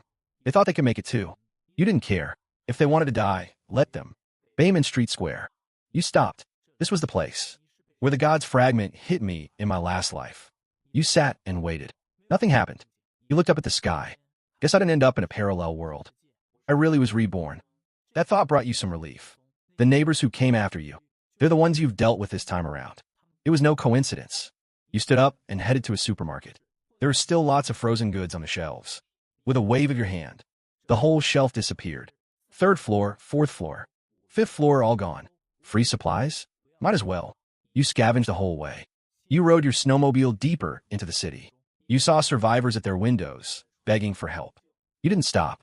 You remembered the story of the farmer and the snake. You'd remember that lesson forever. In front of Wanda Plaza, you stopped. Something was wrong with the ground. It was too smooth, like someone had cleared it. You immediately went on high alert. White light enveloped your body. A second later, a snare tripped under the snow. You backed off just in time. 3 people popped out from under the snow. A young guy named Sun Hao held an axe, laughing. I paved this road, and I planted these trees. You looked at him. Your family owns Wanda now. Sun Hao laughed. Not before, but it is now. You said flatly, then I'm leaving. Someone else stepped out behind you. Too late to leave now. You pulled out a pistol. Guess if this is a lighter or a gun. Sun Hao laughed even harder. You're trying to bluff me. Bang. A direct hit. Sun Hao hit the ground. The other 2 dropped to their knees. Mercy. Bang. You sent him on his way. The last one, a middle-aged man, roared. You killed my son. He swung his axe at your head. He hit you, but half the blade vanished into the white light. It went right into your pocket dimension. You looked at his shocked face. Sorry, I'm using cheats. Oomph. He fell. Just then, a light flashed across the sky. You looked up sharply. The god's fragment. It tore through the sky and hit you right on the head. Pick it up. My fingers tremble. So he's here this time. If you hadn't come, it would have belonged to Sun Hao. Maybe in a past life, some powerful metahuman was born just like this. But in this life, you snatched it first. You try putting it in your space. It fails. You frown. Even your space can't store it. You cut your palm open. The golden liquid touches the fragment. The fragment glows brilliantly. Your wound heals instantly. Your face drops. What a waste of a life-saving opportunity. But the next second, the shard of God begins to merge into your body. You feel energy flooding into your space. Your ability is enhanced. You clench your fist. The second shard works. I gotta collect more to get back to Tiana Apartments. The residents are stunned. He's back, and he's got a snowmobile. They start asking about the situation outside. You don't care to answer. Someone blocks you. Lend me the snowmobile. And the clothes on your back. Come down and get it. They bought it. They all rush downstairs. You just rode off. Cursing breaks out upstairs. He played us. You head back to Building 9. The neighbors see you and all hide away. You walk to the door of 901, and you suddenly look toward 902. Yi Yurong is still in there. You raise your hand and take down the ice wall. You walk into 902 and knock. Is a little lady home? A panicked voice comes from inside. Li Montak. The door opens. Yi Yurong falls to the floor. Her forehead is bruised red. You squat down and look at her. Quite a special way to meet, bowing to me like that. She shakes her head hurriedly. No. She looks at you. Her eyes are full of light. You lift her chin. You've lost weight. Not eating enough? She whispers. Everything you gave me was great. I'm just useless. You glance around the room. She's kept the small room clean and cozy. You nod in satisfaction. Follow me from now on. I'll keep you safe for the rest of your life. Her tears fall instantly. I'll be good. You take her back to 901. The door opens, and a wave of warmth hits. Yi Yurong stands at the threshold. She's stunned. This place. Take off your gear. Welcome to paradise on earth. You tell her to take a bath. She stays in there for a long time. She comes out wearing the silk pajamas you gave her. The black really suits her. You watch her for a few seconds. Come here. She kneels down in front of you. You frown. I told you to come over. Not to kneel. She looks up with soft eyes. I am yours. Body and soul, all of it. Your heart skips a beat. But you aren't in a rush. You set some rules. First, you can't leave the room without my permission. Second, no contact with the outside world. Third, be obedient. She doesn't hesitate. I will. You fill the table with food. She stares at the food appearing out of nowhere. She's too shocked to speak. Are you an immortal? You laugh. You could say that. She looks at you seriously. You're my god. Over the next few days, there's another person in the house. Someone to cook. Someone to wash dishes and tidy up the clothes. Fruit is sliced and placed by your side. You're lying on the sofa. She sits beside you, massaging your legs. It finally feels like a real home. But the storm outside hasn't let up. Yi-chun from Building 10 has his eye on you. He brings his men to 901. Limo, me Yi-chan. Heir to the Yi family. You ask, the ramen-selling Yi family? Yi-chan's face turns livid. The Qinghai Night Market Group, a multi-billion-dollar family. You say calmly, and what's your market value now? Yi-chan loses it. He wants to borrow your snowmobile and gear. You refuse. He roars. No one dares say no to me. You post a message in the group. Intruders spotted. One head for one bag of instant noodles. Building 9 neighbors are instantly triggered. Noodles, here I come. Like a starving mob, they charge at the people from Building 10. Yi-chan was arrogant at first, until he saw the neighbors tearing people apart for a job, scrambling for supplies. His face went pale. They've lost their minds. He pulls out a golden desert eagle. Oomph. A shot rings out. A neighbor from Building 9 falls. But the others don't back down. They're even crazier. So what if you have a gun? Do you have infinite bullets? The people from Building 10 are terrified. Yi-chun and his men flee in total humiliation. You sit in your room, watching the monitors. You smile. This Building 9 mob is actually pretty useful against outsiders. Yi Yurong shrinks into your arms in fear. You pat her shoulder. You'll get used to it. Later, the Zhang village people from Building 8 showed up. First, they tried to trick you into opening the door. You told them to go bother your neighbors instead. They ended up running right into the Building 9 mob. Zhang Long was beaten bloody by Wang Yin. Then he was taken down by Lu San. Zhang Youqiang fled back to Building 8. The second time, they brought homemade explosives. En explosion roquette 901. You're jolted awake. Xiao Tian? Earthquake. Master. Someone is bombing the building. You roll over. Oh, that's fine then. Outside, Zhang Xiaocai stares at the unmoving door. His face is white. Impossible. You fight back with a crossbow. Zhang Xiaocai actually pulls Zhang Bin to shield himself. Zhang Bin is gone. Zhang Xiaocai survives. You take note. This guy is ruthless enough. You use pesticide bombs to poison the Building 8 crowd. You post again, one outsider for one bag of noodles. The Building 9 neighbors swarm out once more. The Building 8 crowd is besieged and taken down. Zhang Youqiang flees with only a handful of survivors. They finally realize Building 9 is a death trap, and you are the biggest threat in it. Time passes and you head out again. This time, you're looking for gear. The police station is empty. The armory has been cleared out. You curse and head for the prison instead. Inside Jinhai Prison, the prisoners are all frozen dead in their cells. The guards are frozen dead at their posts too. You find the armory. You open it.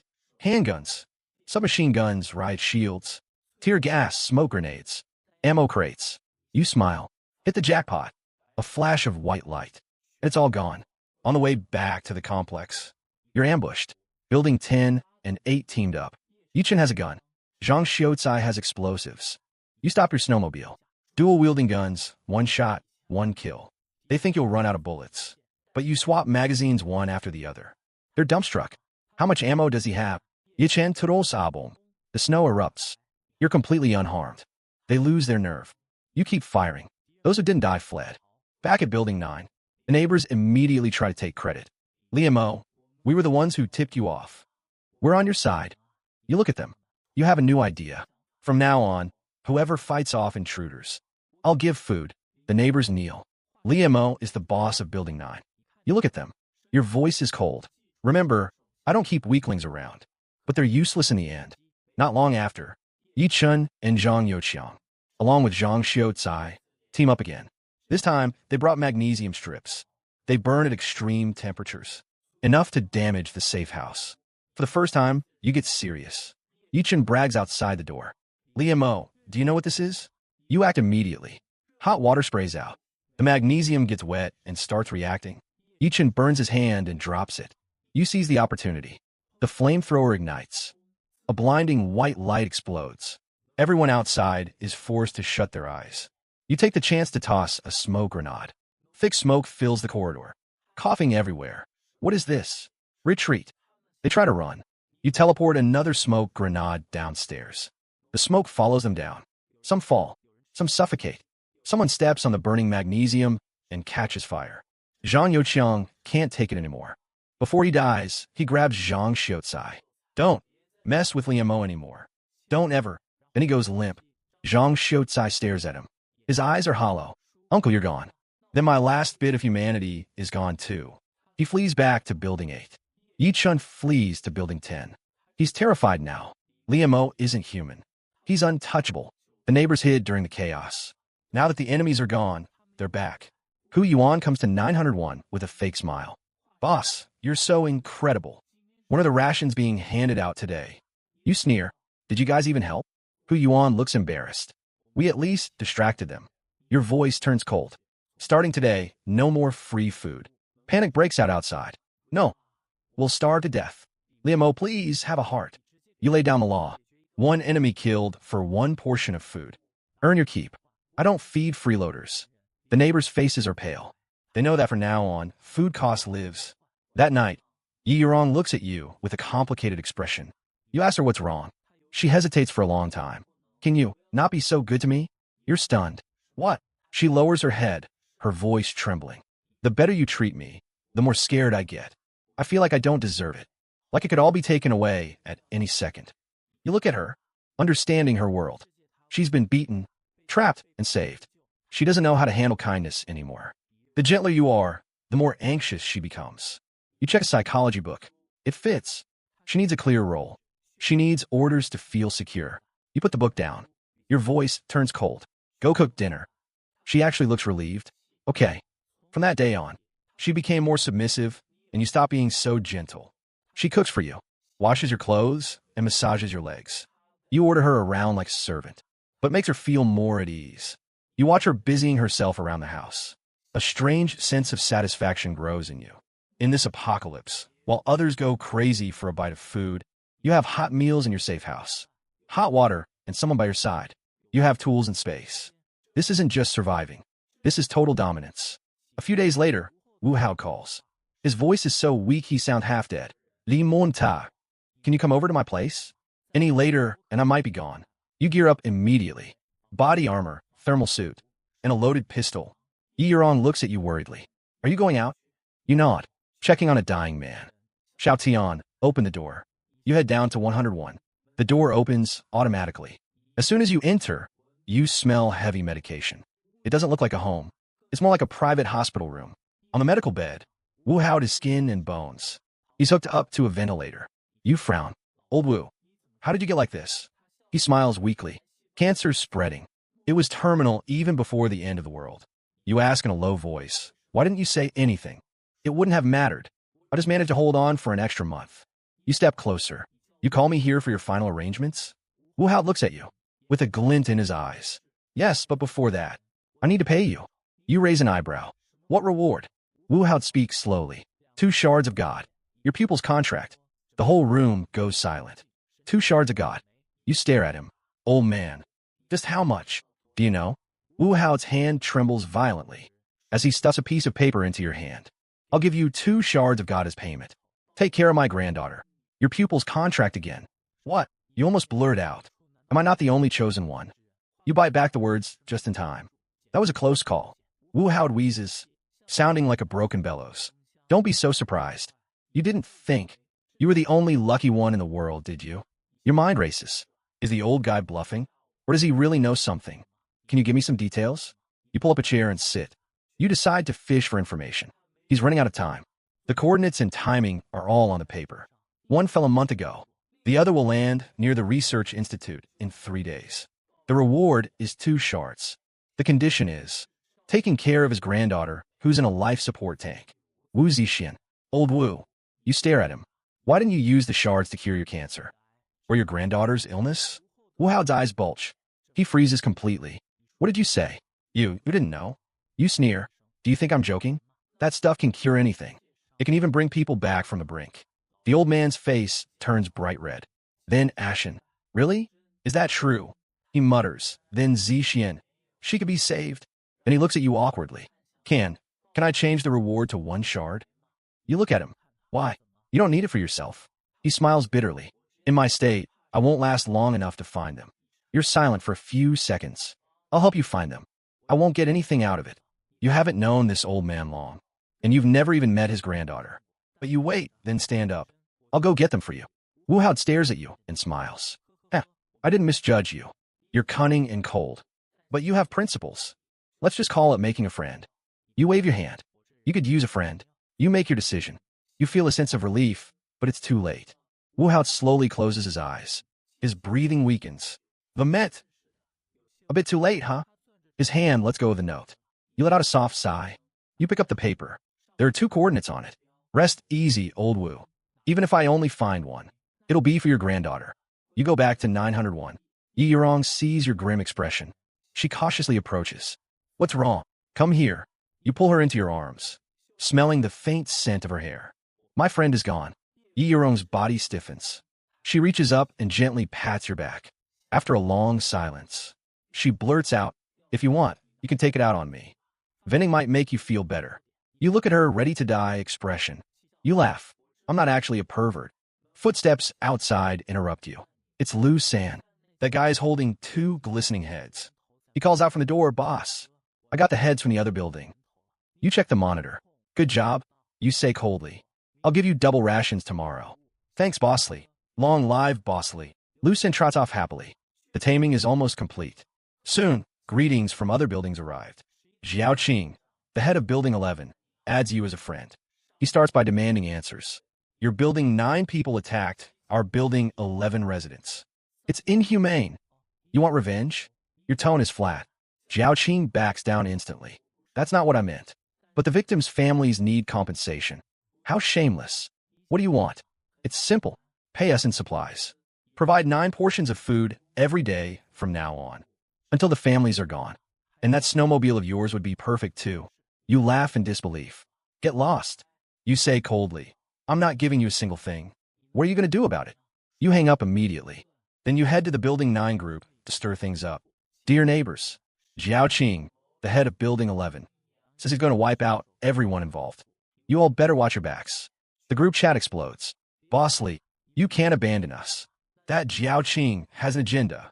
He's trying to break our unity. You watch these cowards perform. A cold smirk plays on your lips. Don't worry. You type in the group. I know who my real people are. I will never give up on any of you. Right? I won't let a single one of you go. The next day, you head straight to Wu Hao's Biological Research Institute. Laboratory 0. The doors are tightly shut. Old Wu set a lock before he died. It won't open from the outside until the nutrient solution runs out. While you're thinking about how to get in, voices drift in from outside. 5 burly, broad-shouldered guys walk over with chainsaws. Brother Dog, we brought a chainsaw this time. We can even cut through steel doors. The Black Dog Gang. Your eyes go cold. You can't let them wreck the lab. You step out from the shadows. Hey friend, this is Black Dog Gang territory. The man in the fur coat, smoking a cigar, squints at you. It's Brother Dog. Who sent you? I have no intention of crossing the Black Dog Gang. You say calmly, this place belongs to a friend of mine. You can't go destroying it. Brother Dog freezes, exchanges a look with his men, and then they all burst into laughter. Ha ha ha. He says he's friends with the owner of this place. In your dreams, the laughter cuts out. Brother Dog's smile vanishes. His voice is chilling. Who the hell do you think you are, disrespecting the Black Dog Gang? You want me to end you right here? You calculate your odds. You aren't afraid of the gang, but you're worried about the lab. Where's your boss? I want to make a deal with him. You think you're worthy of seeing our leader? Brother Dog raises the roaring chainsaw, pointing it at you arrogantly. Pick an arm or a leg. One or the other. You don't have time for this. The next moment, a Type 95 assault rifle appears out of thin air in your hands. The 5 men's faces turn pale. My God, where'd the gun come from? I surrender. Bang, bang, bang, bang. The muzzle flashes as bullets tear into their bodies. The golden liquid instantly freezes into ice in the cold. He hits the ground, kowtowing frantically. Please, I was wrong. Spare me. You are expressionless. You pull the trigger. The last survivor falls. You wouldn't listen to reason. You just had to force my hand. You snap your fingers. A white light flashes, and the bodies in golden liquid vanish, cleaning up the evidence. Hopefully, the Black Dog Gang won't be back. Suddenly, your phone vibrates. The long silent tenant group chat is suddenly blowing up with distress calls. It's the landlady, Zhang Yuye. Is anyone still online? Help me. I'm in trouble. Someone help. I'll give you 10 properties. The group is dead silent, except for you. You think for a moment. She did sell the house quickly back then, which is why you have your safe house now. Landlady, what's going on? The video call connects immediately. Zhang Yuye's face is flushed. She's panting, her eyes glazed over. I went out to get some melted snow today, but after I drank it, I started burning up. There's a group outside trying to break in. You frown, listening. You can hear muffled threats from outside the door. Ma'am, you've taken a powerful aphrodisiac. If no one helps you out, you won't last. This is just how the Black Dog Gang operates. You'll get used to it soon enough. The Black Dog Gang. Zhang Yuye's voice is thick with tears. In your dreams, I'd rather die than let you have your way. Wild laughter erupts outside. Once the drug fully kicks in, you'll lose control. You'll be on your knees begging us. Let's go grab some food first. We'll give you 2 hours to think about it. The call disconnects. You immediately ask, where do you live? Zhang Yuye hesitates. No, don't come over. This woman is still being modest, even at a time like this. Sister Zhang, are you sure? Once the Black Dog Gang comes back, you're done for. It's not convenient. She bites her lip and hangs up. You shake your head at the phone. Fine. You hop on your snowmobile and head to the other coordinates on the note. Tianjing Villa District. As soon as you arrive, you see 3 men cursing loudly. They're walking toward one of the villas. Third boss goes in first. I'm second. Why? I'm the one who found that woman first. You narrow your eyes. What coincidence? It's the same group that drugged Zhang Yuye. They walk up to the door of villa number 16.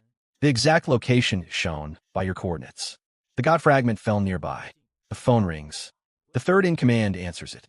His expression changes. What? Old 5 is missing. Let's head back and discuss this first. War is coming. They leave in a hurry. You walk up to the door of Villa 16. You knock. Li Montak.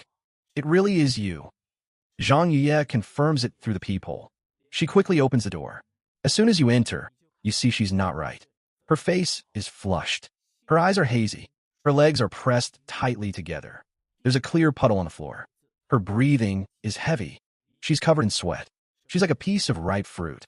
One touch and she'll lose control. You're here. Her voice is trembling. She sounds full of regret. You take off your helmet. I was just nearby on business. She turns her head away. She huffs. You're not being honest. You came here just for me, didn't you? I'm really not that sketchy. You shrug. Believe what you want. Seeing how blunt you are, Zhang Yuye gets embarrassed. Sorry. I misunderstood you. You asked what happened. She says she was poisoned during blood collection. The Black Dog Gang is after her. They're a pack of wolves. You tell her straight. You live in a warm house. With your supplies, you're a prime target. Zhang Yuye turns pale. She can't accept how the world has changed. As she speaks, her body's reaction intensifies. Suddenly, a surge of heat hits her. Her legs give out. She collapses on the floor. You catch her. Seize. No. Thank you for warning me a month ago. She grabs your hand. Her voice is cracking. Can you help me one more time? Can you please help me one more time? Her voice is barely a whisper. Her lips are slightly parted. Her breathing is erratic. Your heart wavers for a second. But taking advantage of someone is beneath me. I'm really not here to take advantage of you, sis. Zhang Yuye freezes. Her face turns bright red. She's mortified. Sorry. I was out of line. You realize you misspoke. You misunderstood. When the drug kicks in, a man isn't the only solution. She looks up sharply. Her eyes light up with hope. What way? Something you can do on your own? Zhang Yuye's brain stalls. By myself. You sigh. You take out your phone. You find a folder named Study Materials. You send her a file. Download this and see. You'll understand. She opens it. She blushes hard. This is improper. It's either this, or find another way to deal with it. Your choice. Your gaze is steady. For the record, I wouldn't mind. But I didn't do it, because I didn't want you to look down on me. Zhang Yuye is touched. She's sure you're not just some creep. Liamo, I truly can't thank you enough.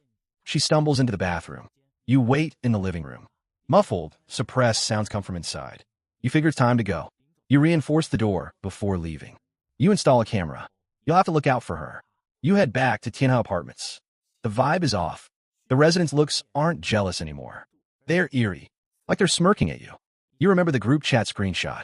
The building leads are plotting against you. Trying to take me down? Oomph. You sneer. My weapons are ready in the pocket dimension. If they try anything, I'll end them all. Sure enough, Jiao Qing sends a text. We need to talk to you about something. I am Busi. That's not up to you. Jiao Qing is confident. I'll refer you to someone. Talk to her. A woman named Zhao Shuiqin adds you. I'm the building 1 lead. Little brotherly. You're in a lot of danger right now. Do you realize that? Her tone is soft but threatening. Oh, what kind of danger could I be in? An ordinary man is innocent until he's caught with a treasure. You have the best stuff in the whole complex. Everyone's got their eyes on you. But I have a gun. Oh please, how many guns and bullets could you have? Can you take on thousands of people? You sneer. I have more guns than you can imagine. Are you threatening me? That's not what I meant. Let's just sit down and talk. Let's find a way to fix this. So everyone's happy, right? You have an idea. Gather them and wipe them all out. That'll save a lot of trouble. Phoenix. A cold smile forms on your face. Tomorrow at 10 a.m. All building leads, Building 9, 4th floor. We'll have a nice talk. Next day, Building 9, 4th floor. You're fully armed. 2 bulletproof vests on, rifle ready. Waiting for the fish to bite. The door opens. Only 4 people walk in. Zhang Xiaocai, Yi Chun, Jiao Qing, and Zhao Shuiqin. Are you kidding me? Your face falls. I thought you said all the leads. Only 4 of you? That's not enough. Zhao Shuiqin quickly explains. Don't get us wrong. We're just the representatives. We didn't want to overwhelm you. Zhang Xiaocai looks down. His body is trembling slightly. Does this kid know? You lean back in your chair, annoyed. Phoenix, cut the crap. What do you want? Zhao Shuiqin sits up straight. The food is gone. We've come up with 2 options. First, you hand over your snowmobile and gear. For the community to share. We'll take turns looking for food. You almost laugh. Why should I provide everything? You guys have some nerve. Second, Zhao Shuiqin continues.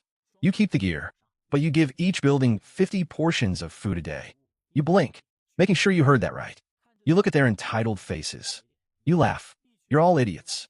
Zhao Shuiqin freezes. Jiao Qing laughs too. He pulls a pistol from his jacket. He points it at your head. Put the gun down. You look at the barrel without flinching. Helmet and 2 vests. A pistol is a joke. I bet your gun isn't even loaded. Jiao Qing sneers. I checked it myself. It's fully loaded. I'll bet a loaf of bread. If it's loaded, the bread is yours. If not, I take your lives. Fair, right? Zhao Shuiqin starts to panic. Jiao Qing pulls the trigger. Bang! The bullet grazes Zhao Shuiqin's cheek, leaving a bloody gash. You're completely fine. Looks like I lost. You lean back in the chair, totally relaxed. The bread is yours. The tables turn instantly. Jiao Qing's hand is shaking. Look, let's bet again. You say slowly, let's bet that your gun is empty now. Jiao Qing looks at you like you're crazy. Does it even matter if it's loaded? Haha, just a misunderstanding.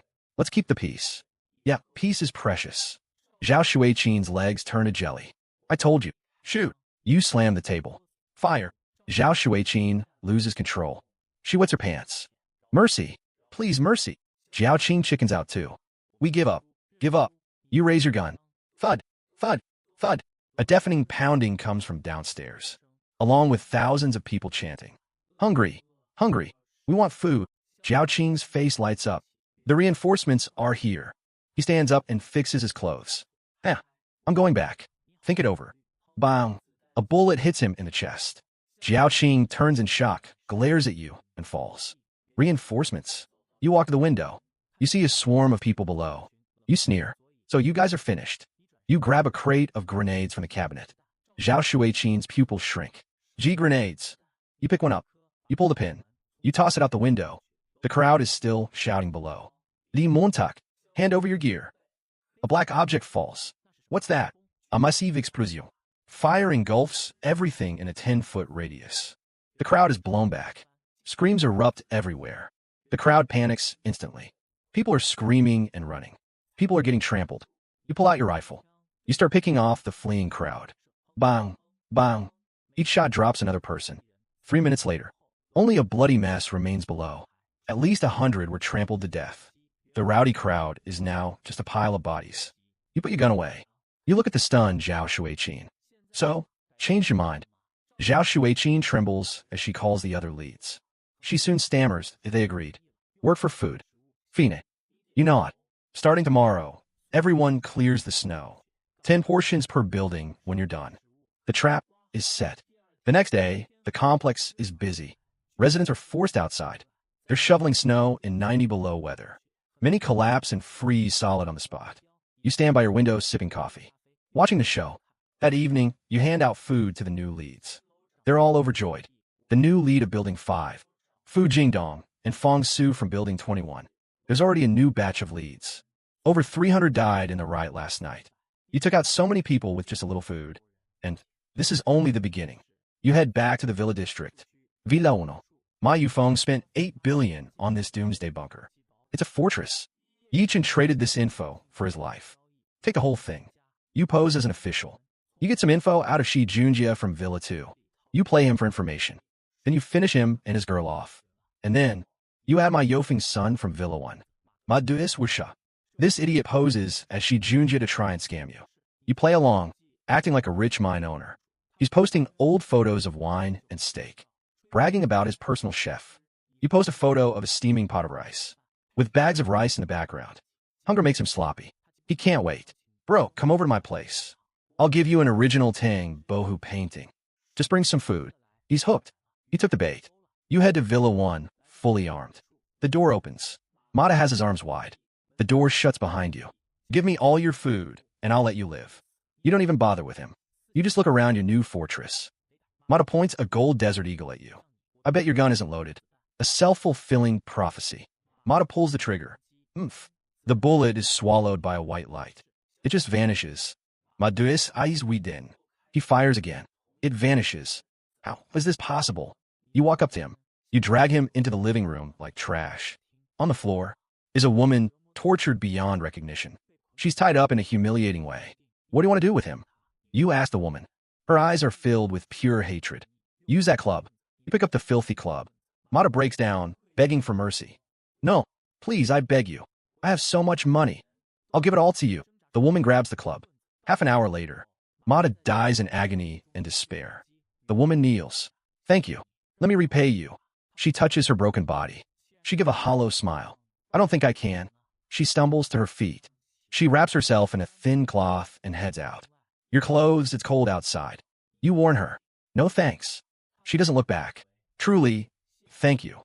She opens the door, and the bitter cold rushes in. She walks out.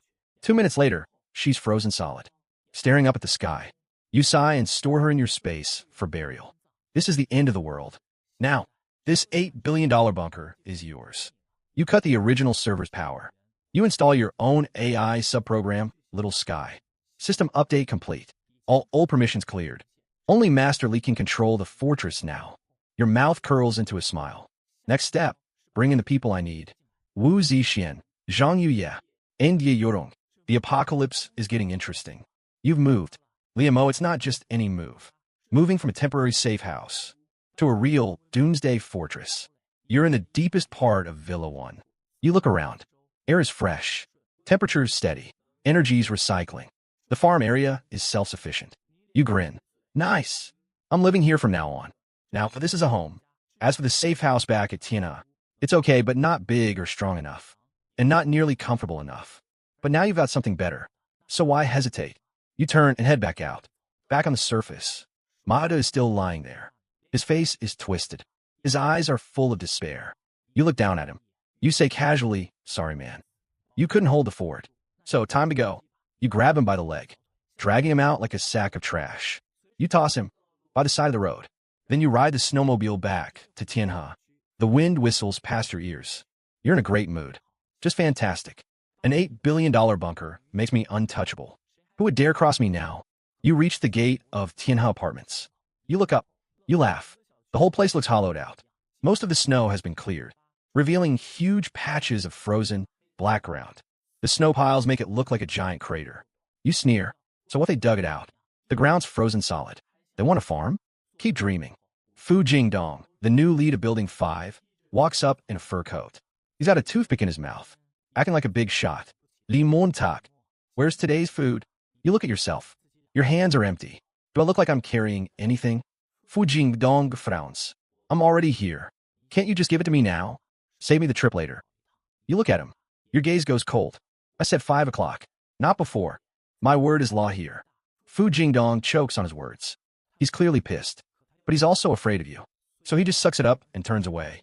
He's muttering to himself as he leaves, complaining and whining about you acting all high and mighty. You watch him walk away. You rub your fingers together. You know these people are getting cocky again. After clearing snow and getting food through the system, things were starting to get organized. A few troublemakers were dealt with. A new batch of people took charge. It looks balanced on the surface, but it's not.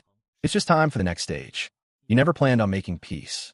Ever since those thousands of people surrounded Building 9 to force you to give up your supplies. They should all know better by now. 5 o'clock hits. The leads show up for food. Fu Jingdong is the last to arrive. He's got the biggest attitude. You toss him today's food. He weighs it in his hand. Suddenly he looks up. This isn't much. You look at him. What was that? Fu Jingdong lifts his chin. This isn't enough for 10 people. We're still hungry. You should give us more. Honestly, I've been meaning to say this. I know it wasn't easy for you to get food alone. I get that. That's why I didn't say anything. But now, I think you need to do your part. As soon as he says that, the other leads in line start chiming in. Who doesn't want more food? Who doesn't want to eat better? You hear this and laugh. Fair enough. Perfect. I have an announcement to make tomorrow. This should solve all your problems. The leads are suddenly curious. What is it? Tell us now. You shake your head slowly. Notarus. Everyone needs to hear this at the same time. And I promise you, it's going to be great news for all of you. Everyone's eyes light up. Greed. You can see the greed and the schemes in their eyes. They're not thinking about survival anymore. They're thinking about how to get more for themselves, how to keep controlling everyone else, and how to squeeze more out of you. You don't bother calling them out. You just smile. Then, as if you're suddenly in a great mood, you turn and go inside. You come back out with a huge bag of meat. To be exact, it's the meat from the corner of your space. The stuff that's about to go bad. You wouldn't even look at it. But for them, it's perfect.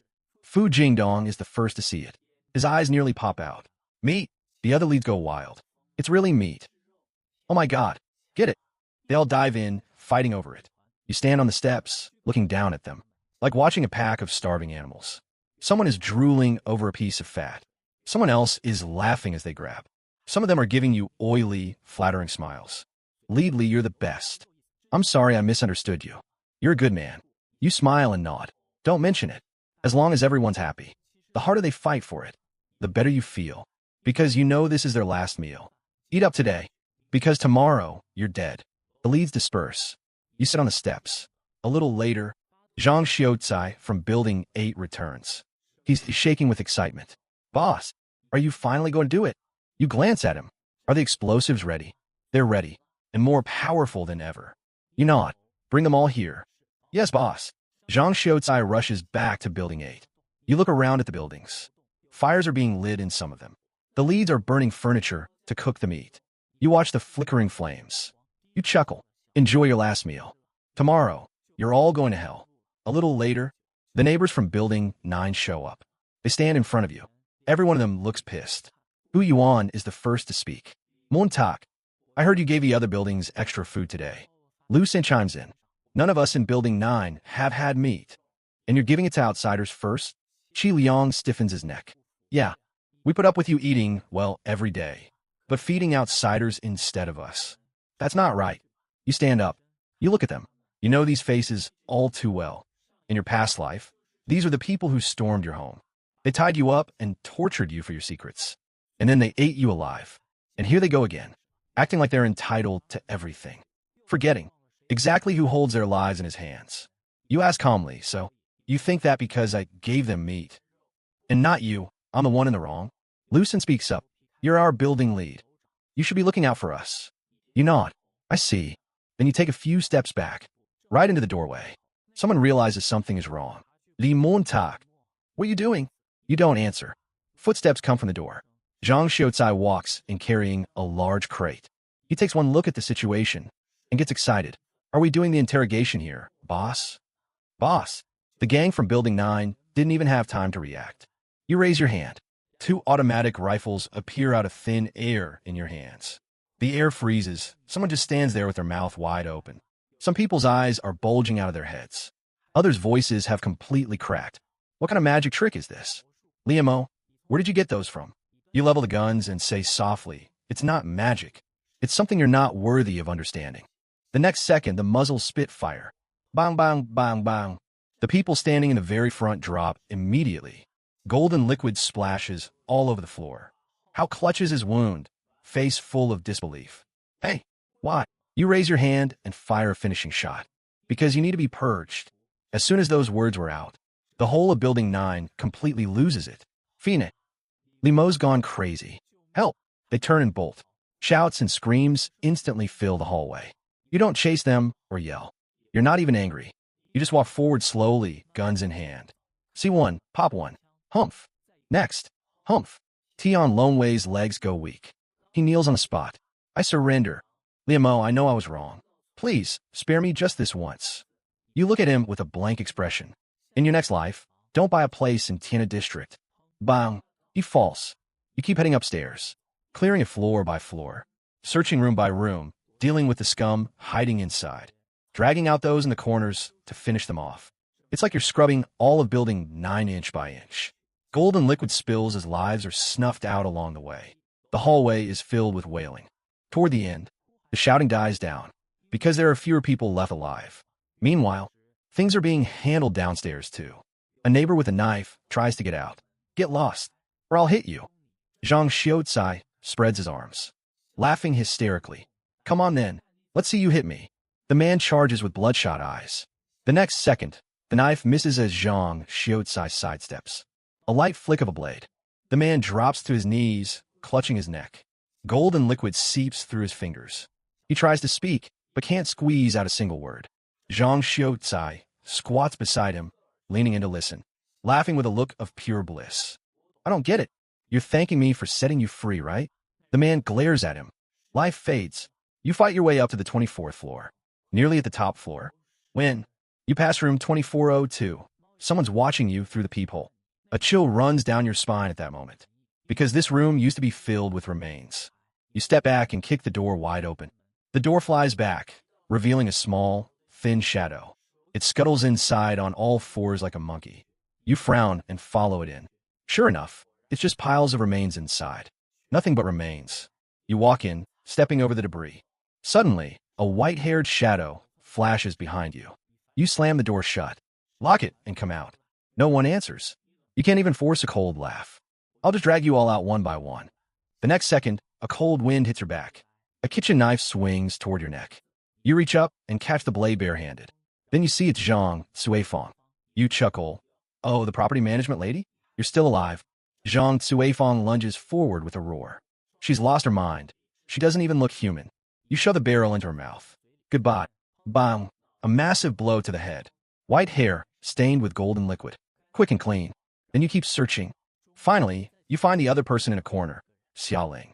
You look at this woman whom you once thought you loved. She's as thin as a ghost now. Her hair is all matted. Her face is sunken. Her teeth are turning black. There's not a trace left of the school belle she once was. She looks up at you, giggling foolishly. Sweetheart, you're finally here for me. You almost laugh in frustration. You're still acting? But she doesn't seem to understand. She tilts her head, her voice sickeningly sweet. What took you so long? I haven't even gotten ready yet. Looking at her, you suddenly realize something. You used to think you loved her, but you didn't. You just wanted to use her to cover up all those poor, miserable, embarrassing days of your past. You wanted to prove you'd made it. Wanted to prove you were worthy. But now you get it. You never even liked her. Xiaoling, I don't actually love you. I didn't spend money on you because you were so great. I was just being a fool. Xiaoling's face changes.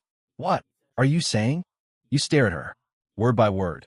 You aren't some innocent dream girl. Back in high school, you were just a fake. I just didn't see you for who you were. Xiaoling finally breaks. Her face twists in rage. She screams, "What? How dare you treat me so well at first and then change? It's all your fault."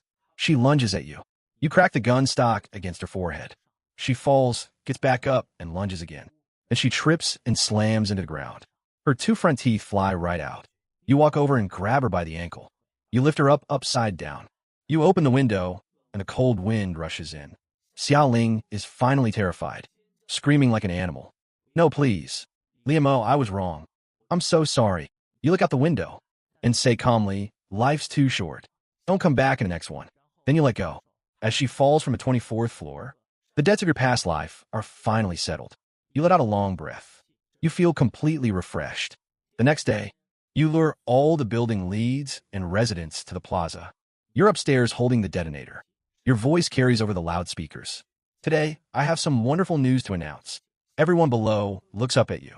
Row after row of faces, filled with greed and expectation. You smile and press the button. There are explosives under your feet. Boom! Fire instantly swallows the entire plaza. Just 1 second. Hundreds of people are blown away. Complete devastation. Buildings collapse. The ground splits. The crowd descends into chaos. Tianhe district turns into ruins in an instant. People with mangled legs crawl on the ground, wailing.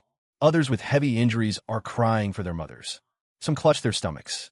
Golden liquid, debris, and wails are everywhere. While you stand in your safe house, watching it all through the glass, you take a sip of hot coffee. Satisfying. So satisfying.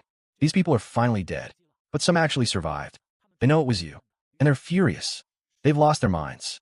Charging toward Building 9 with bloodshot eyes. You just stand upstairs watching them.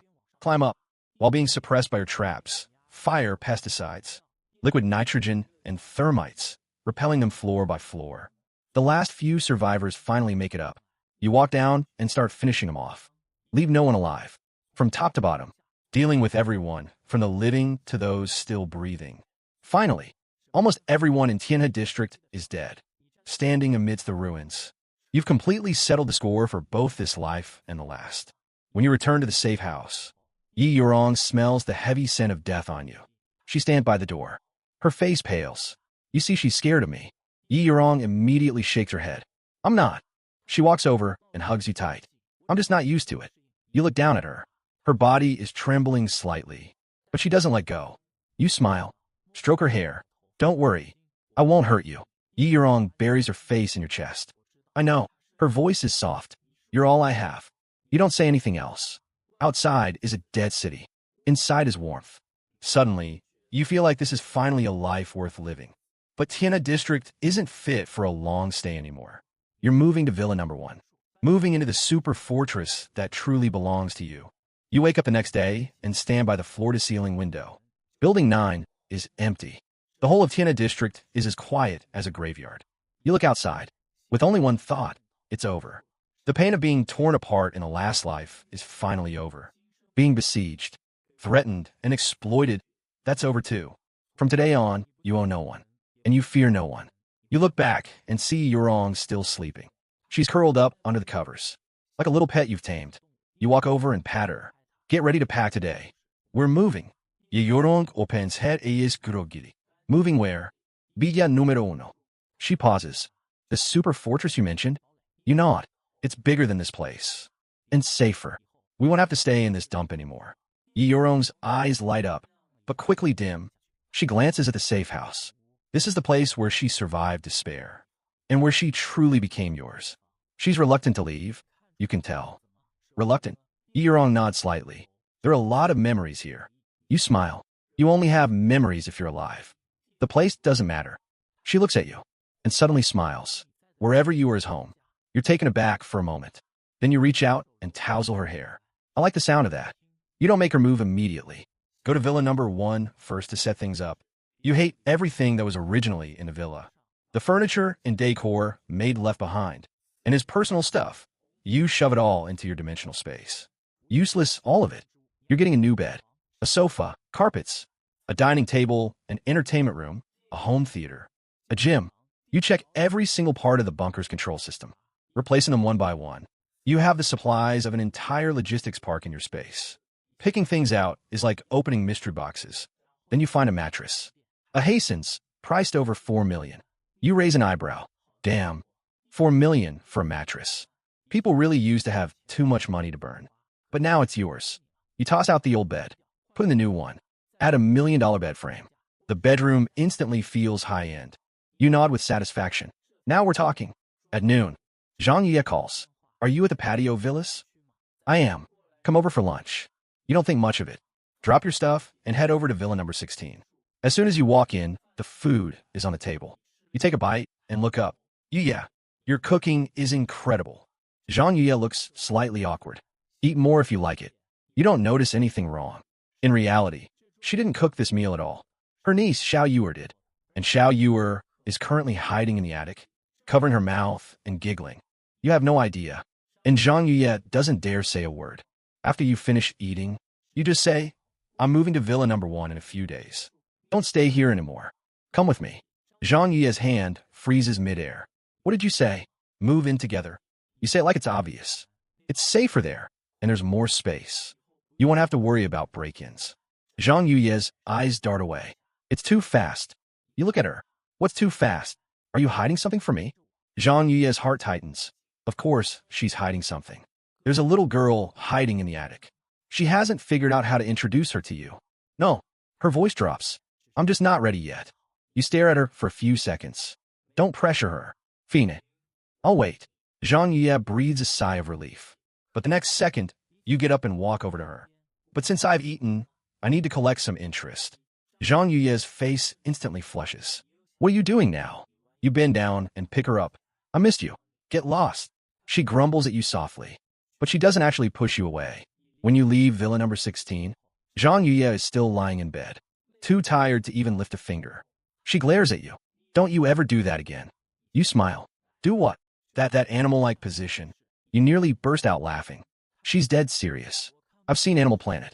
Only animals do that. You nod. Well, I guess I'm an animal. Zhang Yuye's eyes turn red with annoyance. Go away. You give her a kiss. Next time, we'll do it your way. She believes you, but you're laughing on the inside.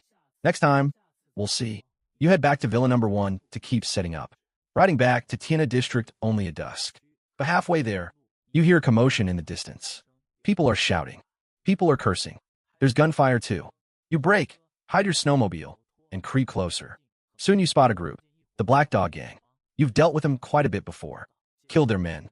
Stolen their stuff. They just don't know it was you. The Black Dog Gang is currently besieging another group. The other side is getting desperate, pulling out a grenade. If you push me, we're all dying together.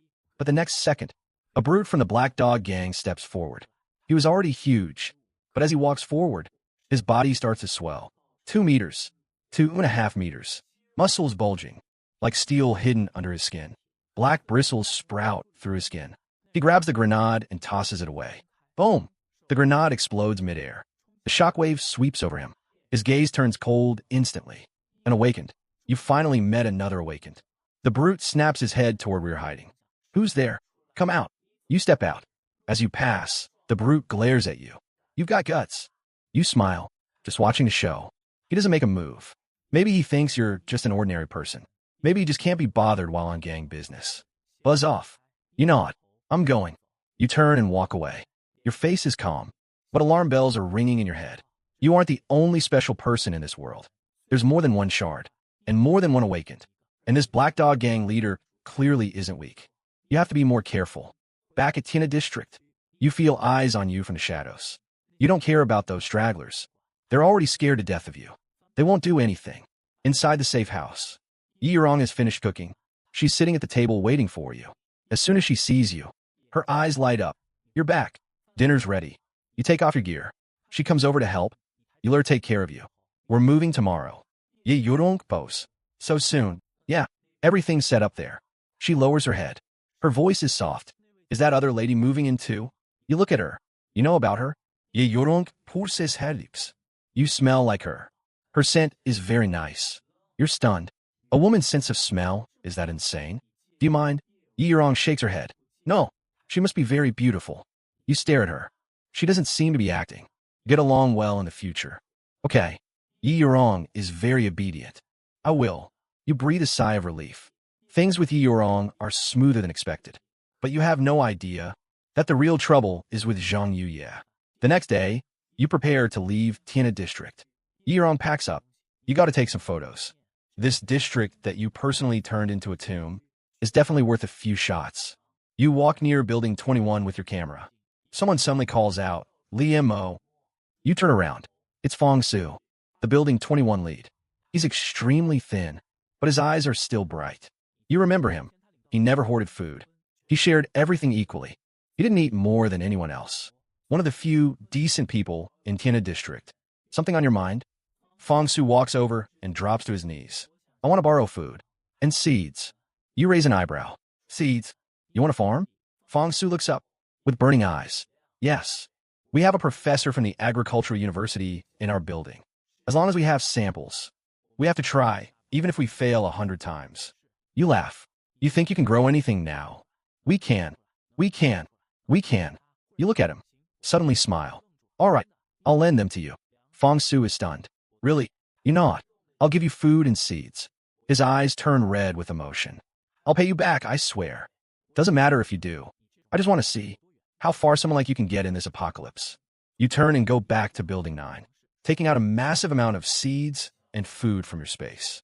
Rice, wheat, vegetables and fruits, everything. When Fong Su sees it, he's completely dumbfounded. He kneels and bows his head to the ground. Thank you, Liemo. Thank you. You look at him. Don't thank me yet. Survive first. This is the last thing you do in Tiana District. Eliminating people and giving a crazy idealist a little spark of hope. As for whether that spark will survive, you don't know, and you don't care. You're just a little curious. You and Yi Yurong leave Tianhe District. Zhang Xiaocai comes to see you off. His face is still bruised, but he's grinning ear to ear. Coming back, boss. You say depends. If I need to, I'll be back. Zhang Xiaocai sighs. Once you're gone, the world is going to be so boring. Saying that, he hands you a gift. Zhao Shuiqin's head. You take a look, recognizing her, the lead for Building 1. She was one of the people who needed to be purged back then. You nod. I would have been a little disappointed if she'd lived. Zhang Xiaocai beams, like a schoolboy being praised by his teacher. You leave him some food and medicine, then take Yi Yurong away from Tiana District. The snowmobile roars away. Yi Yurong looks back for a long time. That place was her home for over 10 years, and the place where she says goodbye to her past. You don't look back. Your past has already been buried by your own hands. The door to Villa Number 1 opens automatically. Yi Yurong looks at the massive building, clearly nervous. You pat her shoulder. Don't be scared. This is home from now on. She nods. The warmth hits them as they step inside. She takes off her winter gear, her eyes widening bit by bit. The first floor living room, the bedroom, the kitchen, the collection room, the second floor gym, the home theater, the pool. You show her through the entertainment area. It's like she's entered another world. But what really shocks her is the third level underground, the greenhouse. Green plants, flowers, fruits, and vegetables from every season. There are already little green grapes on the vines. Ye yorong covers hermot. It's so cold outside. How is it like spring in here? You smile. It's not just spring. It's every season at once. She's stunned. This is incredible. You say flatly, money can make a lot of impossible things happen.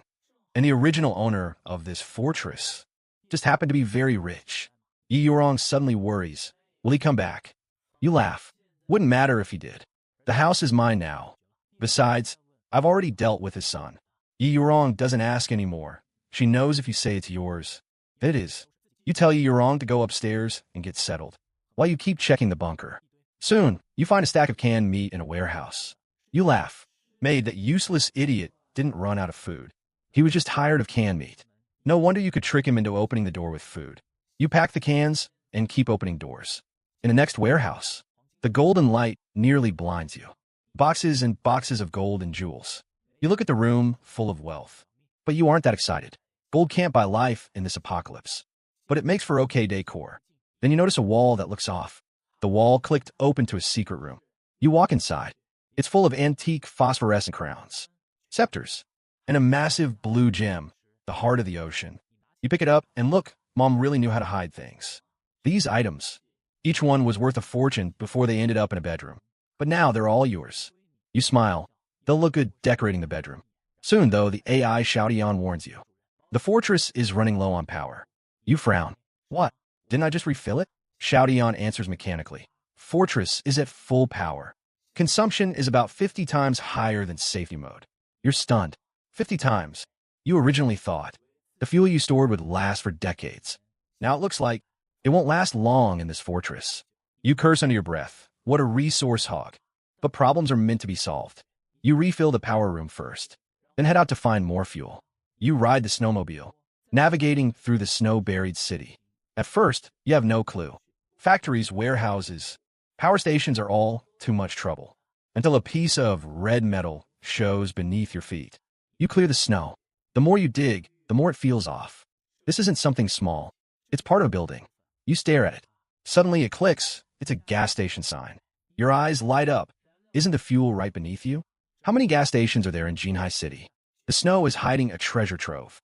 You pull out an excavator and hop into the cab, recalling the controls. Left stick, right stick, bucket, tracks. It doesn't take long. The excavator roars to life.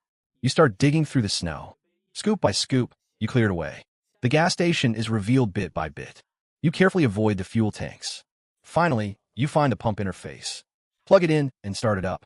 Fuel begins flowing into the barrels. Watching the liquid flow, you can't help but smile. Underground Jinhai is basically a treasure chest. 1 barrel, 2, 100, you empty it. When one station is drained, you move to the next. The fuel barrels pile higher and higher in your dimensional space. Your sense of security grows with the pile. Just as you're preparing to leave, someone in a distant stairwell spots you. A few survivors, led by you dodging. He's wearing a uniform scavenge from who knows where, acting like he's some official. He sees your excavator. His eyes go red with greed.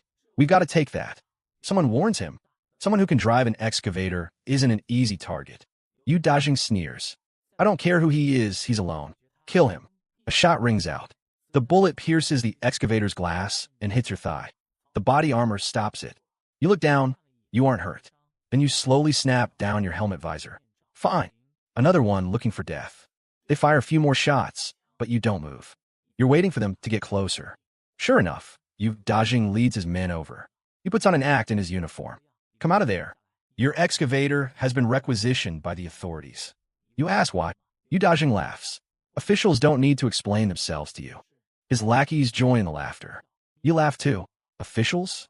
You don't even come close. The next second, 2 rifles poke out the window. Rat-tat-tat-tat. The row of men drops instantly. Blood sprays across the snow. You dodging, terrified, crawls behind the excavator. Stop. We mean no harm. You open the door and step down. No harm. You walk around to face him. He's clutching his leg. His face is pale. I'm a director. You look down at him. Director? Then go cross the bridge to the afterlife. Bang. One shot sends him on his way. Then you finish off the rest one by one. Even the ones faking death. And the ones begging for mercy. In this city, the ones who shoot first don't get to talk about misunderstandings. You return to Villa number 1. Yi Yurong is cleaning the glass walls. She's wearing an apron. Her hair is tied up. There's sweat on her forehead. She's working with incredible focus. You stand behind her and watch for a while. Suddenly, you feel that she looks more beautiful like this than in any fancy outfit. She turns around and you startle her. You're back. You walk over and hug her from behind. She softens. Stop it. I'm not done cleaning yet. You laugh. A place this big? Let the robots do it. She shakes her head. Robots aren't as thorough as me. You lean down and give her a kiss. Fine. You're the best. She blushes. But then you remember something. You'll have to bring Zhang Yuye over eventually. Yi Yurong already knows she exists. But Zhang Yuye doesn't know about Yi Yurong yet. This needs to be dealt with sooner or later. It's a bit annoying to think about. But you quickly push the thought down and stay steady. That night, you think of Yi Chun, that fallen rich kid. Before he died, he traded info about Villa number 1 for a deal. He wanted you to go to Villa number 13 and deal with his family. You've already got the fortress. It's time to settle the deal. You're no saint, but a deal's a deal. The next day, you go to Villa number 13. The gates are locked. You use a chainsaw to cut through and enter the basement. Soon, you see 2 frozen corpses. A man and a woman. The man looks like Yi Chen's father. The woman's clothes are in disarray. She was clearly abused before she died. You frown. Something's wrong. You reach the panic room door. You enter the password Yi Chen gave you. First try, wrong. Second try, wrong. Third try, still wrong. You narrow your eyes. The panic room has a new owner. Someone's inside. And the deaths of Yi Chen's parents likely have everything to do with whoever is in there. Just as you're about to act, the intercom crackles. Who's out there? You disguise your voice. It's me, Yi Chun. There's a brief silence inside. Yi Chen? Then tell me, where's my birthmark? You guess randomly. On the left. A laugh comes from inside. Almost had me. Too bad, it's on my left chest. Your face darkens. The voice inside turns mocking. You don't sound anything like Yi Chun. He's been dead a long time, hasn't he? You don't answer. Instead, you ask, who are you? Silence for a moment. Then you suddenly realize. Ye Vinting. Yi Chen's sister. Inside the room. The woman remains silent. So, you took out your dad and stepmother, and then claimed the panic room for yourself? That's cold. A low laugh comes from within. So what if you know? I'm inside. You're outside. What can you possibly do to me? Those words sound familiar. When the people from Tianha Apartments attack your panic room, you thought the exact same thing. Pity she's up against you. You stick some thermite onto the corner. Yi Xinting hears the movement. Her voice shifts. What are you doing? You light it. A blinding white light flares as the heat turns the wall glowing red. Inside the panic room, Yi Xinting finally panics. What did you do? Stop. Stop it. You stand back a bit. Shout Eon said panic rooms aren't invincible.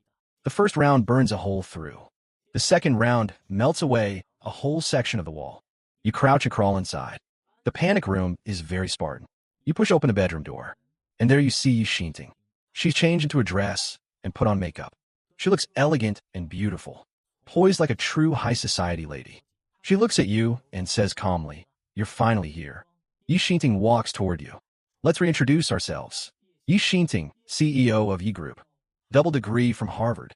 Fluent in 6 languages. I can help you manage your resources, and I can help you manage people. She gets closer to you. Her voice grows softer. And of course, behind closed doors, I can make sure you're satisfied. She leans against you. Her fingers climb onto your shoulder. Forget the unpleasantness from before. Let's start over. Got to admit, she's good. Too good. Her eyes, her voice, her posture. Every move is designed to hit a man's desires. But you only ask one thing. Did you kill your own father? Yi Xinting freezes for a second. Then she returns to her gentle tone. Can we just forget that? I'll belong only to you from now on. You stare at her. Someone who kills their own father is too filthy for me. Her expression shifts. You reach out and grab her by the throat. She struggles in terror. You tighten your grip. Her face turns beet red. Her eyes go from fear to despair. Then from despair to something strange. Finally, she dies in your hands. You let go. She slumps to the floor. You watch for 2 seconds, then turn and leave. Yi Chen's deal is finished. You leave villa number 13 and stop by villa number 16 on the way. Zhang Yuye is slow to open the door. When you go in, you notice she looks a bit flustered. You don't think much of it. As she helps you off with your coat, she suddenly smells something on your pants. She stops moving. Her gaze slowly turns cold. Li Montag. Do you already have another woman? You're silent. She looks at you, her eyes welling up. Answer me. Don't lie. Yes. Her name is Yi Yurong. Zhang Yuye's face goes pale instantly. She takes a step back. Then what am I to you? You won't explain, but she points to the door. Leave, Yuye. I told you to leave. Tears begin to fall. I'm not some easy woman, and I won't share my man with anyone else. Go. You don't force her. You don't argue. You just turn and leave. As the door shuts, you hear muffled sobbing from inside. You stand outside the door for a long time. Then you whisper, I'm not giving up on you. Back at villa number 1. Yi Yurong can tell something's wrong with one look. What happened? You sit down on the sofa. She knows. Yi Yurong looks down. She won't accept it. Yi Yurong sits beside you. She says softly, take it slow. She's only hurting because she cares. You look at her. How are you so wise? Yi Yurong smiles. Women understand women. She leans into your arms. Don't rush it. She'll understand eventually. You don't say anything. You just hold her tight. That night, Zhang Yuye suddenly sends you a message. Get over here right now. You think something's happened to her. You rush over immediately. The door to villa number 16 opens. The smell of alcohol hits you. Zhang Yuye's cheeks are flushed. Her eyes are glazed. She grabs you. Drink. You frown. How much have you had? She doesn't answer. She just shoves the bottle to your lips. Drink. She forces half a bottle down your throat. Then she takes a sip herself and leans in to feed it to you. Looking at how drunk she is, you sigh. Yeah. Why do this to yourself? She suddenly bursts into tears. Li Montag. Why did you mess with me? Why did you make me like you? You don't say a word. She leans in and hugs you. One last time. After tonight, we're finished. You look at her. Are you sure? She closes her eyes. I'm sure. Then you head to the bedroom. She's a drunken mess, but she holds onto you tightly, as if she wants to sear this relationship into her soul. When you wake up the next day, she's pale, but she's more sober than last night. Li Montag. We're done. You look at her. No second chances. No. Her voice is soft but firm. I won't be the other woman. Now leave. You get up and get dressed. She won't look at you. You reach the door and look back. Once it shuts, the loneliness on your face slowly fades. You look up at the sky and give a small smile. Done. I didn't agree to that. A few days later, you go back to see her. This time, you don't act tough. You sit in front of her and intentionally lower your voice. Yeah, I haven't been eating or sleeping well lately. She keeps a cold face. Nothing to do with me. You sigh. I dreamed about you. Her eyes flicker. You keep playing the part. You let the emotion flow. In the dream, we met in high school. You were reading by the window in a bookstore.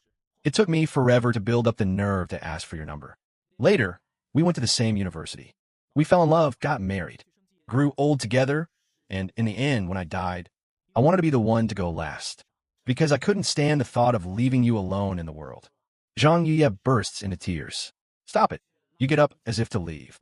But she grabs the hem of your coat. Wait. You turn back. Her eyes are teary. One last time.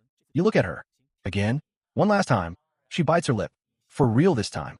You smile. Fina. Whatever you say. Of course, you don't believe a word of it. This one last time thing, if it happens once, it'll happen twice. But this time something goes wrong. Right in the middle of things.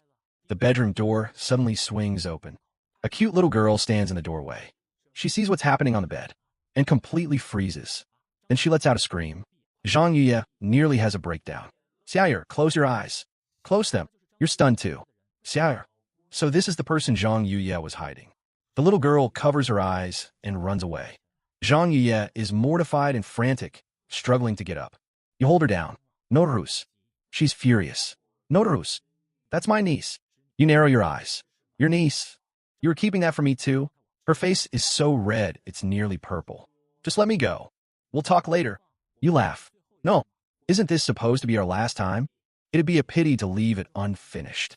She grits her teeth. I'll make it up to you later. Twice. 100 times? Just get off me. In the end, she couldn't run out right away. When it's all over, she's so mad she hits you. How am I supposed to face her? You get dressed and go out with her. In the living room, Xiaoyer is sitting with her head down. Her face and ears are crimson. You look at her. She steals a glance at you. The three of you fall into an awkward silence. Finally, you're the first to speak. I'm your new uncle. Zhang Yuye glares at you. Uncle, but Sir says politely, Hi, uncle. Zhang Yuye buries her face in her hands. It's over. Everything's ruined. You meet with Xiaoyer, with a ruby the size of a pigeon egg. Her eyes light up instantly. It's so pretty. Zhang Yuye wants to refuse. But you pull out a blue gem. You hand her the heart of the ocean. This is for you. Zhang Yuye stares at the gem, stunned. She recognizes it. Someone once tried to woo her with something similar. She turned down. But now, you're the one giving it to her. She's silent for a long time, but she eventually accepts it. You smile. The ice is melting. Xiaoyer watches from the side, chin her hands. Wow, uncle is so romantic. Zhang Yuye's ears turn red. Don't talk nonsense. Xiaoyer blinks. But you took the gift. Zhang Yuye is speechless. You watch this scene with only one word in mind. When. Xiaoyer is a total god-tier wingman. That night, you chat with your online friend, Koi Girl. She says she's feeling very confused today. She says she saw someone close to her being bullied. It hurt her, and she wants to protect that person. You don't really get it until she mentions her family. You ask if she wants to come over. It's very safe here. Koi Girl refuses. No, I have to protect her. You smile. All right, let me know if you need anything. You don't know that Koi Girl is Xiaoyer, and she doesn't know, but the guy bullying her aunt is you. The next day, you're planning to head back to Villa number 16. But Xiao Tian suddenly warns you, Master, a large number of life forms have appeared a kilometer away. You check the monitors. The Black Dog Gang is here, and it's not just a few people. It's a whole army. Your expression turns cold. Finally, you head straight for Villa number 16. Xiaoyer opens the door. Uncle, you don't waste time. Pack your things. You're coming with me right now. Zhang Yuye comes out. Where to? Villa número uno. She frowns. I told you, I'm not moving. You just show her the surveillance on your phone. A massive crowd, the Black Dog Gang. Your voice is cold and hard. They're here. Villa number 16 won't hold them. If you stay, you're dead. Xiaoyer goes pale. Zhang Yuye tries to speak. You slam your hand on the table. Bang. This is no time for tantrums. Pack up. Now. Both women are startled by your outburst. Xiaoyer rushes to grab her things. Zhang Yuye looks at you and says softly, You've got quite a temper. You look at her. I'm not mad at you, but I'm not going to watch you die. She doesn't say anything else. You take Zhang Yuye and Xiaoyer back to Villa number 1. The moment the door shuts, The Black Dog gang appears outside the Villa district. You've already sent the 2 women down to the bunker. Yi Yurong is there too. The 3 of them meet for the first time. The atmosphere turns awkward instantly. But you don't have time for introductions. Stay down here. Don't come out. Zhang Yi grabs you. What are you doing? You smile. Dealing with them. Xiao Yan's face is white. There are hundreds of them. You turn back. It's not like I haven't dealt with hundreds before. Zhang Yuye is stunned. Yi Yurong looks at you, her eyes full of trust. You turn and head upstairs. The door locks behind you. You stand on the ground floor of Villa Number 1, looking out as the Black Dog gang arrives. Leading them is their second-in-command, Lu Bing. Behind him are hundreds of gang members. When they see you standing there alone, in the villa, they all burst out laughing. Just one guy? That's hilarious. He's probably scared out of his mind. Some raise their guns. Some are jeering. Some are already dividing up the loot. Once we're in, who gets the women? I heard there are rich wives and starlets in this district. You watch them through the glass, expressionless. You raise your hands, and 2 AKs appear. Tot, muzzle flashes flare. You spray bullets in a crowd. The front row drops instantly. Blood sprays everywhere. The Black Dog gang is stunned. They have rifles too, and start firing back. Hundreds of bullets rain down on the villa. Bang, bang, bang, bang. Every single one is stopped by the bulletproof glass. There isn't even a crack. The gang members are dazed. What kind of glass is this? Why won't it break? You reload and mow down another group. This isn't a battle. It's a one-sided slaughter. Until a booming voice comes from the back. Enough. Guo Xiaotian, leader of the Black Dog gang, has arrived. He stands up from his sled. His body begins to swell. Muscles bulge. Black hair sprouts through his skin. The 2.5-meter monster reappears. He stares at you. Li Montak, I gave you a chance. You shoulder your heavy sniper rifle and smile. That chance was being your number 2? You think you're worthy? Guo Xiaotian's eyes turn icy. D. He leaps. He slams into the front of the villa like a cannonball. He smashes a fist into the bulletproof glass. Boom! The whole villa shakes from the impact. The glass doesn't break. Guo Xiaotian is stunned. You sit back on the sofa. You even open a Coke. Keep going. Refusing to believe it, he punches again. The outer layer of the wall cracks. But the high-strength defense structure underneath is untouched. His expression finally changes. You smile, surprised, trying to punch through an 8.1 billion fortress. Aren't you overestimating yourself a bit? Guo Xiaotian glares at you. You suddenly raise the heavy sniper. A firing port opens automatically in the glass. Boom! The bullet hits him square in the chest. He's sent flying backward. He carves a trench through the snow. The entire Black Dog gang goes silent. It's as quiet as a grave for a long moment. Guo Xiaotian spit out golden light. He slowly got up. He was still alive, but fluid was leaking from his chest. Take a look. Even this didn't kill him. Guo Xiaotian wiped the golden liquid from the corner of his mouth. Ordinary people can't take me down. You smirked. Who said I was an ordinary person? He didn't get it. But you stood up and opened the villa's front door. You stepped outside. The icy wind rushed in. You looked at the hundreds of Black Dog gang members outside. Your voice wasn't loud, but it was crystal clear. Did I say you could leave? As you walked out of the villa, it was still snowing. Your winter jacket was zipped to your chin. Leather gloves covered your fingers. Over 300 people from the underground were outside. They were all staring at you. Lu Bing, the second-in-command, laughed first. Li Montak, you finally crawled out of your shell. You looked up. You talked too much. Lu Bing's expression soured. He raised his hand and fired a shot. Bang! The gunshot rang out. Everyone waited for you to drop. But the bullet didn't hit you. It stopped 10 centimeters in front of you, like it hit an invisible surface of water. It just vanished. The wind and snow went still. Lu Bing froze. Guo Xiaotian narrowed his eyes too. He saw a faint white glow around you. You're an evolved one too. You rubbed your cold hands together. Is it that hard to guess? As you said that, the underground gang's breathing grew heavy. Zhang Guang, the third-in-command, jumped out and pointed at you, yelling, "Coward! Waiting until our boss is hurt to show your face. You think you're tough." Another guy joined in. "If you've got guts, wait until the boss recovers. Duel me." You picked at your ear. Your gloves were too thick to get in there. You frowned. 2 gunshots. Zhang Guang went down. The other guy fell too. The underground gang went wild. Over 300 guns aimed at you at once. You glanced at them. Holy cow. How many police stations did these guys rob to stockpile this many guns? Guo Xiaotian stood in the snow. Golden liquid was still seeping from his chest. The previous sniper bullet was still lodged in him, making every breath he took sound heavy and strained. But he didn't back down. Instead, he laughed. Li Montauk, I'll admit, you've got some tricks. You snapped your fingers. The villa door behind you closed by itself. The way back was cut off. You looked at him and beckoned with your finger. Come on. A glint flashed in Guoxiaoyan's eyes. His body swelled up again. His muscles ripped right through his clothes. He grew to nearly 2.5 meters tall. A second later, he cracked the frozen ground under his feet. He charged at you like a cannonball. The wind kicked up. The gang members nearby were blown off their feet. Kill him. The boss is invincible. Guoxiaoyan threw a punch. You didn't dodge. The fist roared toward your face. Then it vanished. Along with it, half of Guoxiaoyan's arm disappeared into the white light. Dead silence fell over the crowd. What is this? What's happening? Guoxiaoyan's expression shifted. He jerked back. His arm reappeared. No break, no injury. He stared at you. Some kind of trick, he hissed. You stood your ground. You hadn't moved an inch.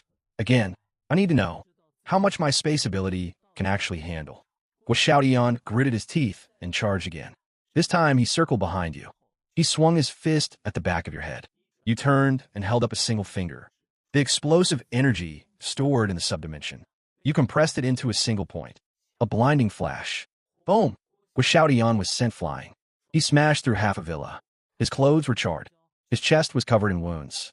He looked like he'd just rolled out of a furnace. But he was still alive. I don't believe it, he roared, crawling back up. You smirked. Come then. I refuse to believe I can't take you down today. Guoxiaoyan lunged again. You raised your hand and tapped the air 3 times. Boom, boom, boom. Each hit sent him flying further. Finally, he crashed into the rubble. He was burnt black from head to toe. You couldn't even recognize him anymore. You walked over. You pulled out the sniper rifle and aimed it at his head. Bang, bang, bang. 3 shots. He was dead for good. Guoxiaoyan, the underground boss, was dead. You looked up. The gang members who were so arrogant just a moment ago. They were already turning and running for their lives. Some tripped. Others were trampled until they couldn't move. Some were crying as they ran. Some were calling for their moms. You put away the sniper. You swapped to an AK. Run. You chuckled. Weren't you guys acting tough a second ago? Tot tot tot tot tot. Bullets swept across the snow. The crowd fell like wheat before a scythe. Some knelt and begged for mercy. You didn't listen. Bang. Someone yelled they were innocent. Bang. Someone said the gang had treasure. I'll take you there. You swapped mags. Bang. You didn't need food. You didn't need supplies. Right now, the only thing you lacked were enemies. Guys, stop running. It's just one guy. A member named Zhou Ming tried to organize a counterattack. Another shouted, right. Scatter. The guys who had slowed down immediately scattered to save their skins. Zhou Ming lost it and shot that guy on spot. You laughed at the sight. What a show. Next, you switched to a Type 95 and kept firing. Gold and liquid stained the snow into a messy wreck. Right then, the street in the distance suddenly exploded. Boom, boom, boom. Flames swallowed up a huge chunk of the deserters. You stopped in your tracks. A thin young man jumped out of a snowbank. A thunderous roar from the heavens. Hey, Zhang Xiaocai has arrived in style. Zhang Xiaocai brushed the blood off himself. He bowed to you. Boss, long time no see. Your most loyal employee is reporting for duty. You looked at the street he'd just demolished. How much of that explosive material I gave you is left? Zhang Xiaocai smiled broadly. None. That's why I'm here to request more. He actually pulled a request form out of his jacket. You glared at him. Over 10 tons of material. And you used it to blow up these pathetic losers? Zhang Xiaocai stood his ground. Boss, pathetic losers are living things too. They deserve some respect. You pointed into the distance. Get lost. You got it. He literally rolled once in the snow. Then he scrambled up. Boss, about those materials, I'll get back to you. His eyes lit up. Can't be less than 100 tons. You really wanted to just shoot him, but you restrained yourself. The underground gang was finished. You finished checking Guoxiaoyan's remains. Confirmed nothing was out of the ordinary. You turned and headed back to the villa. Getting to the door, you suddenly stopped. Yi Yurong and Zhang Yuye were both inside. You've been so focused on killing enemies. Only now did you realize a much thornier problem. They'd met each other. Would they fight? Would they start throwing punches? Who were you supposed to side with? You stood at the door in silence for 2 seconds. Finally, you gritted your teeth. To hell with it. Whoever starts trouble gets dealt with. You pushed the door open and entered the bunker. As it turned out, the showdown you'd imagined didn't happen. Ye Yorong, Zhang Yuye, and Xiao Yuer, the three of them were in the garden. One was hoeing the soil. One was sowing seeds. Xiao Yuer was running around with a watering can, watering every little hole. Outside was a total wreck, but down here was warm as spring. Yi Yorong saw you and looked up immediately. You're back. Yeah, did it go okay? It was fine. Zhang Yi glanced at you, then looked away. The mood turned awkward. You just stood there. Maybe I should go back up and kill a few more people? Keep going. Zhang Yi rolled her eyes at you. Yi Yorong held back a laugh. Xiao Yuer looked back and forth. This is so weird. You felt even more awkward. Yi Yorong put down her tools and walked over. Hungry? I'll make you some food. You nodded instantly. Starving. Zhang Yi stood up too. I'll make you some noodles. Xiao Yuer gave her a serious look.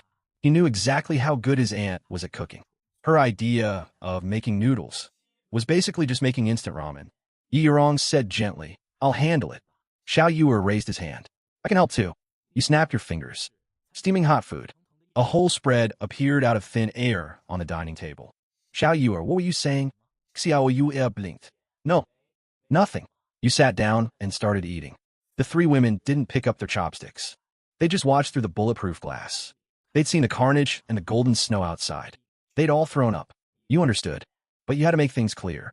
You put down your chopsticks and wiped your hands. It's normal that you aren't used to seeing this. The three of them looked at you. You stood up. But this is just how the world is now. People outside will rob others just to survive. And if they can't rob you, they'll kill you. You looked at them and said each word clearly. As long as you live here, you don't have to worry. You don't have to worry anymore. Don't worry about being dragged out by anyone. Because I'll be the one standing in front. I'll make sure you survive this frozen apocalypse. Yi Yorong's eyes lit up. The way Zhang Yuya looked at you changed too. Xiao Yuer was a little scared of you, but he didn't talk about leaving again. That night, a problem came up. Where'd you sleep? If you went to Yi Yorong's room, Zhang Yuya would be upset. If you went to Zhang Yuya's room, Xiao Yuer wouldn't let go of her no matter what. He was too scared to be alone. In the end, you slept by yourself. There were clearly women in the house, more than one. Yet you were sleeping in an empty room. You lay in bed, feeling completely drained. What kind of situation was this? Early the next morning, you went out to look for materials. Zhang Xiaocai had squandered all the explosive materials. You had to restock. You zipped through the empty city on your snowmobile. No one on the streets. No one in the malls. The high-rises looked like tombstones. You were originally looking for chemicals. Then halfway there, you realized how stupid you were being and laughed. Explosive ingredients didn't have to be contraband. Fertilizer worked just as well. So you headed toward the suburban industrial park. A few hours later, you'd emptied out 2 fertilizer plants. You also tossed some machinery and generators into your subdimension. On your way back to the city, the snow-covered landscape was too quiet. You stopped the snowmobile. The snow ahead looked flat, but there were signs it had been messed with. An ambush, just as the thought crossed your mind. A gunshot rang out. The bullet was heading straight for your forehead. A flash of white light. The bullet vanished. Someone in the snow cursed under their breath. Damn it, the gun's too old. It's inaccurate. You sneered. This wasn't the underground gang. The underground gang had just been wiped out. This was near the Sun Village on the other side of the river. It seemed those vegetable farmers weren't ready to give up. A moment later, 4 or 5 people leaped out of the snow. They had wooden boards strapped to their feet. They were skiing in circles around you. To the front, to the left, and to the back, there were people everywhere. Only the right side was open. You glanced around, trying to herd me like an animal. No one answered. They just kept hooting and circling, holding old-fashioned rifles. You pulled out a gun and fired at one of them. The bullet hit him square in the chest. There was a metallic clank. The man fell but scrambled back up. He laughed. Didn't expect that, did you? We've got body armor too. You realized they'd stuffed steel plates into their jackets. But it worked. You looked at them. Why are you ambushing me? A young villager named Shunzi stared greedily at your winter gear and the snowmobile. His eyes were full of greed. You're too flashy. Riding this damn motorcycle past our village every day. You think we're blind? You nodded. So what's the plan? Take off your clothes and leave the bike. Maybe then we'll consider letting you leave. You laughed. Really? I don't believe you. You flipped your hands. 2 automatic rifles appeared in your hands. The Sun Village guys went pale. He has superpowers. A bit late for that. You spread your arms and spun around. Both rifles fire at once. Hot, tot, tot, tot. Bullets found their foreheads in 3 seconds. Half of the villagers circling you dropped dead. The rest lost their minds and turned to run for their lives. Retreat. Everyone retreat, someone shouted from afar.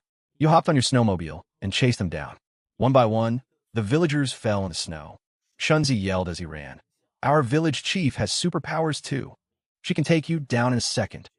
You slowed down. What kind of ability? Shunzi almost answered. Sun Tao, a middle-aged man next to him, slapped him across the back of the head. Shut up. He's baiting you. You raised a gun and shot Sun Tao in the head, but it was blocked by his helmet. He stumbled. Run. Find the chief. You were about to run them down. But the next second, a blizzard suddenly swirled up. Your snowmobile was flipped over. You tumbled into the snow. By the time you scrambled up, Sun Tao was already being carried away by a gust of snow. A woman's voice came from within the blizzard. How about we call it a day? You narrowed your eyes. You think you could just end this when you want.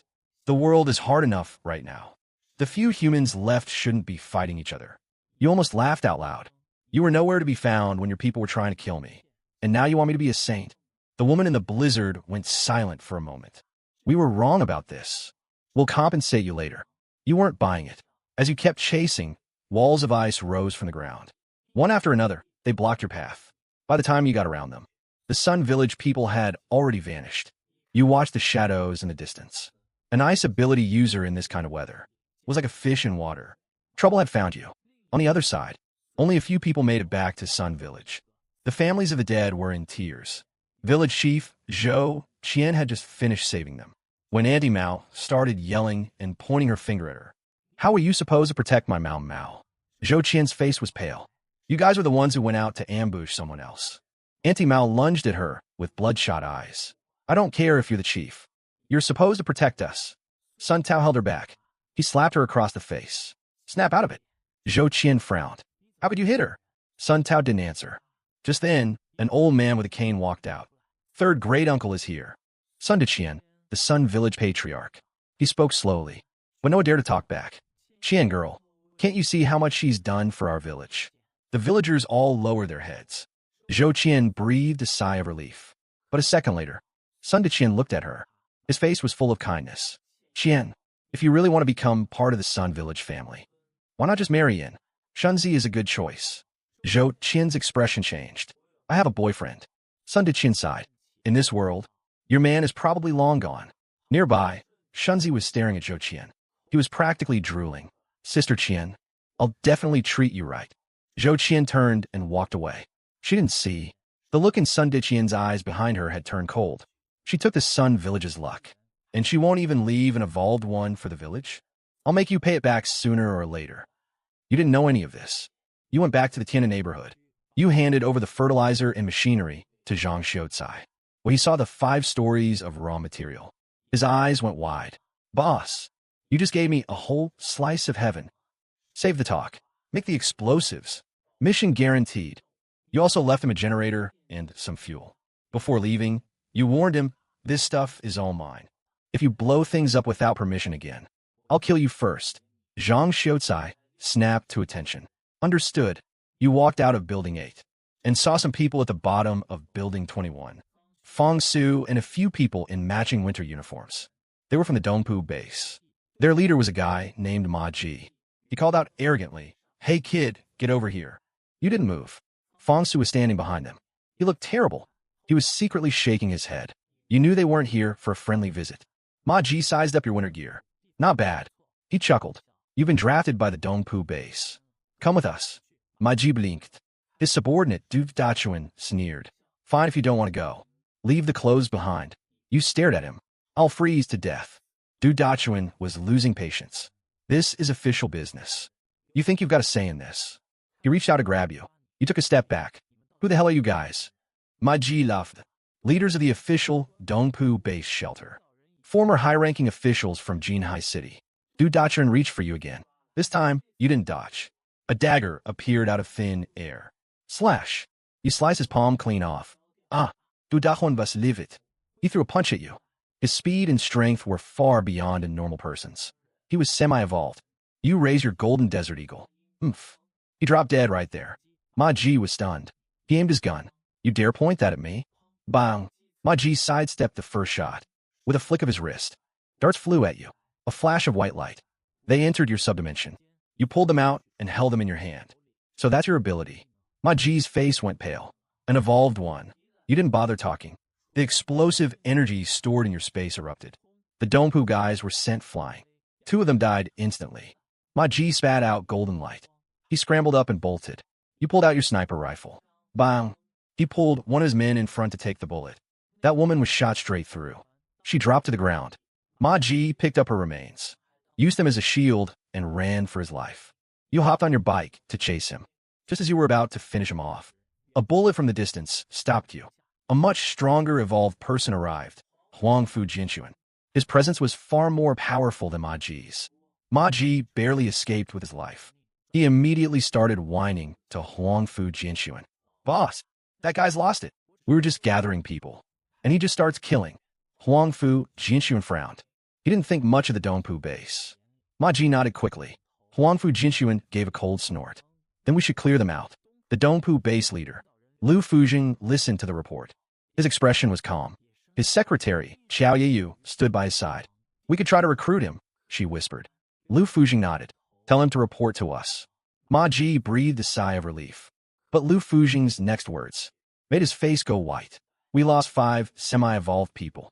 He's responsible for replacing 3 of them. Ma Ji will handle the other 2. Ma Ji could barely stay on his feet. What do you mean responsible? Lab X, bone marrow extraction, draining a person's life. To create a semi-evolved person. He knew exactly what that place was. You go in alive and come out with half your life gone. You went back to the Tina neighborhood. Fong Su was still waiting for you. Li Montak, are you all right? You wanted something to happen to me. Fong Su shook his head. Of course not. He told you the Dongpu base wasn't saving anyone. They're kidnapping people. If you resist, you're dead. The people from Building 21 were moving out. You looked at the haggard people behind him. They were still holding their cultivation trays. Inside were the cold-resistant seedlings that had survived. You were silent for a few seconds. Got some spirit. You left them a batch of food. This is all I can do. Fong Su's eyes turned red. It's enough. You watched them walk away. At that moment, the Tiana neighborhood was completely empty. Except for Zhang Xiaocai. You ran into Zhou Qian on your way back. She walked out of the blizzard, wearing a white down jacket. Her skin was as white as the snow. Li Montak. My name is Zhou Qian, the chief of Sun Village. I know. She apologized to you. The villagers ambushing you. That was our mistake. You looked at her. Can you control them? Zhou Qian hesitated for a second. Then she nodded. Yes. You didn't call her bluff. You knew she probably couldn't. But you were too lazy to start a war right now. Fina. Peaceful coexistence. She breathed a sigh of relief. Then she asked how you got your ability. Got hit by a rock falling from the sky, you said casually. Zhou Qian's eyes lit up. You too. You didn't keep chatting. You were going home to eat. You rode away. She shouted after you. We agreed on peaceful coexistence. You waved your hand. But that night, the Sun Village people snuck up to the villa. Shunzi and a few others were lying in the snow, staring at Villa Number 1. This is paradise. They see you eating breakfast in your pajamas. A table full of hot food. Steak, buns, milk, roast chicken. Shunzi's eyes are red with envy. Why does he get to live like this? This place has to be ours. You're inside watching the monitor, sneering, peaceful coexistence. What total nonsense. They came back the next day. Over a dozen people this time.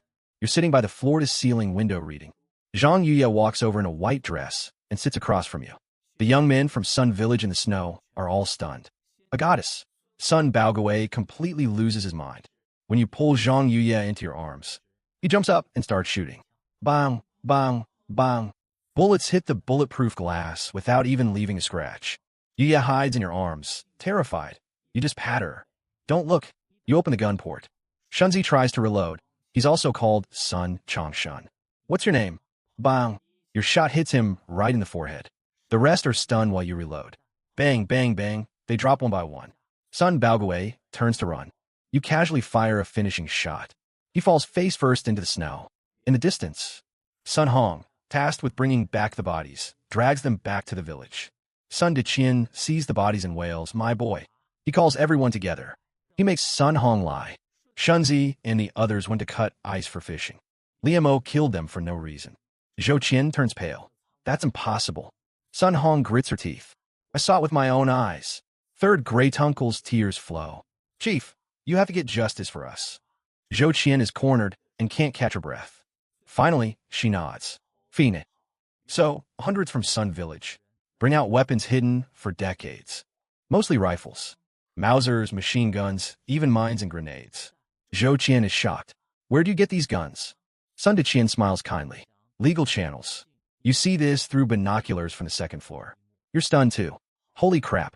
A village with more firepower than a gang. The Sun Village mob arrives in force. Zhou Qian stands at the front. You sit behind the window, flipping through a book. Sun Baogang yells at you. Come out and die. You look up. Who are you? He's livid. Zhou Qian steps forward. Li Montak. Why did you break our agreement? You look at her. Me? You killed villagers for no reason. You laugh. Well, that's a new one. The Sun Village people immediately start cursing. Zhou Qian's eyes change. Ice and snow swirl around her. A massive snowball forms. It slams into the villa. Boom! The glass doesn't budge. She grits her teeth and conjures an even harder ice ball. Boom! Boom! Boom! Still nothing. The villagers get impatient. Zhou Qian, take this seriously. Are you slacking off? Zhou Qian turns pale. Her energy is drained. But she can't break the defense. Inside, you pull out a roast chicken and take a bite. The villagers outside all swallow hard. Why does he get to eat meat? Why does he get a warm house? Through the glass, you say, so you're here to rob me? Sun Baogang's eyes are red. What else? You clap. Points for honesty. Since it's a robbery, don't play the victim. Sun Tao orders the grenades out. A row of grenades is primed and tossed at the villa. You smile. Thanks. You snap your fingers. The grenades in midair all vanish. A second later, they appear above the Sun Village mob. Boom, boom, boom. Fireballs explode. Debris flies everywhere. The snow is a total mess. Over 100 casualties in one round. The survivors completely break down. They scramble and crawl to get away. Zhou Qian rushes over. She sees the blood and bodies everywhere. Her face is white. You're too cruel. You look at her coldly. Can we coexist peacefully now? She fumes. You're the one who started killing people. You take out your phone. You teleport it to her. The security footage is on here. See for yourself. Zhou Qian is stunned. You say, don't just question me. Question your own people too. She says nothing. She leaves with the phone. You go back into the villa. You drag the still-breathing Sun Hong inside.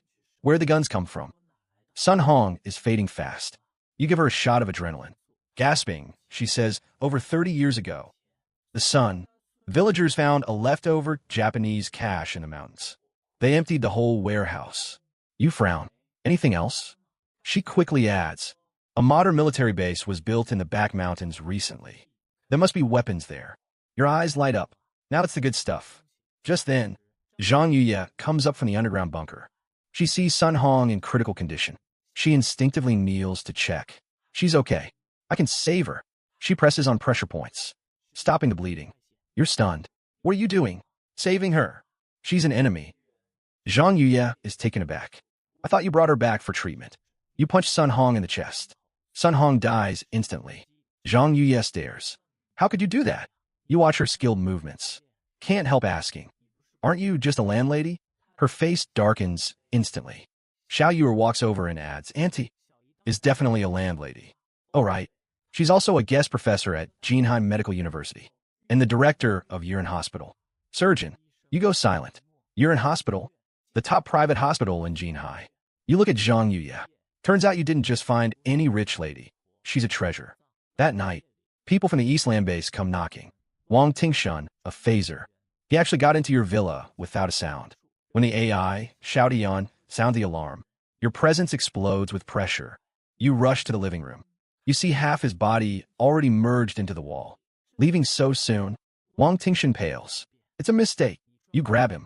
You rip him right out of the wall. His lower half turned to metal from the wall. He screams, wait. I am stuck. You draw your blade and hack off his arm. Who brought you here? He finally breaks.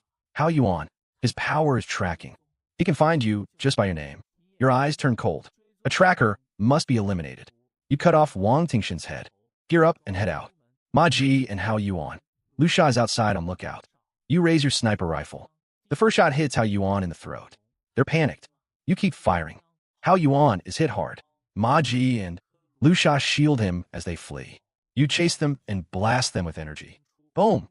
The three of them are sent flying. Just as you're about to finish them, Huangfu Jinxun arrives. He blocks your way. Bullets hit him with a metallic clang. Not a scratch. Through the scope, you see his whole body is dark gold. Invincible. Huangfu Jinxun approaches. Liemo, join us. Join Eastland Base? You gotta be kidding. He stops. Do you realize what you're saying? You shoot him in the eye. He closes his eye. The bullet bounces off. Useless. He keeps coming. You turn the muzzle toward Hao Yuan behind him. Oomph. Hao Yuan dies on the spot. Huangfu Jinxun is furious for the first time. You laugh. You're killing them. I'm saving them. He can only shield the rest. Ma Ji and Lu Sha from the Eastland Base retreat. But you know it's not over. The super bunker isn't perfectly safe. Phasers can get in. Trackers can find you. There will be even weirder powers in the future. You have to upgrade your firepower. Next day, you look for the base Sun Hong mentioned. Sirching via Xiaotian, truck driver logs, and social media tags. You finally find the entrance between two mountains. Military Supply Depot 003. But there are survivors inside. A squad of soldiers is guarding the base. Sergeant Lu Zhiguang's face is frostbitten. He's thin and worn out. Yet he stands tall. Don't move. You raise your hands. I'm just looking for supplies. Sure, Chang Rui levels his gun. This is a restricted military zone. You don't force it. You talk to them. You tell them the world outside has collapsed. Tell them how few people are left in the cities. Tell them the government isn't coming to save them. They go silent. You add, and you're all starving to death. Sure, Chang Rui grits his teeth. We still can't trade government property. You nod. Who does government property belong to? The people. I'm one of the people. Sure, Chang Rui is speechless. He's about to explode. Lu Zhiguang looks at you. Finally, he sighs. They really can't hold out. The food is gone. The frostbite is getting worse. If they stay any longer, they'll all be dead. You trade food and medicine for a batch of weapons. Light and heavy machine guns. Anti-material rifles. Tons of ammo. You also see something next to the warehouse. A cleared-off metal hatch. Lu Zhiguang instantly draws his gun. Stay back. You stop. But your mind is racing. A silo. This isn't just a warehouse. There's a real heavy hitter here. You smile. Until next time, you leave in a great mood. You want the depot, you want Lu Zhiguang's men, and you definitely want what's under that silo. Back at the villa, you get Zhang Yuya lab with microscopes, testing equipment, surgical tools, and medical devices. Her eyes light up, starting research on the powered human remains. Yi Yurong stands nearby, looking a bit down. You lean in and whisper, "You're very capable." She blushes. In what way? In bed. Her ears turn bright red. She looks down, too shy to face you. Meanwhile, the Eastland Base is making its move. Fujian calls you. Li Montak, I'm offering you a vice captain position. You reply with one word, no, then hang up. The air freezes in the Eastland Base office. Lu Fujian smiles. Interesting kid. But his eyes have gone cold. Huangfu Jinxun sets out with his team. 500 guards. Several powered humans. A group of semi-powered humans. Target, Tianjing Villa District. What's worse? Sun Village has joined the Eastland Base. Suntown kneels before Huangfu Jinxun. Commander, we Sun villagers are just honest farmers. Please avenge us. Huangfu Jinxun accepts. Sun Village becomes an outpost. That night, the Eastland Base moves into the village. The villagers serve them grain and frozen pork. But one meal for 500 men eats up 10 days of village supplies. Some start to worry. But third great uncle insists this is an opportunity. Something worse happens. Some guards burst into a village woman's home. Mao Shun is left bruised and battered. She goes cry to third great uncle. He just says coldly, a minor scuffle. Don't ruin the village's grand plan. Zhou Qian is furious when she finds out. Controlling the wind and snow, she flies over the camp. Come out. Huangfu Jinxun shows up himself. He apologizes on the surface and punishes the two soldiers on the spot. Zhou Qian thinks he's a man of integrity, but she doesn't know it was an illusion. Fake deaths created by the phaser, Guquan. Huangfu Jinxun watches her fly away. Recruit that ice user into Eastland Base. Meanwhile, you've already seen the Eastland Base vanguard crossing the river. Ma Ji and Lu Sha. Guquan leads the team toward Villa Number 1. You're sitting on the second floor, still holding a book. Ma Ji stands in the snow. His voice is smug. Li Montak, your time is up. You close the book.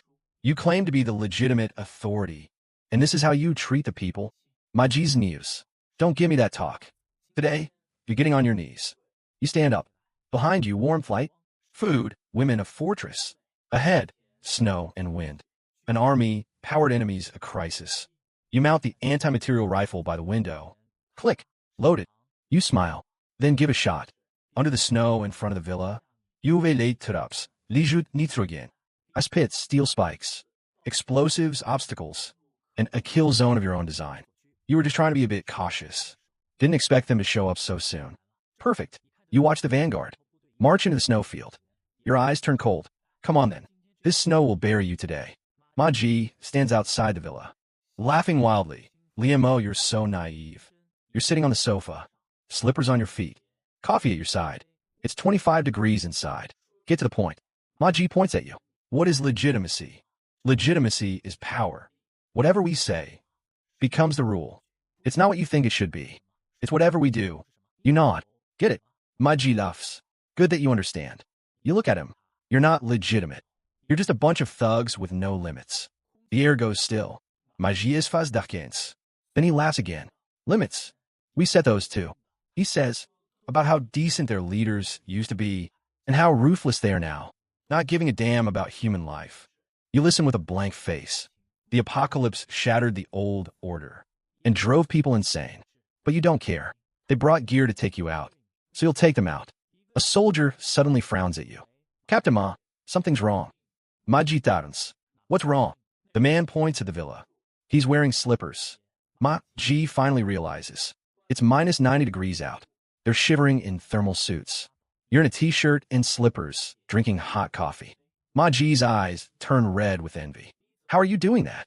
You swirl your cup. I just set the thermostat to 25. Simple. Everyone goes silent. They're starving and freezing at the base. While you're sipping coffee in a villa, Ma Ji grits his teeth. No wonder you wouldn't join us. You didn't want to leave this place. You shake your head. Not exactly. Then why? You look at him. Because I don't work with idiots. The crowd's faces drop. Ma Ji gives a furious laugh. Fine. You're going to lose hard. You take a sip of coffee. I'm waiting. Someone can't take it anymore. Captain Ma, let's charge. Ma Ji is still hesitating. You add one more thing. Don't get too close. You haven't showered in months. It'll ruin my mood. That sentence sets them off. Attack. Ma Ji roars. Get the explosives up there. Blow this villa wide open. You smile. Here they come. This is what you've been waiting for. The vanguard steps into the snow. The first tripwire snaps. Whoosh. A bolt fires from the shadows. It hits a soldier right in the face. He didn't even get a chance to scream. He drops. The next second, a hail of bolts erupts. Cries of panic break out. Traps.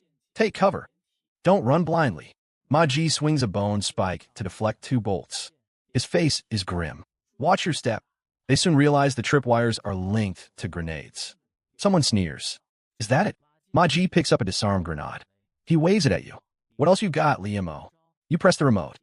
They instinctively look at the sky. Nothing there. The next second, metal canisters pop up from under the snow. Valves open. Liquid nitrogen pours out. A minus 190-degree cold front explodes from the canisters. Magies faz pas d'instant. Screams erupt immediately. Faces are flash frozen. Legs are frozen solid to the ground. Some can't move, and when a comrade pulls them, they simply shatter. Even you're stunned. This power is a bit ridiculous. Across the river, Huangfu Jinshuan watches the losses. His expression is dark. Ma Ji, what are you doing? Ma Ji finally panics. Retreat. The squad pulls back. You stand up. No need to wait for the main force. Let's start now. You open the gun port. You set up the DP light machine gun. Tot. Bullets pour onto the snow. Golden sparks erupt. Regular soldiers drop in rows. Only a few escape with their speed. Huangfu Jinshuan charges to the front. His body turns dark gold. His voice sounds like grinding metal. Li Montak. Tomorrow, the war officially begins. You watch him. Wait for him to lead the survivors away. But you don't relax. You drag out a hose. You flip the switch toward the empty snow. Stink gushes out. That's a dirty trick. A cry of surprise rings out from thin air. Go Quan reveals himself. He's a complete mess. His illusion power collapses. You laugh. Good hiding spot, just a bit smelly. Go Quan loses it. I'm going to kill you. You wave him off. Not fighting you now. You're too overwhelming. Germani Quan loses control. He He says some nasty things, but he has no choice but to retreat. Back at Sun Village, third great uncle and the villagers are stunned. They aren't shocked by the defeat, but that the enemy actually has 4 powered humans. Third great uncle's eyes light up. If we could just keep those special genes in our village. Sun Tao is taken aback. Uncle, that's not right. Third great uncle leans on his cane. For the village, rules can be changed. So, Sun Village makes another absurd decision. They offer food to the East Land Bay survivors and try to get the village women to approach the soldiers. Some women resist. Some men are furious. But no one dares defy third great uncle. The guards eat the meat the villagers saved and start bullying them. Sun Juzi drops his spoon and gets kicked. What gives you the right? The soldier sneers, because we're East Land Base. The village falls into chaos that night. Crying, cursing, and pleas for help echo from the ice huts. Zhou Qian breaks down when she hears the news. She built the houses and fought enemies for them. And in return, she got ignorant exploitation and betrayal. Someone even knocks on her door. I'm coming in tonight. Zhou Qian raises her hand. A blast of cold erupts. The person outside is turned into an ice sculpture. This was her first time taking someone down. She looks at her hands and stays silent for a long time. Elsewhere, Mao Shun and Sun Xiaqin are tortured to death by Ma Ji's men. In the end, she actually feels relieved. The suffering is finally over. You know nothing of this. You're taking a bath in Villa Number 1. The water and lights are peaceful. The world outside is an abyss. But here, it's a different world. Zhang Yuye, Ye Yorong, and Xiao Yu are all in the bunker. You tell them not to come up during tomorrow's battle. Zhang Yuye goes to the lab. She wants to study the remains to help you get stronger. Yi Yorong asks, can I help? Zhang Yuye smiles. Just the assistant I need. You sleep soundly that night. Next day, an explosion wakes you up. The AI butler, Xiao Dian, alerts you. Warning, Villa is under artillery fire. You throw off the covers, fuming. Shelling this early? Don't they have any manners? You head upstairs in your pajamas. Across the river, Huangfu Jinxuan arrives with the main force. Over 500 guards, cannons, and RPGs. All lined up. Huangfu Jinxuan stands before his troops. Li Montak, I represent East Land Base, and I'm here to judge you. You scratch your ear. Judge me? You're guilty. You laugh. Then I'll defeat you on behalf of beef soup and potatoes. After saying that, you pull out a toy gun and go pew-pew. The guards are baffled. Huangfu Jinxuan's face darkens. Attack. Scout team, clear the traps. They find the mines and nitrogen tanks. Huangfu Jinxuan says coldly, is that all you've got? You keep going bang-bang with the toy gun. The artillery fires shells at the villa walls. The outer layer cracks, revealing the bulletproof structure. Ma Ji's eyes widen. The whole villa is bulletproof. You don't explain. They keep shelling. You secretly use your power to absorb some of the energy.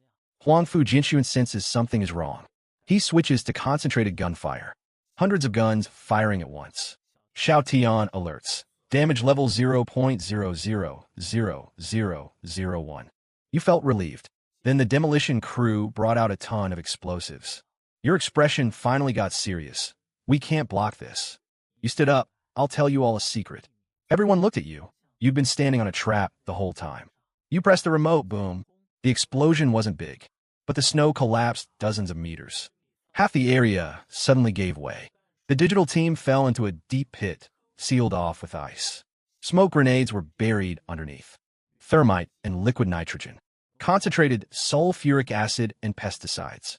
You pressed it again. Chaos began. Thick smoke billowed up. Fire burst out. Liquid nitrogen splashed everywhere. Acid started spreading. Screams erupted from the bottom of the pit. Huangfu Jinxuan roared in anger. Li Mo was sitting in the villa eating chips. The show's starting. Huangfu Jinxuan turned into a metal man and jumped out. The snow trembled when he landed. I'll make you pay for this. A line of heavy machine guns. Tot. The heavy machine guns roared. The ordinary soldiers were pushed back. Even the half-mutants couldn't handle it. One person dodged in panic. Ma Ji's hand was damaged. Dodging with a scream. You emptied the whole ammo belt. Your arms went numb. But you were laughing. It felt great. You only feel fear when you lack firepower. Huangfu Jinxuan, the star of the Dongpu base. You almost wiped out half the digital team. He was beyond furious. He lunged and slammed into the villa, boom. The villa shook. Xiao Tian alerts. Damage is rising. Huangfu Jinshuan punched the bulletproof layer over and over. He actually cracked it. Your face darkened. You switched to the Barret. Huangfu Jinshuan sneered. A second stage mutant. Can ordinary weapons even handle this? You caught the keyword. He didn't answer about the second stage. He charged at you. You fired. Boom. The Barret hit, sending Huangfu Jinshuan flying back. You fired repeatedly, pushing him back hundreds of meters. He crawled up, golden liquid leaking from his mouth. You frowned. His core is made of metal. Huangfu Jinshuan was hurt, but not dead. He charged again. You used explosive energy to blast him into the air. You used the Barret to hit the same spot. 1 shot, 2 shots, 3 shots. His chest was finally pierced, but he was still holding on. Finally, he looked at you and wheezed. Retreat. The survivors started to pull back. Goquan used illusions for cover. The pursuit failed. They had to give up. The Dongpu base suffered a massive defeat. You looked at the wreckage everywhere. You yawned. Time for a nap. Then you went inside to sleep. The Sun Village people were stunned. The army lost. Third great uncle, we're finished, aren't we? Sitting in his ice house, the third great uncle finally panicked. He regretted it. If he'd known Li Mo was this strong, he never should have messed with him. But he hadn't completely given up. He sent Sun Tao to the Dongpu base to ask for food. Sun Dachong barely mentioned the food before Ma Ji hit him with a bone spike. Sun Tao trembled. Never mind the food, but please help us subdue Zhou Qian. Make her leave her mutant core for Sun Village. Ma Ji and the others burst out laughing. But Huangfu Jinshuan agreed. But he wasn't helping Sun Village. He turned to see Zhou Qian. Your village wants us to capture you, to breed mutant offspring for them. Hearing this, Zhou Qian turned deathly pale. She'd been disappointed many times, but this time she was completely done. Huangfu Jinshuan ripped open his military coat, revealing his metal body. Zhou Qian, you don't belong with them. We're the same kind. After a long silence, she said, I'll join Dongpu base. Huangfu Jinshuan smiled. It was a loss at first, but a gain in the end. You slept until the afternoon. After waking up, you looked in the mirror. You noticed your expression was even colder. Your strength felt greater. While eating, you asked Zhang Yuye, have I changed? Zhang Yuye glanced at you. Like when the temperature first dropped. After lunch, she took you to the lab. She'd already studied the wall-phasing mutant. Under the microscope, she showed you the chromosomes. A mutant's X chromosome is golden. You stared at the screen. The god shards changed the genes. Zhang Yuye shook her head. More like accelerated evolution. Then she pulled up your sample. She froze. Your X and Y chromosomes are both golden. You have one more than a normal mutant. Zhang Yuye looked at you. Little brother, you're hiding something. You thought about your rebirth, but said nothing. She showed you samples of Yi Yurong and herself. Half of their X chromosomes had turned golden. We're evolving too. You were shocked. Why? Zhang Yuye opened another set of data. Your fluids contain golden energy. She blushed slightly, but her tone was serious. You can make the women around you evolve. You were silent. This ability is more complex than you thought. You realized that being close with Yi Yurong made your power grow stronger, while being close with Zhang Yuye calmed it down. You couldn't figure out the reason. You could only keep researching. You and Zhang Yuye got even closer. For the first time, she told you seriously, I love you too. My man. You held her. For the first time, you had a goal beyond just surviving. You wanted them all to live, eternal and tireless, by your side forever. Meanwhile, at the Dongpu base, Zhou Qian was taken to see Lu Fujing. Lu Fujing welcomed her and appointed her as a captain. Once Zhou Qian left, his smile vanished. Huangfu Jinshuan, Ma Ji, and the others stood in the office. No one dared to speak. Lu Fujing smashed his glass, a whole army, and you couldn't beat one man. Then he gave orders. First, investigate everything on Li Mo. Second, Mayu Gotolap X. Use bone marrow to create half-mutants. Third, mass-produce mutants and half-mutants.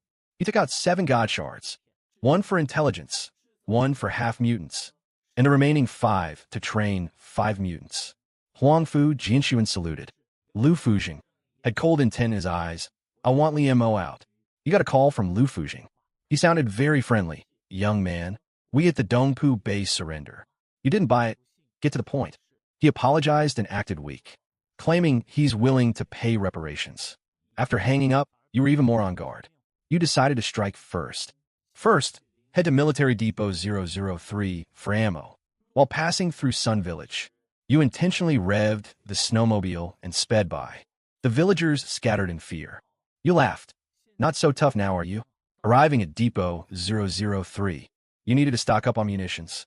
Lu Jiguang was still on guard, but Shi Changrui soon got friendly with you. You traded supplies for ammo and asked about the missile silos. Lu Jiguang refused, even when you offered God shards. He still said no to the vehicles.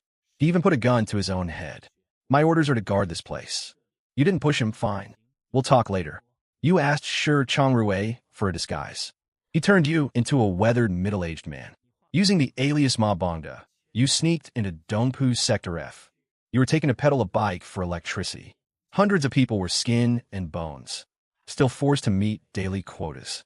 No food if they didn't finish. The food was just black protein blocks. Zhang Xiaocai recognized you. Boss, is that you? You recognize me even like this? He smiled. Your vibe is too obvious, boss. He explained. Sector F is for laborers. Sector D is for staff. Sector C for the digital team. Sector B for mutants. Sector A for the leaders. And a legendary Sector X. He told you the protein blocks are made of bugs. You almost gagged. Get away from me. Later, Zhou Qian came to Sector F to investigate. You took the chance to pose as a laborer, to expose the truth about Dongpu Base to her. This isn't an official base. It's an abyss. You told her Sector F is being exploited and sent for experiments, and the food is made from bugs. Zhang Xiaocai handed her a protein block. Zhou Qian took a bite. Then she heard the truth. She doubled over and vomited. Her trust in Dongpu Base began to crumble. You left the base that day, leaving explosives and a comms device for Zhang Xiaocai, planning to blow up Dongpu from the inside out. Lu Fujing checked your background. He found out you hoarded massive supplies before the freeze. The warehouse orders at the logistics park were suspicious. He connected it to your space ability. You're the one who took the whole logistics park. He called you. You played dumb. What logistics park? He was testing you. You made up a story about a mysterious mastermind, while having Xiao Tian forge the evidence. Lu Fujing was skeptical. He started a thorough check of the surveillance. The whole base searched all night. Sector F's workload spiked. Some people resisted. They were subdued on the spot. Their bodies were sent to Lab F, where a black monster, the black enoderma, was kept. It devours cores. Its golden energy is used to make half-mutants. Zhang Xiaocai volunteered for the experiment. He was injected with the black enoderma's core power. He was twitching in pain, but he managed to endure it. They finally found the footage. You riding a patrol bike into the logistics park, emptying warehouses and laughing. It's all mine. Lu Fujing turned red. He'd been played. Liam O. He screamed, losing his cool. But he quickly calmed down. He called you again. This time, he talked about the 5 powers of Jinhai. Sirius, Onbao, Tianfeng Shelter, the 10th People's Hospital, and the Honglian Sect. Then he proposed an alliance. You refused. He finally showed his cards. Hand over half the logistics park supplies. Your heart skipped a beat, but you didn't back down. Come and get it if you can. You hung up. You immediately went to Depot 003 for more explosives. Still couldn't get the launch codes. You just took the explosives and ammo. Meanwhile, a new batch of mutants was born at Dongpu. Flight, lasers, sonics, and invisibility. Lu Fujing also controlled these new mutants, making it impossible for them to disobey. Dongpu Base's power skyrocketed. After Zhang Xiaocai became a half-mutant, he was assigned to Sector D. He faked loyalty while planting explosives. He found structural nodes, placing bombs in Sector C and key spots in Sector B. Someone questioned him on the way. He just slapped them. The people in Sector B had complaints, but no one dared to check. Then he found Zhou Qian. He took her to Sector X. Zhou Qian saw the black Ganoderma devouring cores. Her expression turned icy. How dare they? Zhang Xiaocai took his chance. He subdued the guards, opened the cage, and bit the black Ganoderma. The monster shrieked and fled the cage. Zhou Qian froze the researchers. Things started spiraling out of control inside Dongpu. You arrived outside the government building. You've got the remote, but you didn't know how to use it. You saw a red button labeled Power. You pressed it, boom. Sector C blew up instantly. You were stunned. That was sloppy. But since it blew, might as well finish them. Heavy machine guns blocked the base exit. Inside the base, The barracks turned into hell. The digital team took heavy losses. Mutants and half-mutants were being mowed down. Sector F laborers took the chance to riot, storming Sector D to get food and revenge. Huangfu Jinshuan gathered the remaining forces to suppress the riot first. Then he charged for the exit. As soon as they entered the tunnel, you fired. Tot. There was no cover in the tunnel. Half-mutants fell in heaps. Huangfu Jinshuan used his metal body to tank the hits, protecting his men while retreating. A flying mutant tried to pounce from above. You used explosive energy to blast him into the sky. Then you hit his vitals with a Barret. The Dongpu crowd finally burst through the exit. They surrounded you. Maji's need. You looked at him. Who do you think you are? He charged like he'd lost his mind. You splashed Lush's corrosive liquid back at him. Ma Ji screamed. His whole face was melting. The Dongpu crew's expressions changed. Lasers, sonics, acid, all 5 of them. All sucked into space and thrown right back. Huangfu Jinshuan saw the trick. I'll handle Liemo. You guys deal with those 2 traitors. Zhang Xiaocai and Zhou Qian arrived. Boss! Zhou Qian used a blizzard to block the enemies. Huangfu Jinshuan attacked you personally. His punches were pure physical force. Space couldn't reflect them. You were struggling to defend. To save Zhou Qian, you took a punch and went flying. Your breathing faltered. Golden light leaked from your mouth as you fell. Zhou Qian panicked. Her ice powers exploded. A massive wave of half-mutants was frozen solid. You pulled out a god shard to absorb energy. Your injuries healed instantly. Cheats really are great. Huangfu Jinshuan's face darkened. You charged in again. This time, all the abilities you absorbed, you unleashed them all on him. Sonics roared. Lasers scorched his chest. The bone spikes were extinguished. Corrosive liquid poured over his head. Huangfu Jinshuan screamed for the first time. You shoved compressed, explosive energy into his mouth. Boom. He exploded from the inside, his metal body shattering. Finally, he glared at you. I won't let you get away with this. You sneered. Try me. After Huangfu Jinshuan fell, a metallic energy core dropped from the shards. You picked it up. Loots dropped. You guessed it was related to the second stage. The remaining Lusha and Yang Tai surrendered. You told them to clear out the remnants first. The half-mutants were in a panic. They did as they were told. Then you had them attack you, funneling the acid and lasers into your dimension, waiting for them to run out of steam. You raised the Barret. Power banks are empty. 2 shots, and they were down. Dongpu base basically collapsed. Zhou Qian and Zhang Xiaocai entered the base to loot Sector X. It was a total mess. The black Ganoderma had escaped. You took the lab equipment, files, and instruments, emptying everything along the way. Finally, you reached Sector A. The steel door opened automatically. Lu Fujing was sitting in his office, smoking a cigar. We finally meet, Liemo. You frowned. You haven't left yet? He smiled. I should thank you. Once you left your villa, I could take you down and take your supplies. Then I'll move into your villa number 1. He even mentioned Zhang Yuya and Yi Yurong. Your expression turned ice cold. It's time for you to pay. You made a move. But the next second, a giant hand appeared out of thin air, grabbing you. The hand of power, Lu Fujing's real ability. He'd been pretending to be just an old man. You used acid to counter. Zhou Qian helped you escape. Zhang Xiaocai charged but was swatted away. Zhou Qian was also pushed back. Only then did you realize Lu Fujing was more dangerous than Huangfu Jinshuan. He didn't just have power. He had schemes too. 2 giant hands attacked in turns. You were backed into a corner. At the critical moment, your control over space suddenly deepened. Your dimension was no longer just a pocket. It was like a part of your body. You saw a space rift on the giant hand's middle finger. It opened and closed. The middle finger was severed. Lu Fujing screamed. In reality, his own left middle finger was gone. You smiled. This was your new second stage skill. You named it Dimensional Slash. With another wave of your hand, you cut off his right hand. Lu Fujing finally panicked. You weren't at the second stage before. You didn't answer and fired a laser. The laser pierced through his chest. Finally, he pressed a button under his desk. You're coming with me. The self-destruct sequence began. The whole Dongpu base began to collapse. You hoisted the injured Zhang Xiaocai onto your back and grabbed Zhou Qian to make a run for it. People were begging for help on the way. Zhou Qian saved a child. A woman claiming to be a high-ranking official ordered you to save her. You shot her down, still barking orders, you parasite. You burst onto the surface. Behind you, Dongpu base collapsed completely. One of Jinhai's major powers was wiped out. The old and weak who escaped the base knelt before Zhou Qian. Please save us. Zhou Qian looked at you. You really wanted to ignore them. But when you saw her eyes, you sighed, I'll get a bus. Someone doubted. The gas will freeze in this cold. You explained, then couldn't be bothered to argue. The bus appeared with snow chains on. You secured Zhang Xiaocai. Someone whispered, he's basically dead anyway. Why even bother saving him? You stopped what you were doing. Who said that? No one admitted it.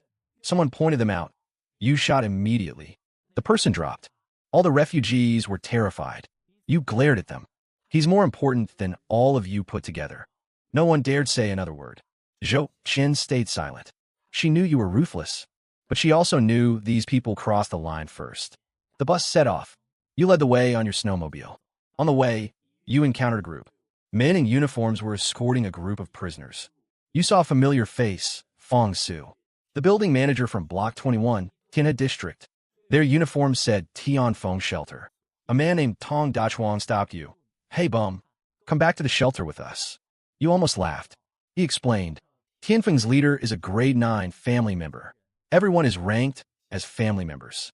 High-grade members give orders, and low-grade members' merit determines rank. You got it. It's just a pyramid scheme with a new name. He tried to take your snowmobile. You grabbed his wrist with a quick move. The others pulled their guns. You fired first. Bang, bang, bang, they all dropped. You kept Tong Dachuang alive for info. After the questioning, you let him run. He'd only gone a few steps before your gun accidentally went off and hit him. Fong Su and the others felt their hearts tighten. You untied them. Fong Su told you what happened after they left Tianhe. They've been wandering, trying to grow cold-resistant crops. You thought they'd failed, but he pulled a sprout out of a clump of dirt he'd been carrying. At least there's still hope. You were silent. No matter how cold the world gets, it can't freeze the fire in people's hearts. You gave them supplies and seeds. I hope you succeed. Fang Su Tenket Du Sin Suli. Then you went your separate ways again. You returned to the Patio Villa district. The bus was already there. The refugees saw inside Villa number 1. Zhang Yuye wearing just a light jacket. Their eyes lit up. It's so warm in here. Can we live in a house like this, too? You ignored them. You settled Zhou Qian in the safe house at Villa number 13. I'll send you supplies and power. The refugees stayed in Villa number 14. Zhou Qian looked at you gratefully. I don't know how to thank you. You smiled. Just get settled first. Zhang Xiaocai crawled off the bus. Boss, I am hungry. You were shocked. He was half dead earlier, and now he can walk. You took him to the staff dorms and brought out some steak. He devoured it. You realized immediately. The black anaderma flesh made his recovery rate skyrocket, but he needs massive amounts of food to compensate. Meanwhile, the refugees rushed into Villa number 14. They were in a hurry to turn on the AC. Soon they realized the AC didn't work. Why is it so cold in here? Wasn't that other villa warm? We want a warm house too, Zhou Qian explained. Normal villas don't have power, and they aren't insulated. The refugees were unhappy, but we saw it. Villa number 1 is warm. We want a house like that. Why do we have to freeze? Their voices got louder and louder. Zhou Qian's face changed. You stood nearby, watching this group. They were just rescued, and they're already asking for more. You gave a cold laugh. It seems some people don't